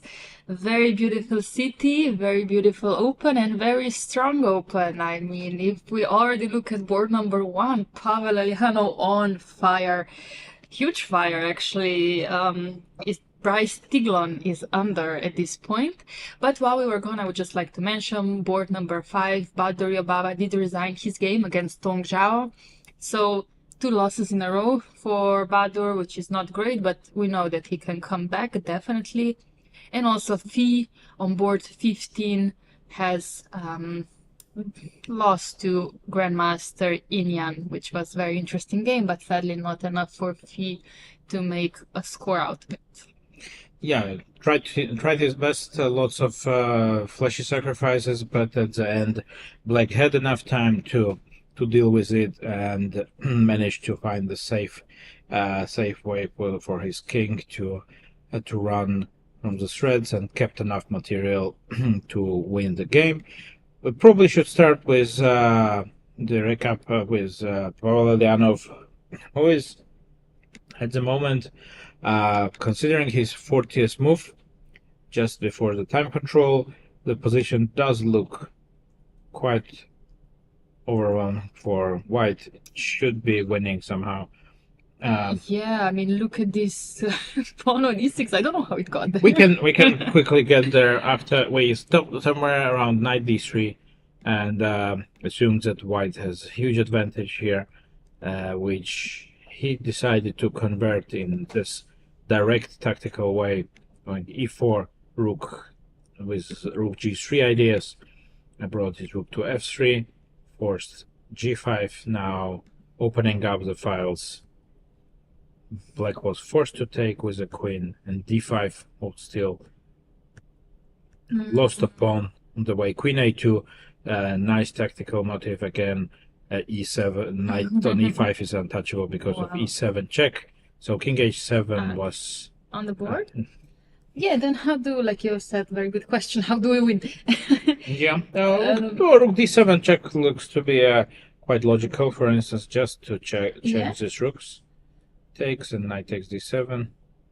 Yeah, I was also considering taking with a pawn, but I don't think we need to give this knight up. No, yeah. After rook g8, my last try, I guess. Yeah, I have to go g3. I would go g3. Yeah. You would go g3. Well, the question is probably Sorry. The question which Pavel is concerned now, maybe he can do this without changing the rooks. So just go knight d7. Would you? That does allow c2. Yeah, the problem is that there is some c2 motive, and the queen from g5 suddenly may be useful. So yeah, I guess that then if to do something like rook d7, then it should be done in immediately. Yeah? Immediately. Or also you may not go rook d7 at all. Okay, what would you want to do? Knight f7 also comes to mind. Wow, you're so strong today. Knight f7 and rook rook h3, and knight f7. Actually, when you look at this, it's a tempo, quite an important one. And well, the problem is that if white manages to consolidate, then the attack will become just unstoppable. And how would you continue after queen f6, for example? I wanted to go rook h3 simply. Just like this, yes, to take on, to target h6. Not sure if this is the best, but it looked Yeah, no, I wanted to say you do play like Stockfish today, Rook D7 and Rook of Knight F7, both plus 3.5. Nice. And other moves are 2.5. Well done, Stockfish. Yeah, no, definitely. Okay. Yeah, so it seems that Pavel has enough time, of course. He has only one move to make till the time control. He is aware that he's very close to another important win, so he is gonna pick his move carefully. And I would assume that one of the two options, if you say that both of them are winning more or less, so he's just deciding which one to go for. Let's check on Jordan's converting.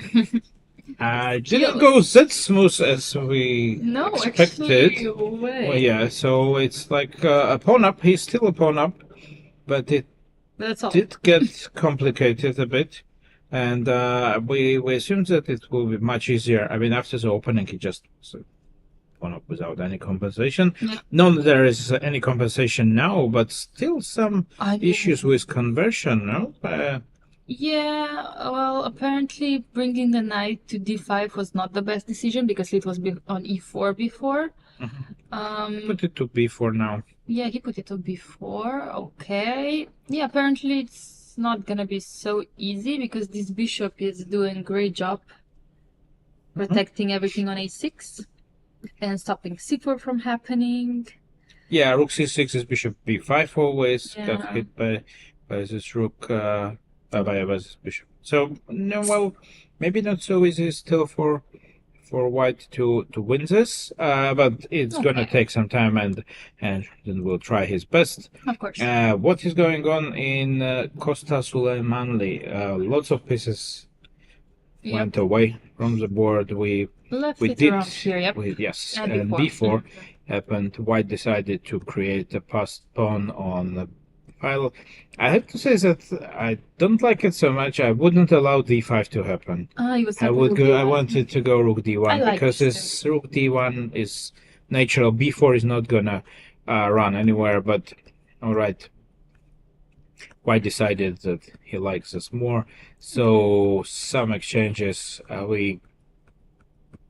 We are in a technical endgame where actually it's 4 against 4. White has a passer on b6, and black will try to, of course, to liquidate this. I think that white is pushing for a win still, but maybe draw. Doesn't seem like blue is too concerned. Yeah, he was stretching a bit and looking directly in the camera. Also, killer look. Yeah, I mean, of course, if we can run with this pawn, it would be great, but I don't see the way to support the pawn to b8 currently. We might need to start with some knight b3 or something similar, yeah? No, probably just maybe do king e2 and then maybe regrouping with the knight somewhere. Also, g4 comes to mind at some point, trying to change the structure and undermines f5 pawn after g6. Some exchanges, but generally I would say that this is. It seems that this endgame should be around equal, but maybe white has some. Definitely some tricks, though. Yeah, some tricks in the position, but yeah, not as many now with less pieces on the board. So we do count on a draw by hiding here. Just a small update on Pavel. He did play rook d7, check, exchange there, knight takes d7. Smooth. Seems one of the good ways to win this. Brendan Jacobson. Well, where is his c4 pawn? Yes, this was one of my questions as well. And he did change on b4. Oh. Interesting. Oh, it's not a bad way of playing, but c4 was definitely more challenging. But he felt like no need to challenge when I have a bishop pair.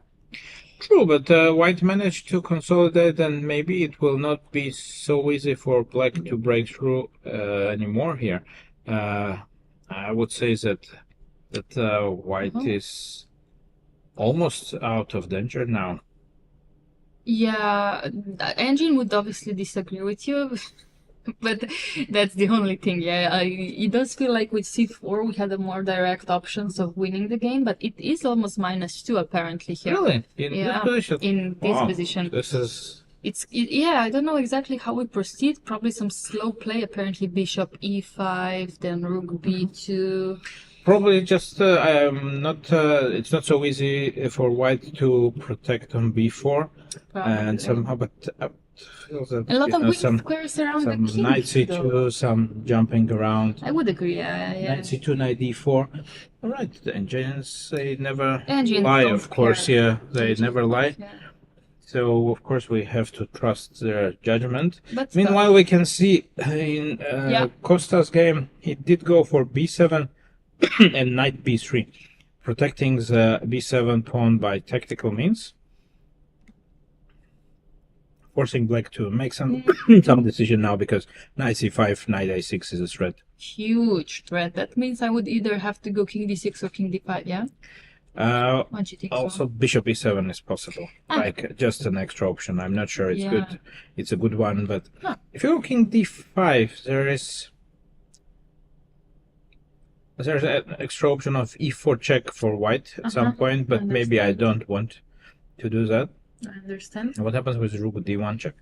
That's a good question. Yeah, let's see. Go to c6. Go here. Yeah. Knight a5 check. And I go to b5, I think. Maybe b6. You think it's better? Because I want to go d5 anyway. Okay, next. yeah. I didn't see your plan exactly. d5. Okay, so you go to d5. Okay. You say you're 4. Okay, maybe I can play a 4. I think.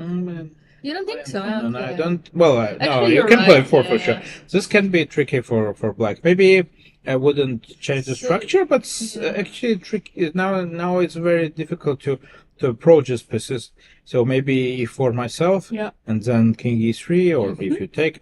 So this can be a winning attempt for white. So you would play bishop e7 instead of king d5? Yes, hard to like this bishop e7. But I would go knight a5. No? Anyway, yes. But then at least I may not let your rook go to... I would go to 5th rank, no? Still. Yeah, rook b5. Yeah, still. Or I could start even with e4, the same idea as before. Because in this scenario, king e3 is also coming. Yeah, this may be uncomfortable for black, actually. You're right. Then this is... Well, I felt that it should be a little unpleasant for black, but yeah, it's maybe more than that. No, it's apparently equal king d6 or king d7. Apparently even... Check.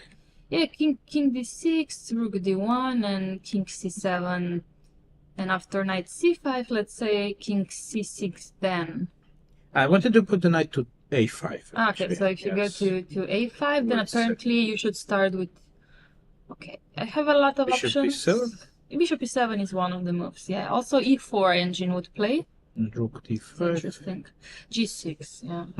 Oh no, here, yeah, here not. Here I know, yeah, it's bishop b4, yeah. Bishop b4 and maybe... maybe some precise play black should survive, but definitely not easy. Yeah, so let's check on Jan Malek against our Betoken. So we did eventually end up in a classical endgame, bishop against knight with isolated pawns. Now white has to take a decision if he wants to exchange. I guess he would like to exchange, but just to pick the version in which he would like to do that. You mean knight For example, a4? knight a4 is possible here because now it forces black to push the pawns, but on the other hand, also white structure is not so great one, so black will bring the king to d6, play f6, and maybe winning options of white be very limited.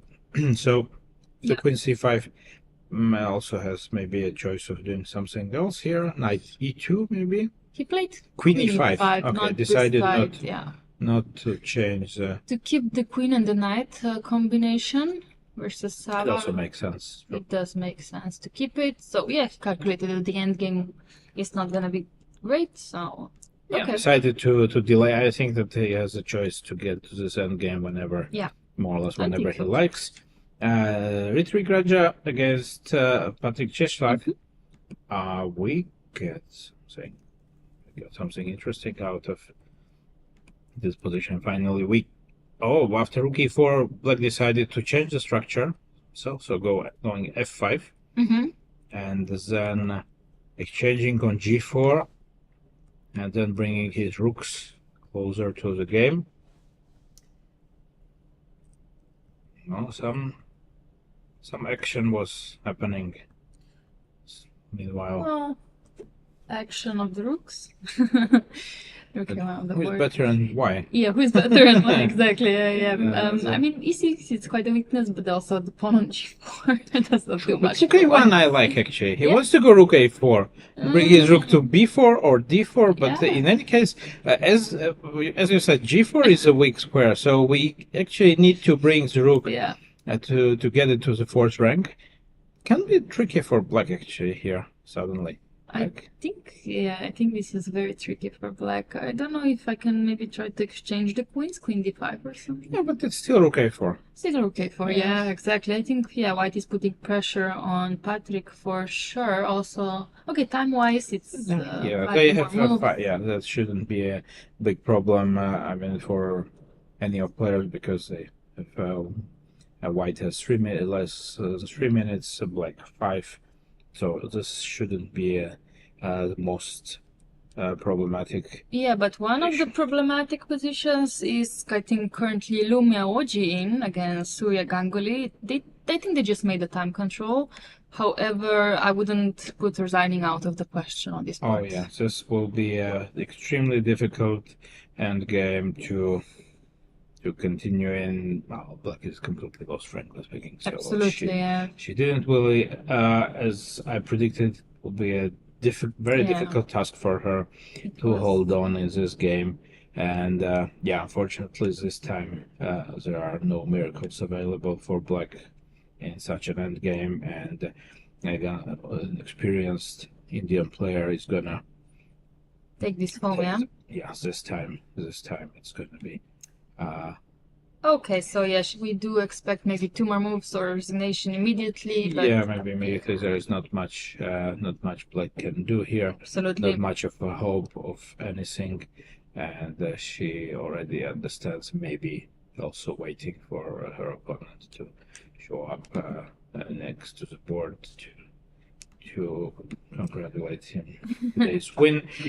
Shall we check on Maxime? Because Maxime, we did leave them somewhere around a g5 breakthrough, and we actually predicted this line exactly. Oh my, exactly this line. Yeah, g2 and g8. And here he came up with. We had this on the board now because, well, it seems that it was quite natural also to do this for black. So c5, and an attempt to create some counterplay on queen side as well, combined with g6 idea, but black used the square on h6 just to get the queen out.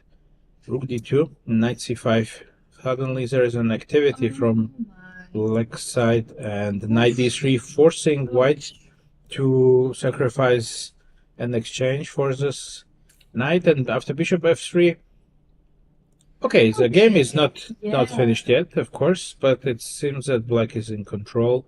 Well, yeah, definitely Engine would agree, but with 3 minutes on the clock, and I would dare to say less experience than Maxime, we see queen b1 which is forcing king f2. Yes. Yeah, exactly. Forcing instantly. I wouldn't. F2, queen b6 check. Okay. Do you think Maxime will go for king e1 or king g2? I'm not sure that black is actually doing this in order to repeat moves anyway. Yeah, no, he's trying to stabilize, of course, put all his pieces together. I thought, of course, it was much worse for white, but maybe it's not so terrible because white has some resources. King g2, yeah, of course, yeah. G2. No, it also seems like a better square. And queen e3. Oh, interesting. Oh, wow. So not allowing queen h5, queen h6 was probably a threat somehow.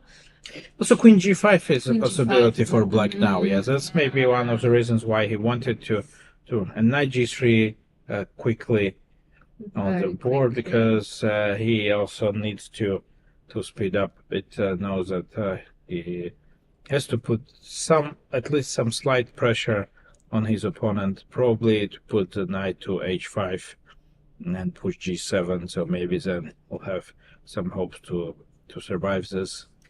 Well, yeah, hopefully I'm gonna check, okay, what's happening engine-wise. Oh my. Engine says this is almost +4 for black. Yeah, I wouldn't be that pessimistic, but yes, well, it looks like very unpleasant. But in idea, maybe king e7 and okay, queen d2. Let's see, queen d2. Okay, also, first of all, yeah, they need to get to time control. I think Jakub is doing a good job. Oh, queen d2 is annoying because king h3 is now has to be. There is a rook h8, knight h5, but probably. I think I go king f1. King g1. No, king f1 I don't want to go. There is bishop a6. I know, I wanted to go knight d2 though. Yeah, I wanted to say I don't care, but maybe I do care. Who knows? I'm also afraid that some endgames after exchanging the bishop for a knight will be bad. Yeah. We can probably stay till the end of the time control, or till the end of the time trouble, to see how players are going to deal with bishop e2 this. is on the board. Okay. Yeah, bishop e2. Yeah, otherwise nothing much of a drama happening on other boards, at least not yet. This one so far the most entertaining, besides board number 1, of course. Yeah, but they made the time control, so I guess they will slow down now. They are slowing down, yeah. Bryce has been thinking for, I think, at least 10 minutes already. Meanwhile, bishop e7, we will definitely go to Leonardo Costa versus Aydin Süleymanli after this one, because your move bishop e7 happened, which is not apparently best move, exactly because of this e4 plan. Which is your move. It's the e4. Well, kind of the idea. Also, the idea. Yeah. You suggested e4. So. So let's see. I'm gonna take the credit if you give me one. Well, the most important is if Leonardo Costa is gonna give credit to e4 move. Okay, so still some decisions to make for Jakub Seeman, because of course in such a situation you of course understand that you are doing fine and the position is maybe very good. But of course, you don't want to spoil it. Exactly. You're trying to find some perfect way to convert, and it's not necessarily easy to find it. The thing is, if you decide to start taking pawns, queen c3 looks logical, at least to me. It's knight h5. Knight h5 or queen h5. Also, queen h7 is a threat later. Do you think you want to take f takes g6 and open this diagonal? I was considering some queen f4 ideas. Queen F4. Yes, queen f4, because in such a situation you want to play it a bit safe. I'm not sure if I want to do this immediately. Actually, now that I see queen f4, I didn't even consider it before. It is very unpleasant, because if I decide to go queen h5, there's bishop e4. So I cannot do queen f4, there is a small issue. Oh, I think he's going to play there. Yeah? Or g5 or f4, but probably f4, I assume. The thing is that after queen f4, there is a g7 check. Really? He's nervous. I'm nervous. Not sure if it's no, but g7 is king e7. Unfortunately, then the e4 pawn falls as well. Yeah, I thought that it's quite smart actually to go g7, because rook g7, queen takes g7 would be good, but he played queen f4. Okay. And I originally thought that the g7 here is a good move, but maybe it's not entirely. No, true. Because like you said, king e7, and it also protects the f6 pawn in case of knight h5. I was first trying to calculate if queen takes f4 would be a good way, but you take on e4 with a check, which is like everything terribly annoying. And queen f4 seems to be strong. Actually, queen f4, I have to admit that that would be the move which worried me the most. Yeah, Maxime, I think, almost in resignation mode. He knows it's bad. No, he knows it's bad. Yeah, of course, it's something which you feel that you understand. I'm sure he saw queen f4. No, he saw it, exactly. Oh my. That would not be a good score to lose with white pieces, especially if he was not happy with yesterday's game either. Yeah, of course. So, No, yeah, this well, is there any trick? Anything He's gonna you try think I can find here? King White. h3 maybe, but no, then you lose the g6 pawn anyway, which is almost hopeless to hold on to. Oh, I think this is a very bad scenario right now. Wow. Yeah, we'll stay here for at least one more Couple of move. moves. Yes. Oh, So move 38. 38, yeah, sorry. 39. Yeah, 2 more moves to make.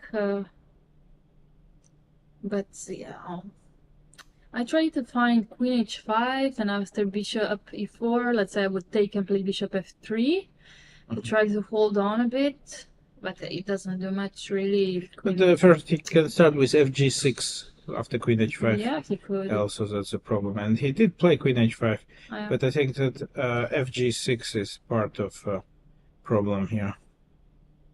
Yeah, f takes g6 is definitely an issue. Yeah, this is Because gonna g be takes painful. f5 is also a threat, and after f takes g6, bishop takes e4, and then collecting all these pawns with a pawn on g6 seems to be a No, painful. That would be painful. yeah, f takes g6. He does execute this correctly, so Yeah. it's not much of a hope for white. fg6, well, f takes g6 is forced because queen h7, gf5 is giving white no hope. I think he's already in resignation mode. No, very unfortunate, because I thought it was a very nice game, yeah. And the handshake and but it seemed very promising. We actually thought that after a suitable moment of breakthrough with g5, he is gonna be on the better side of position, but fortunately for him, they didn't pick maybe the right most moment, yeah. the most or the perfect moment for pushing g5, and black did actually do almost perfect job seemingly in his second part of the game, where he actually pushed white to the limit, and unfortunately it seems for the French players that was not a lucky day for him. And in general, French players not being on top board, so not exactly dominating in this tournament in Aix-en-Provence, but hoping for a comeback in the next 3 rounds, yeah? Yeah, at the moment we have only Marco Materia on board too, who it's a solid tournament. Yes, So solid tournament there. For Jakob Siman, of course, this is an important win on his way up the standings, and also his pursuit of GM Norm. I guess it's one of the reasons why he's here. And so we shall take a look. We promised our viewers some board. I don't remember which one did you. Actually, which one did I? Yeah, promised the Leonardo Costa versus Ivan Soleimani. Yes. Let's check on because them. Bishop e7, nothing breaking has happened. I just want to mention that Bishop e7 was on the board, followed by Knight a5 and King d7. And now the question is, do we go Rook b5 or e4 immediately? Because, yeah, it's interesting moment to think about it. Well, in any case, they made the time control, so he's gonna really check his options carefully, because this may be an important moment, and he may understand that he's somehow being able to push for a win. So e4 looks interesting, as well as Rook b5. Yeah, I think, apparently given the engine, e4 is much stronger than Rook b5. I don't know the reason exactly, to be honest. I couldn't give it to you, because I think black cannot really play e4 himself, so I don't see the issue. Why not Rook b5? But maybe e4 is just putting, trying to define the structure. So if black takes on e4, then king e3 and king takes e4 is going to follow. And if he pushes f4, then on the other hand, this e5, let's say, boss response, but they may become vulnerable one day. He brings knight to c4. Knight c4. Some end games maybe rook against the bishop be lost. We should probably check on Pavel Eljanov. Let's go. Because after some relatively long thinking process, black has decided to go. So rook d7, knight d7 happened, rook g8 and g3. This was what we had the board. And f takes g3, knight f6 check, king h8 happened. And now Pavel can pick which move he's gonna pick your favorite. Make. Knight takes g8. Knight takes g8. Yes. There's no checkmate for black. Yeah, there's no way. There is also rook takes g3, but that's allowing, because the idea is here we queen after e7, but there's queen c1 check, which is maybe just unnecessary to allow this. King h2, and then you start with then some rook takes g3, and maybe this looks unnecessary. No, so I guess that after some, so that there are many moves which I feel there are many moves which are winning. Actually, just two. Two. Okay. And it's either knight g8 or f takes g3. Yeah, f takes g3 I wanted to mention, and actually is also promising because keeping the knight on f6 and just running with a pawn, but knight takes g8 looks simple, this looks like more natural, more human approach. Yeah, because after queen c1 in this scenario, we just play king g2, and c2 wouldn't do as much harm. I think we can also play 7 if we want to. Yeah. So, because it will take some time for black to develop some. Yeah, okay. It's actually, maybe not so simple. Can I queen anyway? You want to queen? Okay. I want to queen. Check. I know I'm risking my life slightly, but I just want to try it out. Going. Where are you going to go? Oh, g4 and f4. Where are you going to go? You go rook g4, yeah? Next. Rook g3, sorry. Yeah, okay, I could also do it. Yeah, no, this is good. Okay, yeah, I think you can take rook f3, king f3 and f1 queen, but I don't think you run far. No, then you just get some... I have to go carefully, but again, should be winning. Should be winning anyway, but of course I think that Pavel has enough time here and will not rush anything, just will calculate. Probably no need to make things complicated. Yeah, definitely. Also, you don't need to even play 7. You can. Yeah, e7 is not queen d or queen d5 also seems to be. Queen d5 also. Queen d5 Correct. to going for a mating attack. It should be winning, and Costa did play e4. Yay! Woohoo! Wow, and now he is gonna take his chances. Yes. Meanwhile, Jorden managed to make some progress here. c4, trying to, we got some position here. Yeah. I decided to sacrifice a pawn on g2, and then, black came up with an interesting sacrifice himself. Why was that counterplay? I think that he wants to have a chance to push the pawn. Correct. Yeah, makes sense. So now after g5, most likely hg5 is going to happen. Well, you would have to calculate rook takes g5 and then king h5 also, it's an endgame you would not think about, or you... would, of course. It's but not for long. No, I'm not sure that I want this, but because I first wanted to check hg5 because it seemed to be more logical to me. And Pavel played rook takes g3, actually. Oh. Which is... not winning. Inaccurate. What is rook takes g3? Wait. Yeah, we said queen c1. No, we said queen f6, no? No, queen f6 is rook g8 and e7. That's the other one. Yeah. So, let's go there. Let's go there. This is very important, of course. Very important. And queen c1, most likely. No, c2 is the move. Here, c2. Yeah. That's nice. That's a nice trick. And yeah, suddenly things may get very complicated for Pavel Eljanov. Wow, wow, wow, wow. What a great game by Pavel. And then rook takes g2. Okay, c2 it's hard move to spot because it's just giving a pawn. And it doesn't Yeah, make but sense to calculate there is it. no choice actually. And Okay. okay, we can stay here on the camera, and it will be. Well, Let's- it is complicated maybe, but also, I mean, unfortunately for Black, any other option is resigning, more or less, yeah. Because what else should you do? Like Queen C1 check doesn't really work, and Well, Queen c1 you have to calculate followed by rook g3 and then c2. Because then it's a question, yeah. E7. Well, depends what you take on g3 with, yeah? So Queen Anyway, c1? I take with F pawn.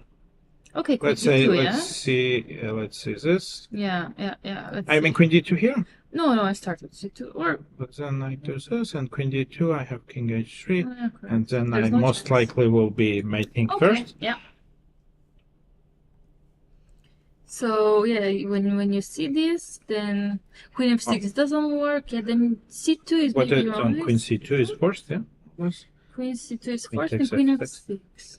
And then suddenly it's Black is Piece up. piece up. But well, the thing is that White can give all these checks, but well, can he make any progress here? Also, Black has some perpetual check chances. Here you can see that the Pavel played a great game, Yeah. another great game actually. Yep. But there is always a room for some inaccuracy, let's say, that even if Black doesn't find C2, which he has to, of course, because it's no choice but find this or lose the game. And you can see that Pavel could pick My from God. 2 winning options, Wow. and he went for the third one, which was not the most accurate. But do you think he noticed c2 now that he played it or not yet? I don't think so. I'm not sure because, well, or at least what I would do here, in case I would have noticed C2, I would leave the board and would, because You would I curse would be, yeah, that definitely, that will be basically the thing which I would do very quickly. But the second thing, I would be worried that I will give up my reaction, something, Yeah. and then that basically my opponent, even if he doesn't he sees see it. No, he he sees sees it. Definitely. Now you can see him rolling up his sleeves, which does mean that he sees it. Yeah, I think. because yeah, it seems like because he understood that there is a chance, and you can see from his body language that there's suddenly hope, and so I thought, wow, may I not be, well, he did feel that he's losing completely before, and now he suddenly got the chance, Wow. and I think Pavel sees it now as well. Oh. And C2 is on the board, and Pavel will not be happy with this. He's keeping the But poker he- face. Yeah, I just okay because I think that he sees this a little bit earlier than we Yeah, expected, but or we assumed, and he of course knows that that this is a small setback. Maybe he blundered something Further in the further, line. but I don't know what. Let's see what else could he do. So after queen takes f6, maybe he wants to play e5. No, that doesn't do much. No. No, I think he's gonna take and queen c8. Maybe he forgot about the fact that black can put his king to f8. Well, that's honestly very heartbreaking. No, I think okay, that's a draw. I think, wow. Yeah, it should be, well, at least, I mean, imagine blundering this into losing the game. Well, with white, you know which that could it is easily losing. happen. Really? Yeah, this is losing. Oh, Because there's queen f8. And queen he f8 can- is a difficult yeah. move to make. Maybe there will be a draw. Now we can see Pavel looking around in disbelief. Do you think he just missed queen f6? No. Really? No, I think that he missed that there is king f8. Okay. or that pawn is not promoting. Yeah, definitely missed something in the calculation, but oh my. Again, like you said, perfect game, slowly but surely, slowly but Oh, surely, it's and then beautifully- one wrong move. Beautiful position. Is that the thing that when often when I discuss converting part with people, it's one of the most complicated disciplines. It is. Where you need to be very precise, extremely precise to be usually because your opponent is already on the ropes. He has no choice but to find all the best moves and only chances. And but Pavel does know all of this. He is an experienced coach, and but still, of course, many things which you can teach.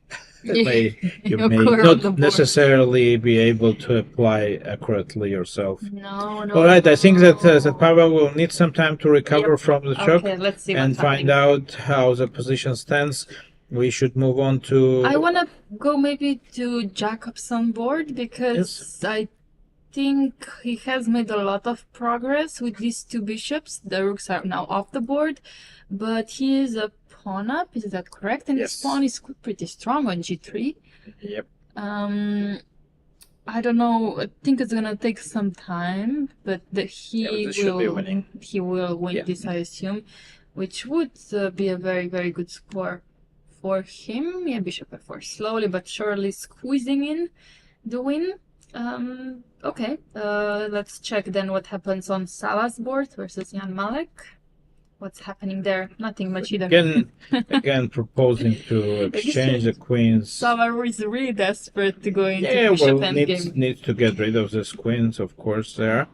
What's going on in this game? Raja Ritwik against Patrick Czeslak. Rooks endgame. They did change something. Yeah, so we were quite worried after rook a4 that black is in an uncomfortable position, but he just took pawn on a5.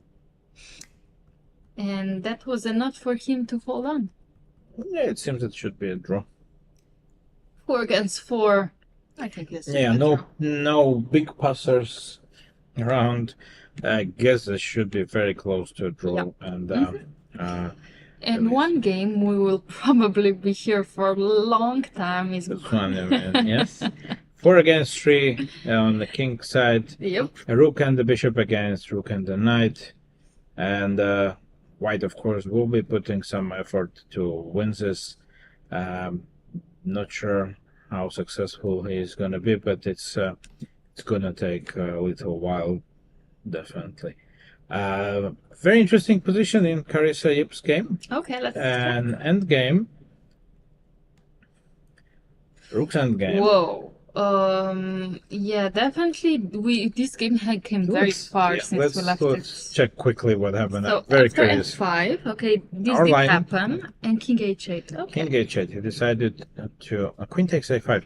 So yeah, the difference is that knight c4 here maybe is not that good due to rook e4.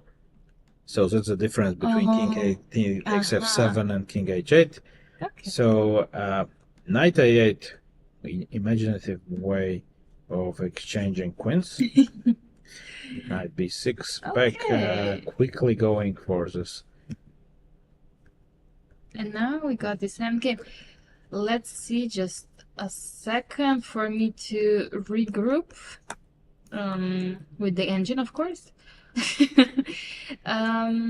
Yeah, well, this was a very favorable endgame for Carissa at the beginning. Apparently, rook e1 exchanging a pair of rooks was not the way to go. But of course, at that position, it was very hard to find a better move. And now this is, I think, around equal when black has managed to exchange the bishop for the knight. And I think, okay, Carissa, of course, is happy with the draw. But yeah, she's on the safer side of a draw, I guess. So it will be black who will need to put some effort to earn this draw. Definitely. How's Kasper Perrin doing?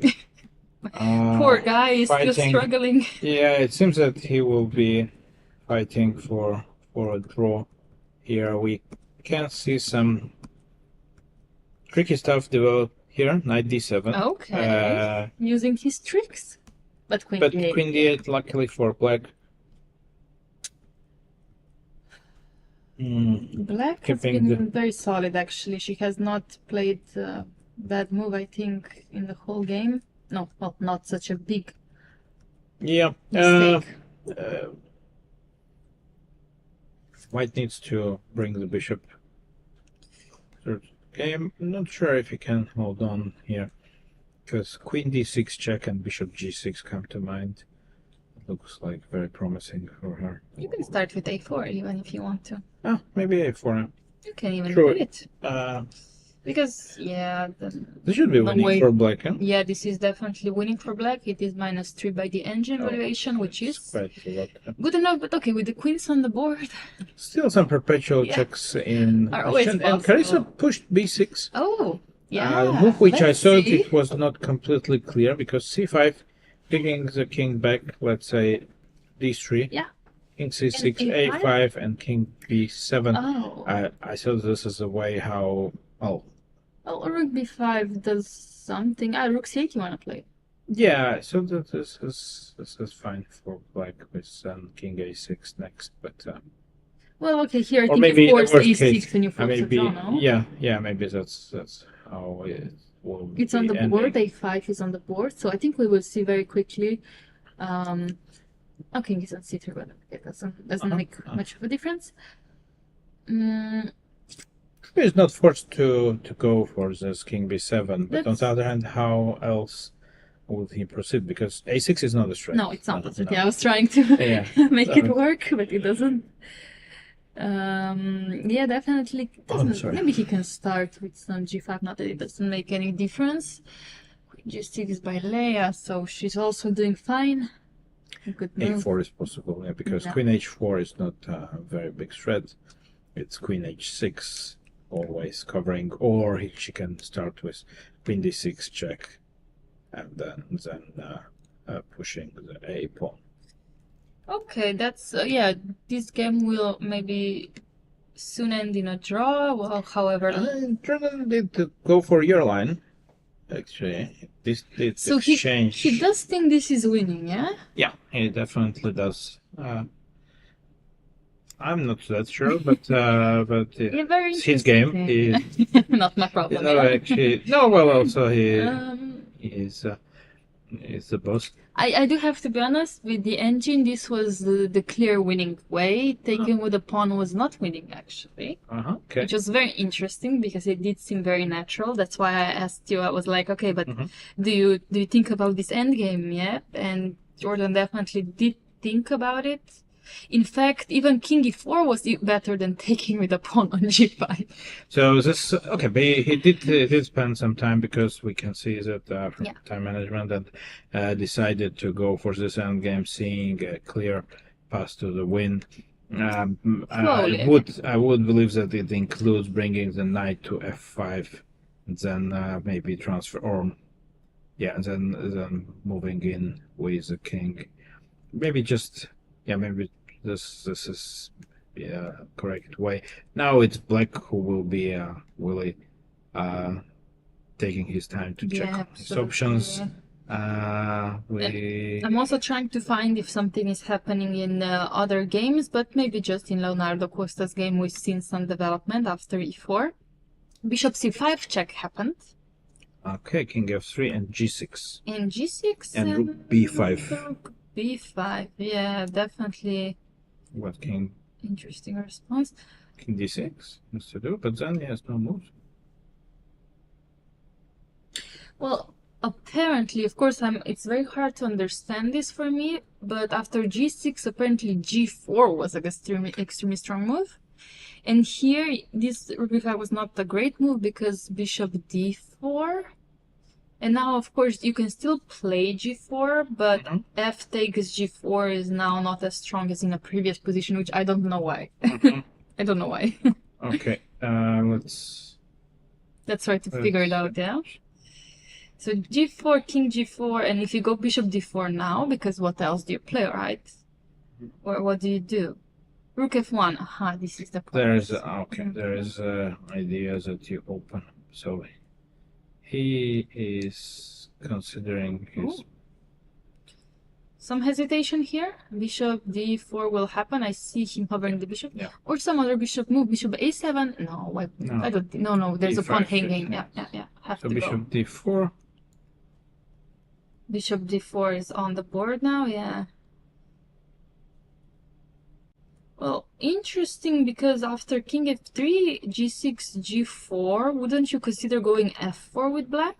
Yeah, that was my point actually. That I wanted to do that, but it seems that it's not the It seems like perfect H4 solution. is strong, yeah. Yeah, because actually you will fix the structure here, Yeah. and then probably trade B7 pawn for E5 and the rest of my king side. Yes, exactly. That's what. Yeah, that's an advantage of passed pawn, of course, that you can. Oh, black rook is passively. Is stuck to passive defense on b8, and white rook is still quite active. Plus, the knight is maybe slightly better in this position than the bishop. So, yeah, that's why black has to seek an active counterplay after g4.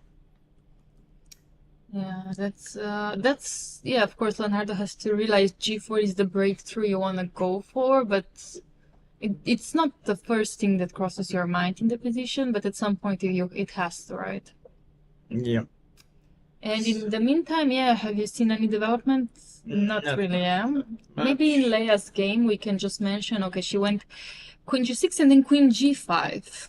Maybe not the most precise way. Yeah, because now they didn't push the A pawn so much. So yeah, she did lose some time actually by and Bishop D1 is an important maneuver. But she goes for D4. D4, okay, tactical way, solving stuff. Queen takes D4 is not really good because of Queen takes G2 mate, and she wants to put her pawn to D2. I mean, that would be a nice pawn. Yeah, we have definitely one of them, or at least to D3. So this is like a good start. And do you think white needs to go some G4 now to stop the threats? Yeah, I don't know. If you go G4, still a D2 is possible, and that's true. I'm just trying to find a way, but okay, of course we leave it up to Kasper. But yes, Leia is supposed to be winning this game slowly but surely. Interestingly, Leonardo Costa did trade the pawns on F5. He didn't want to go for the G4 idea. Maybe and not Knight yet. B3. Knight B3, trying to get some favorable rooks endgame, but will it be enough to... After King C6, you mean? Knight takes D4, yes, and rook takes F5. F5 and rook B7, yeah? Is this he does hope for a win in such an endgame, but... Okay, he has some hopes. I mean, then I play King E4, and I mean, I play G4, rook H5, and if I take everything... Then usually it can be successful if you manage to take everything. It's actually a good point that he has, but I have to be honest, King C6 is a draw, actually. Yeah. But, well, at least it puts some pressure on black to calculate matters. You know, it does. It really does. So if you didn't really believe that G4 is some serious attempt, then this is very good. Yep. I mean, it may not be winning objectively, but it does give black a chance to go wrong. And well, he cannot be sure that, of course, that King C6 and Knight takes D4, that this is a draw. So he may believe that he has serious winning chances. So why not? Yeah, I'm also just trying to see. Apparently, even E4 in this scenario is okay for black. At this moment. Yeah, which is very surprising. King F4? And I think no, that's why I'm also very surprised. Bishop A7, King F5. I assume you just want to take an E3, right? Yeah. Even this apparently it's holding, but yeah, you don't play. And for instance, this. Let's see. Also E3. Yeah, also E3. Yeah. Yeah, that's Okay, you can play knight c1, but then I take on b7. Yeah, no, that's probably. Oof, no, very, very interesting way, but of course nobody will play e4 here, I think. Yeah, that's hard to imagine that e4 is going to be on the board, but you never know. Okay, let's see. So, what no developments else. on board 1 because Yeah. it's clear Pavel is that still Pavel is struggling. still in a shock after the blunder he made by taking with rook on g3. He may have even realized that the position may be dangerous for him already. Yeah, I don't think he's happy. I mean, from being winning and pushing all game and then to be go into defense mode, I think it's the worst thing to do for a chess player. I think you just want to go out at this point and just curse everything you can, but he cannot do that. Of course, yeah, but this is I do still believe that he may can draw, yeah? that it can be a draw. I think so too. Of course, it would require him maybe to start playing quickly, and he does, because that's a way to push your opponent in a way, kind of to accept, to take a draw, or at least like to accept the situations that he is. I mean that his opponent may now will be a crucial decision. This is a crucial moment actually of the game. If you say that Queen f8 is winning. Yeah, the it would point be is quite incredible. Actually, I don't know what the point is. To be completely What's honest. happening? Yes. So let's imagine Queen f8. So if I go Queen d7, I think Queen g7 and not King f8 because then there's a checkmate. Oh, he goes King g7. Oh, okay. Yeah. How is this winning? That's good question. That's exactly what I'm wondering myself. Queen e5 maybe? No, then Queen f7. Maybe. Let's see. Actually, you know what? I cannot. I don't know. After Queen d7, Queen g7, King f1, and we just take the Queen and go Knight b7. Yeah. Oh. Yeah. Also. Okay, I forgot about Knight b7 completely. It was. But terrible night of all game, and now it's gonna save the game. But King g7. Yep. Now he can go for Queen d7. King f8 and Queen c8. Yeah. Okay, so now he has to accept everything. Because actually the same story can happen if White tries to go e5. For example, here. Yeah. So he still can go Queen g7 check. Yeah. And after King f1, we already know that now you can take. So, yeah. Now he has to go for petition. Yeah, well, luckily for him, because, to lose such a game, it would be kind of too much in a way. So at least also Black can be quite happy with a draw because he was basically almost a hopeless position, and now he will be happy with the draw with Black pieces, definitely. Even if he will see at home Queen f8 was a much better move, he will be like, I don't care. I was struggling for so long. Please let me out of here. So yeah, meanwhile we had one more game. There was a draw, yeah. And it was Rook's Endgame, I guess. Yeah, exactly. Yes. This one between Raja Ritvik and Patrick Cieślak. So Patrick doing extremely well, continuing his it was a very good tournament. Streak. Very, very high hopes for scoring a GM norm. I would assume that he already has enough titled players, and now it's just to score enough points to against them. have a norm, and we can pick our favorite. I guess maybe Carissa's game h4. Let's go. Waiting move. Yeah, I mean h5 happened by Leon Luke first, and now we go h4, g6, g3, and what does? Maybe he can go rook b7 even. Yeah, he could go rook b7 if he felt, but I can go rook b2.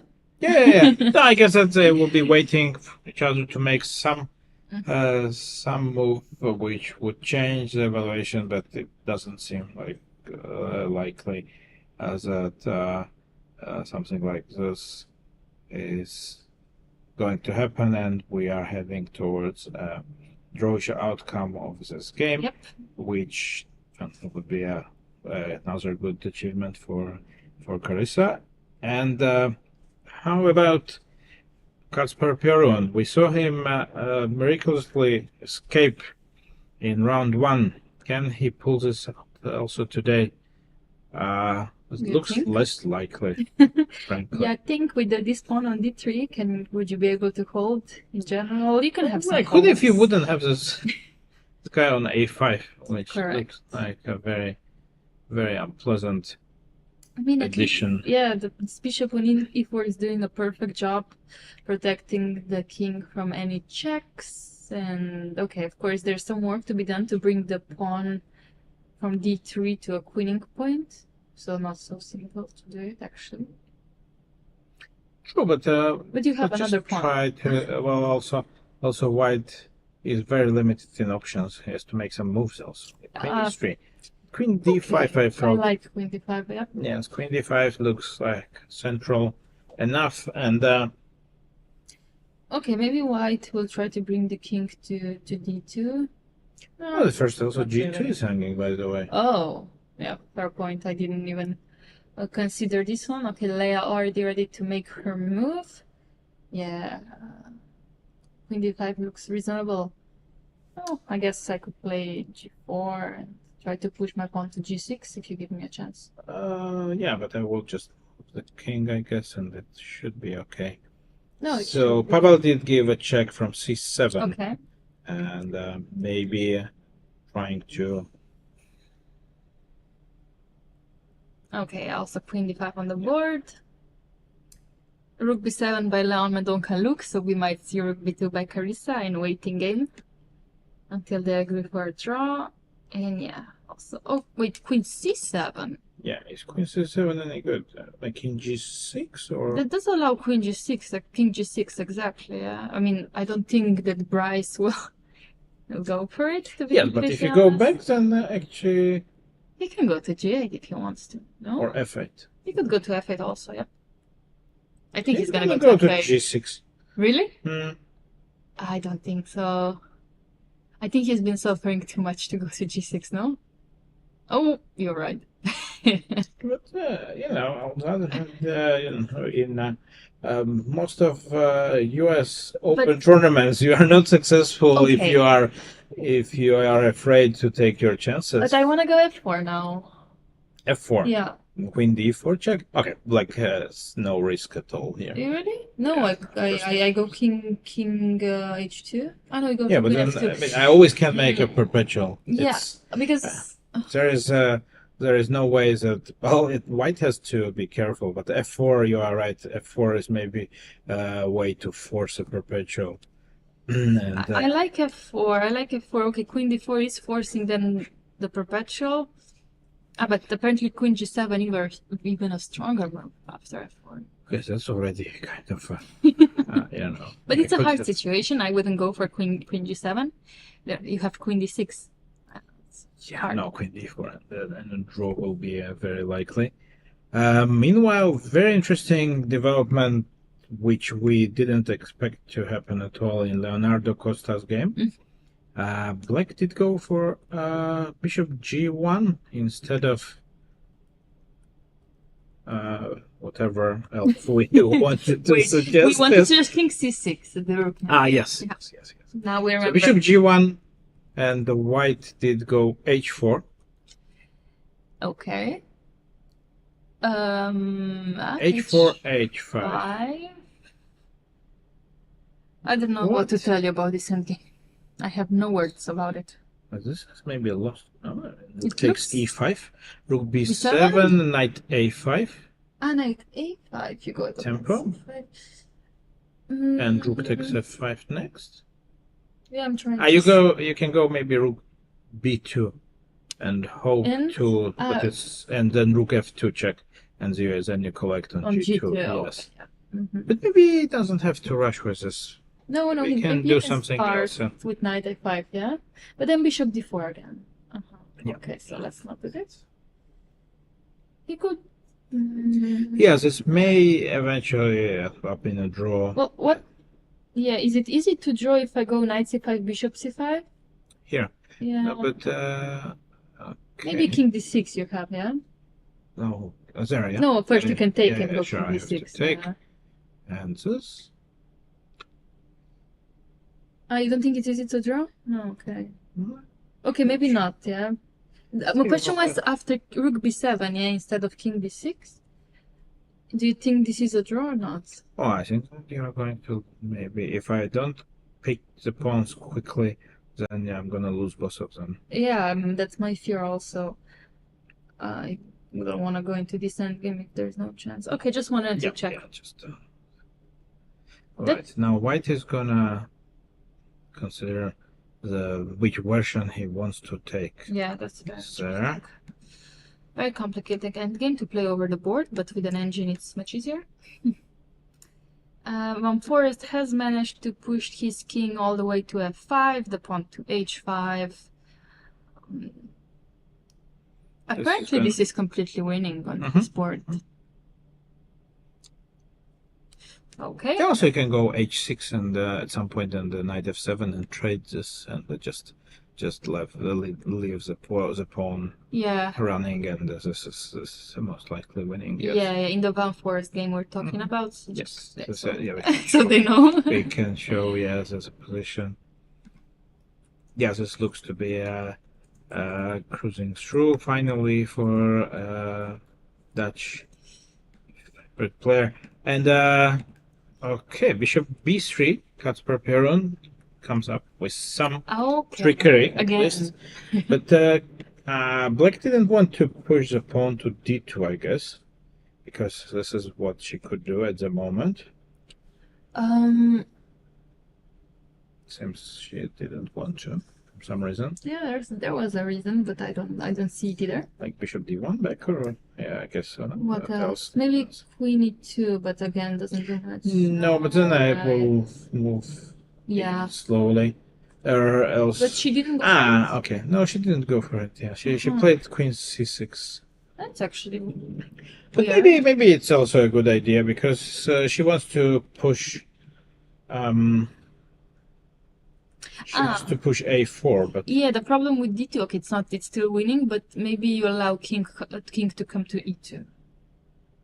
King f2, apparently it was then an okay response. d1 it was is still bishop winning. takes d1. All right. Yeah. Yes. But queen c6.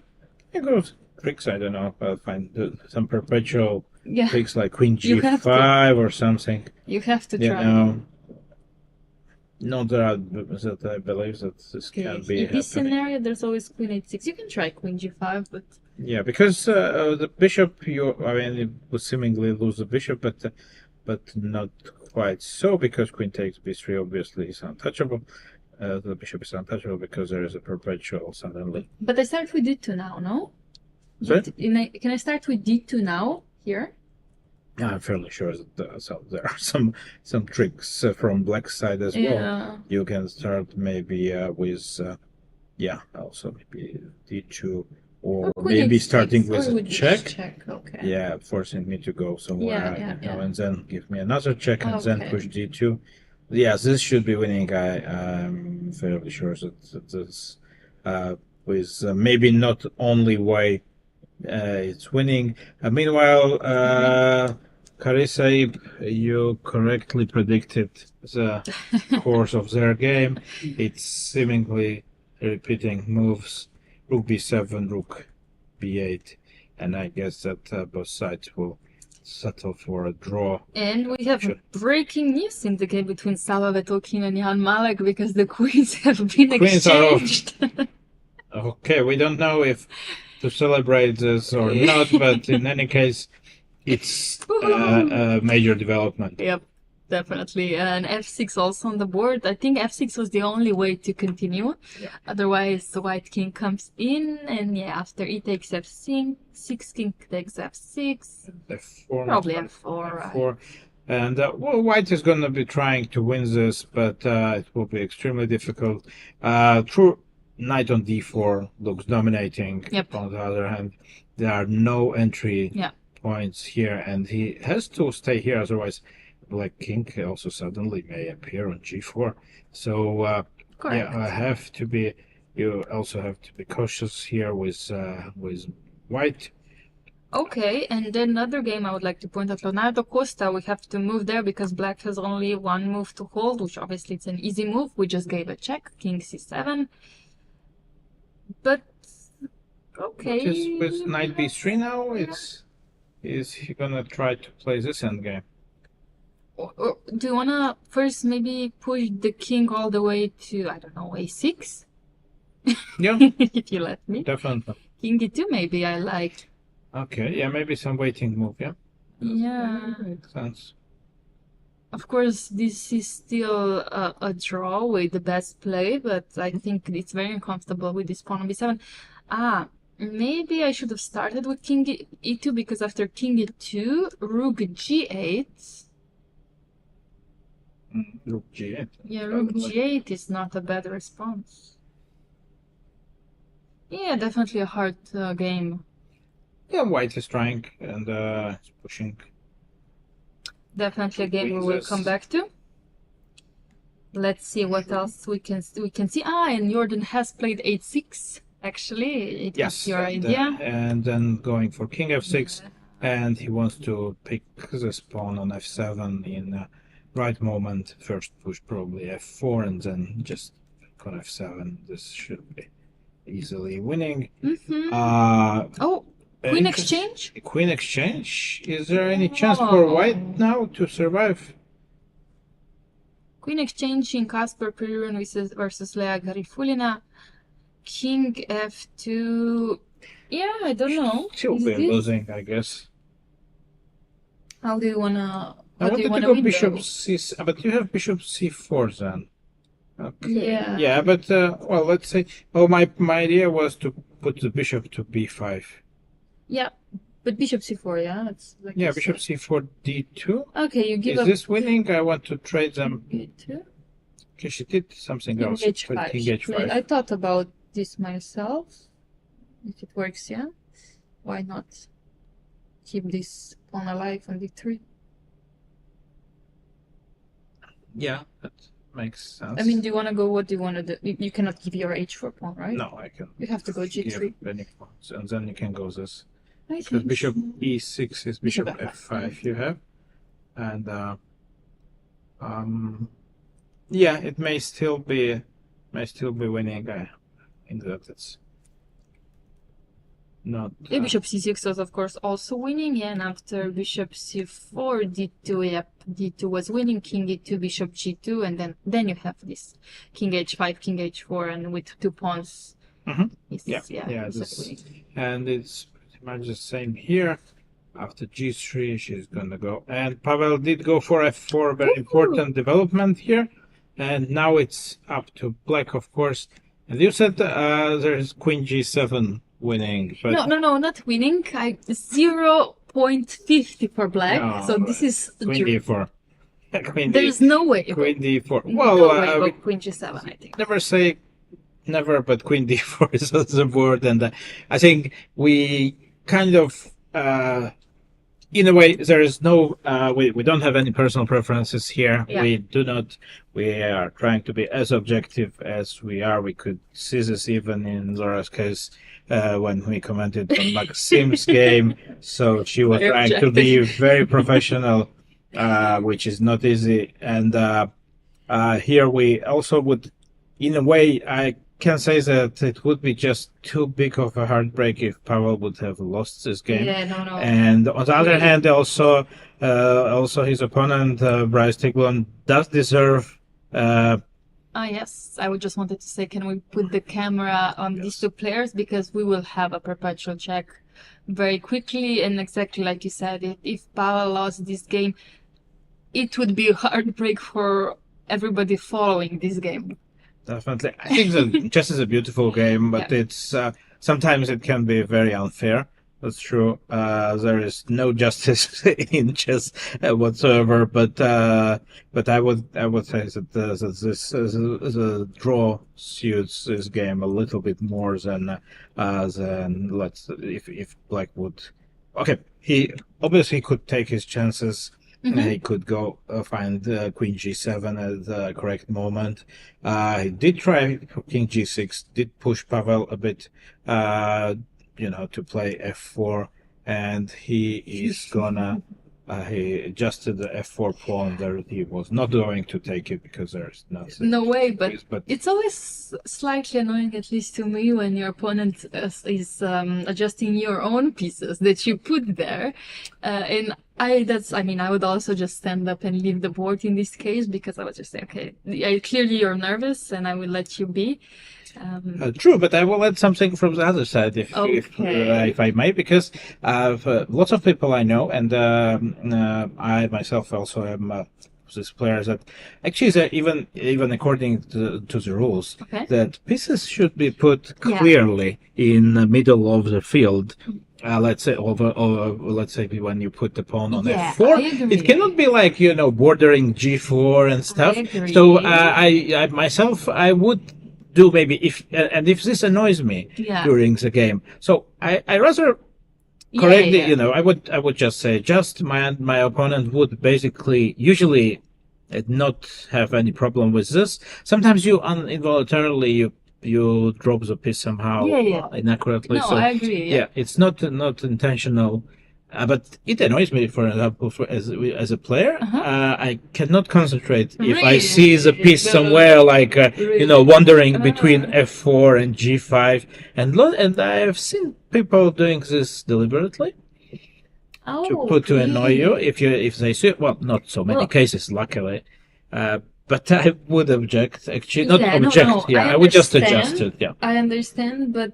For me, for example, I put the pieces in the middle of the board. They do not border other squares. Okay, if they do, I actually adjust them myself very often.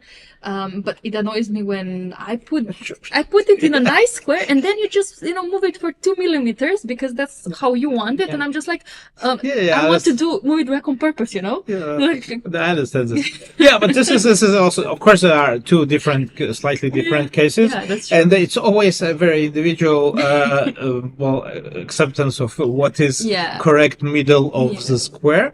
But I have to say, of course, in this case, I didn't see exactly. I didn't either. Yes, I didn't see exactly, but it definitely was a bit annoying for Bryce. Yeah. So he did adjust. So when my opponent does this in case of my pieces, I don't mind, unless he doesn't move them to the different part of the field. And I don't mind if it happens once or twice, but if it happens for every second move, which some players are very nervous, they do it because they're nervous. And if I do move my pieces correctly, and you do it every second move just because that's luck or something, then I will be extremely annoyed by it. That's different. But Bryce has not been doing it yet. So no. I guess there was an exceptional case. That probably in the case of F4, sometimes when pieces are next to each other, it can happen quite often. It can happen in Blitz, actually. For example. Even in top events, you quite often see pieces flying, and this. Of course, this was not. It didn't seem that any of the players objected to anything, and I would believe that the repetition is gonna happen soon, as you said. So we can stay with the camera here because I believe that this is, of course, a top game, but nothing much unexpected, hopefully, is gonna happen here. No, and we will update you, of course, on anything what may happen there. Let's check on Kasper. Yeah. Does he have any chances to survive here? Well, doesn't look so. I don't know exactly. The pawn is running A4, is going A4, A3. Probably H5 you can try, not that it does much. Try to... A4 anyway. A4 anyway, and G4, A3, yeah? Yeah. Then bishop A4. Oh, that's a nice way to win. Yeah. So, but there are maybe even ugly ways to win this. We have several positions which are kind of not really changed much. Yeah, I guess Jorden finally is gonna convert his extra pawn, which he kept for most of the game. what is going on in Costa against Manley? Also, not much of development here. Black.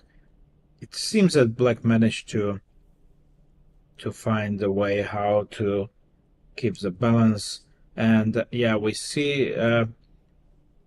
We see a repetition or continuous checks from Bryce alone. Pavel does move to h3 back, queen f3. It's time to accept the repetition, I guess, guys. Hard-fought game, of course. A very... Yeah, this is now the moment where they will shake hands. I think after... Either he's gonna claim 3 times repetition or he's gonna offer a draw with black and says Pavel will not offer a draw. Seems there will be a claim. Just agree. Yeah, okay, just agree to draw. Incredibly tense game, very similar to yesterday. Yeah. We can kind of say, as I said some minutes ago, that there is no justice in chess, of course, but I guess that yesterday Pavel was a little bit luckier. So today he was unlucky, but not dramatically unlucky at the end. That also he could have lost. But if you don't take your chances, of course, you may not also get any champagne. So that's, and at the moment, Pavel is keeping his lead. He maintained the lead in the tournament. Definitely, still by half a point. Of course, it depends on other players, but it seems like Jorden will be winning his game, so he will be half a point in front of Jorden, if I calculated correctly. Yes, or some other guys. Well. And some other guys, a lot of people coming to 5 points, actually. Yeah, I mean, the draw, in a way, it was for the tournament, or for tournament being more dramatic, of course, it's a little bit better. I would guess that Pavel definitely would disagree to this assessment, but generally, of course, we want to see fighting chess, and they deliver big time. I have to say, till now, the fighting spirit of most of the players is very high, and we enjoy seeing this, and it's a pleasure to commentate such a fighting chess, even if it takes quite long. Oh, yeah, it is quite a fighting day. I feel like it's... we've been playing... Well, we have not been playing, but it's been... how many hours? Well, 5 hours almost? Yeah. A long time. Almost 5 hours into the round, and 6. We had the scores on the board. Out of all top 10 games, I think only 5 have finished. Again, if we can bring up the results once again. I'm sorry, I was concentrated on calculating how many hours we've been here. And yeah, we can see the Exactly half of players have finished the game on top 10. So very, very fighting day today. We have 5 more end games actually to look out for in top 10 boards. Yeah, we can see draw on first 2 boards, and Chao Tong has beaten Jobava Badur, as has Nigmato Ortik in quite quick games today against Gorstein Ido. Yeah, couple of and one more game which is coming to its conclusion is Jorden Van Foreest game, and we can see actually on the live camera feed that guys on board 1, they are still analyzing because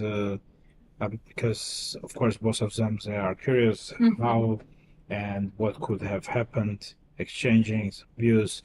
It's very nice again to see this. It's not always became a little bit less common to see this, but it's always great to see people exchanging views after the game, even if the game not always finished in the right way. We saw this yesterday between Jobava and Eljanov. So Jobava lost, but still he was interested in share views, exchange views with his opponent, and also it means that, of course, the players respect each other very much, because usually if you don't don't really appreciate your opponent. You don't really spend more time than needed with the board.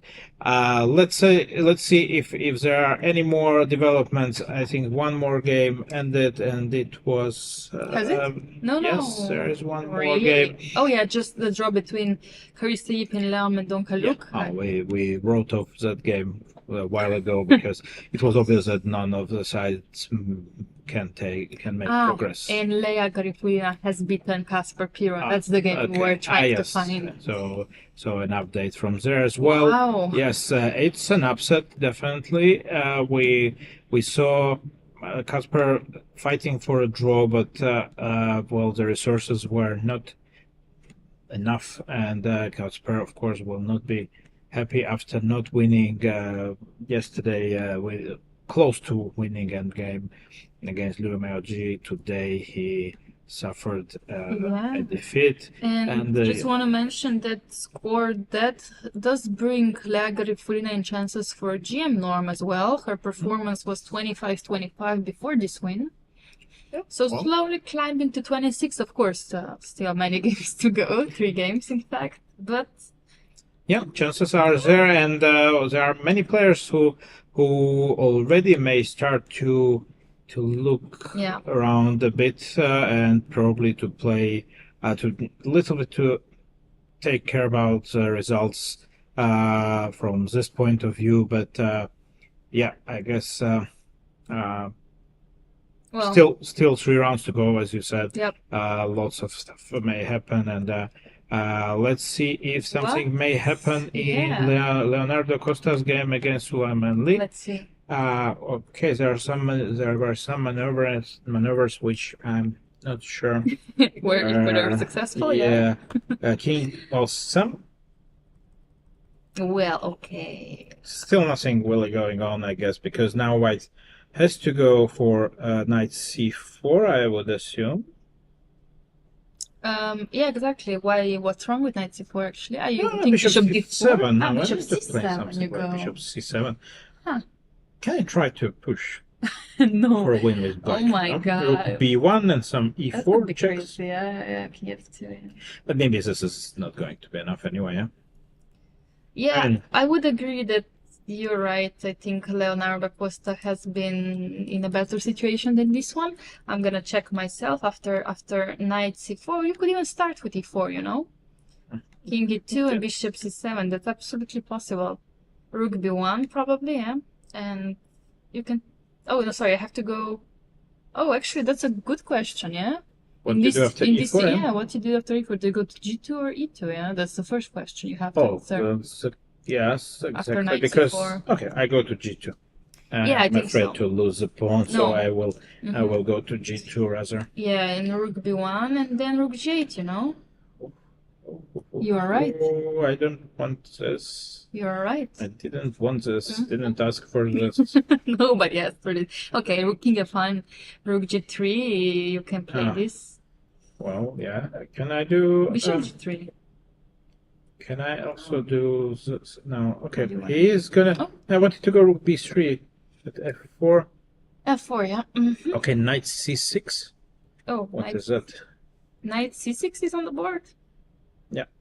So allowing rook takes b7. Yeah, rook b1, Oh, rook b1 you wanna go. or I don't know. What's it? B1 does you wanna go, but I don't care about your rook b1, you know? Like, can I go king b6?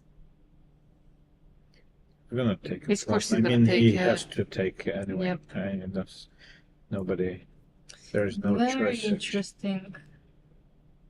Very interesting way of playing this. Rook b1 on the board. King d6 or Oh. Yeah, let's see. was this? I mean, Yeah, this king was d6. definitely completely unnecessary from white. Completely. That was okay. King d6 is knight a5. Is there some e4 check there?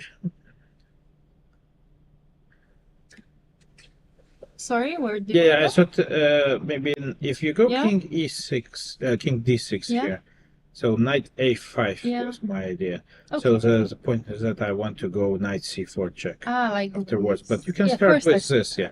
Because king f4 is not really That's an option, important. yeah, because there is bishop e3 Very tempo important, yeah. check. You have to go somewhere like e2 or yeah, that's the board, and this a knight c4 check.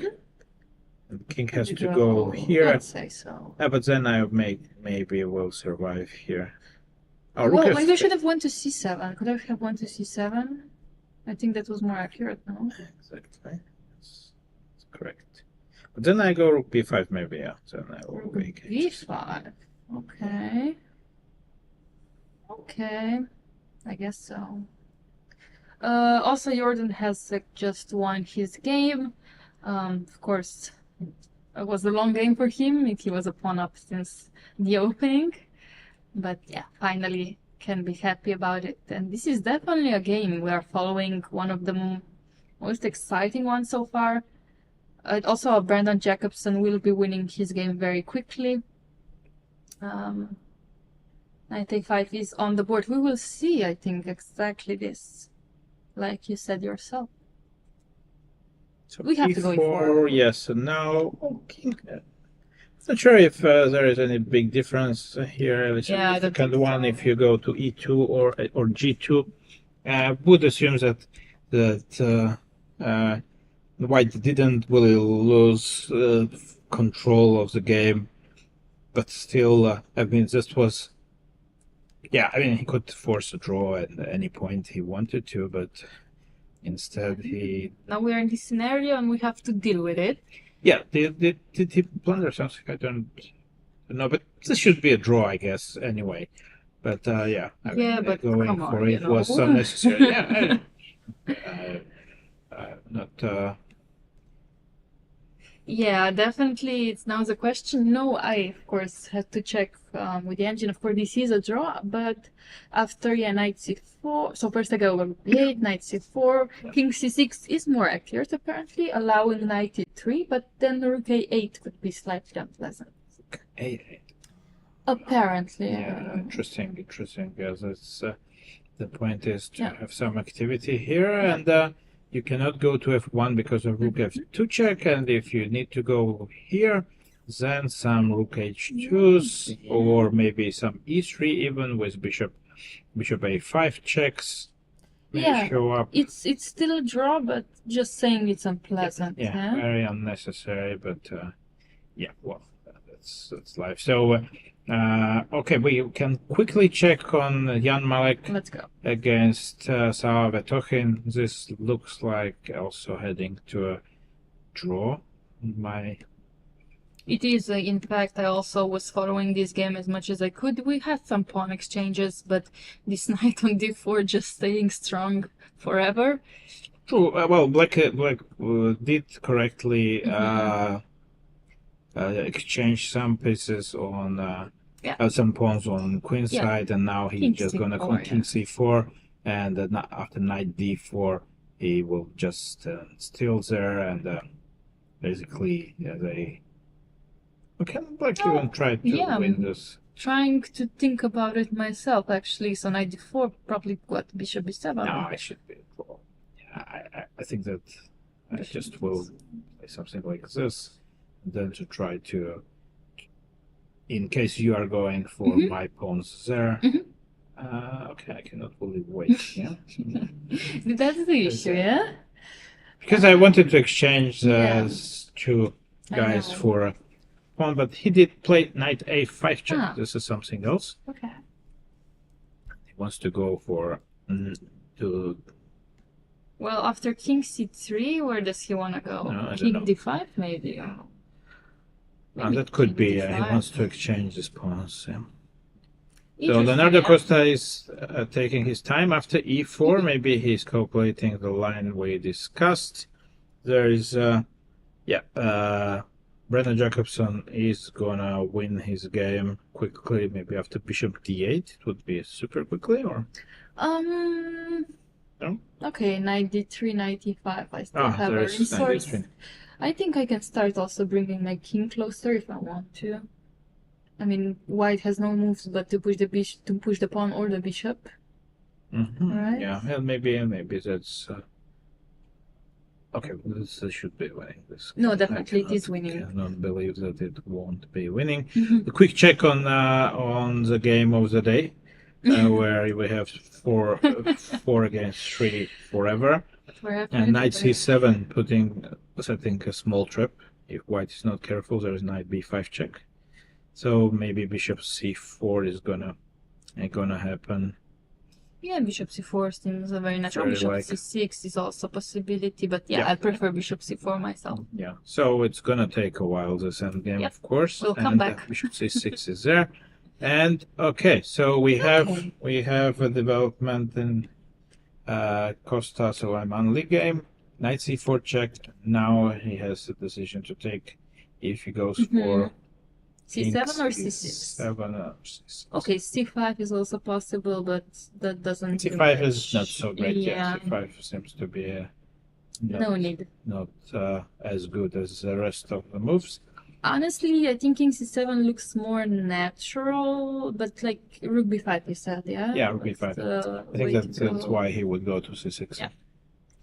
Exactly, and after knight e3, I like this rook a8 idea. It's really asking some questions. Sure, it's putting some pressure on white, and also psychologically quite often not easy to handle such a situation, because Costa was the one who was putting pressure for most of the game, and now the tables turned a bit, and so it's black's turn to go for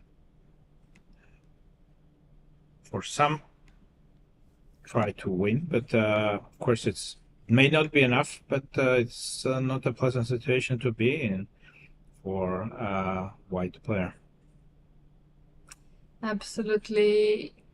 Yeah, it's easy to be an engine in this scenario, but you have to play actually and think, and it is always unpleasant. I'm curious. I will push forever. This game, he will not just say, okay, I have been suffering and I agree on a draw. No.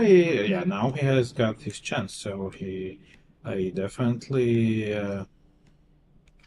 is going to try to play on and to find his... Yeah, and I would... Let's see, it's going to c6 or c7. Anything else would be a surprise. c6. No. Yeah, oh, no. We bet on no, c6. he didn't. He didn't move yet. No. He didn't, okay. But we will see in now. Yeah, I think I also have a bet on c6. Even though... Wait, is he... Now we're trying to know by his hand movement. C6 on the board, okay. Yeah, knight a5 wouldn't do much here, because then would king c7 happen? Very likely. Is knight e5 some option here? Yeah, knight e5 is a good question to ask your opponent, to be honest, because after king d5 there's a rook check. Knight is... Well, I was thinking rook b5 actually, but even that is slightly better. Oh, just rook b2. What? Oh. Okay, it makes sense. Maybe it's possible, yeah, because of course black cannot win any bishop endgames, bishop against knight endgame, because it's just of course bishop and h pawn may not be winning anything here, and it's gonna wait until maybe that's actually a smart way to treat this position, not to give black any chances. Yeah, you're saying bishop c7 really gives no chance. Take a knight e3.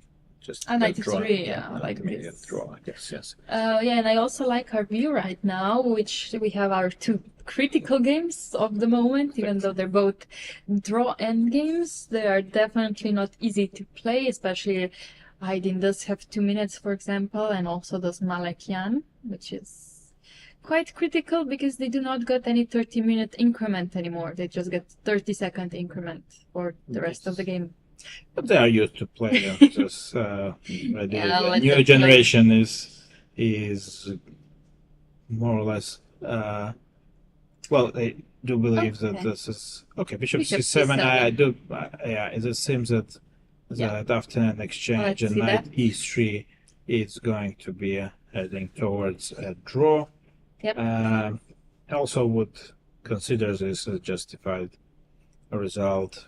Both players did put good effort, but yeah, this is just bishop takes g3, knight f5, and maybe the most Bishop effective h4, is bishop takes h4, exactly. Because after bishop f4, there's knight g7, Knight g7. and then this Also, is a draw. It's yeah. a draw, but it's Yeah. a longer one. Yeah, You may- it's a bit unnecessary, of course, but yeah, Yeah. it's up to them. Game might last a little longer in Jan Malek's and Savavet Tokin's case. Yep. And Definitely. So we can, of course, stay with this scenario that we have right now just to see. Okay, we can also just see this draw happening soon. I didn't. Maybe missed 93, but okay, he hadn't had a lot of choices, to be completely No. honest. Yeah, I don't think that he did put up any big hopes in this endgame, because it should have been quite obvious to him that it's not gonna be winning, because one can hardly win an endgame with a bishop and h pawn, and I guess that.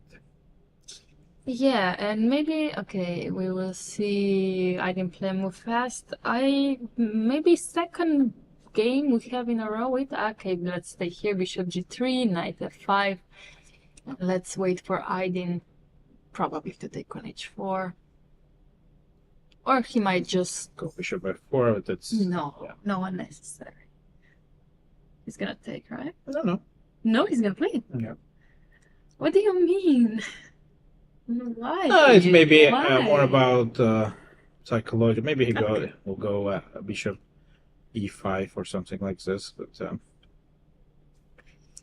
I would predict something like bishop e5. Really? No, bishop f4. Okay. It doesn't move much. And knight h2. Really? Okay, after knight g7, he might wanna play king d5, and after taking, there's bishop e5. So he's gonna King try. e3. Yeah, there's king e3. He's gonna try to trap the knight on the edge. He's looking at his opponent. Why is? Yeah, anything draws. Knight g3 draws. Yeah. Oh my! Wow. Oh, no, sorry, does it? No, not because not he's here. gonna take Not e4, here. yeah. But I mean, Okay. so it's just knight g7. This is okay. But this is maybe some kind of a test. Yeah, it definitely is a test after bishop e5. Yeah. Yeah, but this is just. Doesn't matter, king f2, king e3, whatever, yeah? Yeah, definitely seems like a very easy draw, but we have another pawn endgame between Jan Malek and Savavet Tokin. They exchange the rook and the bishop, Yes. and this is, okay, this, whatever was 97. Yeah, king d6 was the only drawing move here. Oh, well, so it ended up in Jan Malek surviving this endgame. Interesting. Yeah, definitely. Yeah. So king b6 would have lost, I assume, due to b4. And the game ended. No, b4. Has it? Oh yeah, it has. Yeah, after king d6, they Yeah. agreed on a draw. All right, so we are done with this one, and there is one more. Okay, well, it's gonna be Suleymanli is gonna try something, but I don't really see what. We should also mention that Brendan Jacobson did find a nice way to convert this endgame, because I think a pawn on I think that no, it's not. I Yeah, think it's here not we a take nice the way. knight. Yeah. Take and king f7 and Cute. bishop f6 coming. It's impossible to restrict Yeah, black from this. White might start with knight f2, but again, probably king f7 does the job as well. Yeah, there's Yeah, nothing it's you very can similar. And do. Very nice, actually, correct? and Leonardo Costa Look at does him, how play. bored he is. He's like, Yeah, okay, well, of course. it's, On the other hand, he is relieved that he found True. a forced way, most likely forced way to finish the game, and it's okay. Leonardo so let's Costa see, did Leonardo. play a funny move. Oh, Play king e3. at this moment, it doesn't even take the pawn yet. So maybe he's not going to take on really? h5. Yeah. Why? Maybe he can play like king d5 King and then d5? just go knight f5. Okay, come on. Oh, it's okay. That's fine. Why not? I think I don't know. No? I like to take the pawns in the end game. No, but this is Yeah, also but good it's because true, when it you is, know that this pawn is not so significant, that you may not even take. Okay, so Yeah, they they do agreed it, to a they do. draw, and Oh, yeah, whatever you play, it's a draw. yeah. Oh, king is Nice way. yeah. So it was yeah, a knight. Yair Parkov does try to play something Ah, really? else. Knight Alright. e5. But Well, can't we just take on h3 now? Yes, I would definitely vote for bishop takes I h. mean, and then we can resign after bishop b6, right? Resigning to is always bishop e4 is Oh, also pretty played. good. Yeah, bishop e4 is a move which is finishing the game as well, because knight c4 is not really gonna help white. It's he cannot really. No. Bishop e7, for example, one of Or the bishop moves. d5. Or I bishop mean, anything d5. not blundering white squared King bishop would be f7, okay. Knight anything. g4. So we will have the same position, Oh, but without a pawn on f5 or whatever, Yep. whenever it was. And king d7, and just bringing his king closer, to sealing the deal for black. yep. Okay. Very good patient performance by Brendan Jacobson, who is moving also closer to leading peg. Yep. And we have to, and our Pavel Eljanov did miss winning chances today, but on the other hand, also could have lost his game. And at the end, he maintains the lead, the sole lead in the tournament. But there were more wolves to come behind him, half of a point behind him, with much more players than yesterday.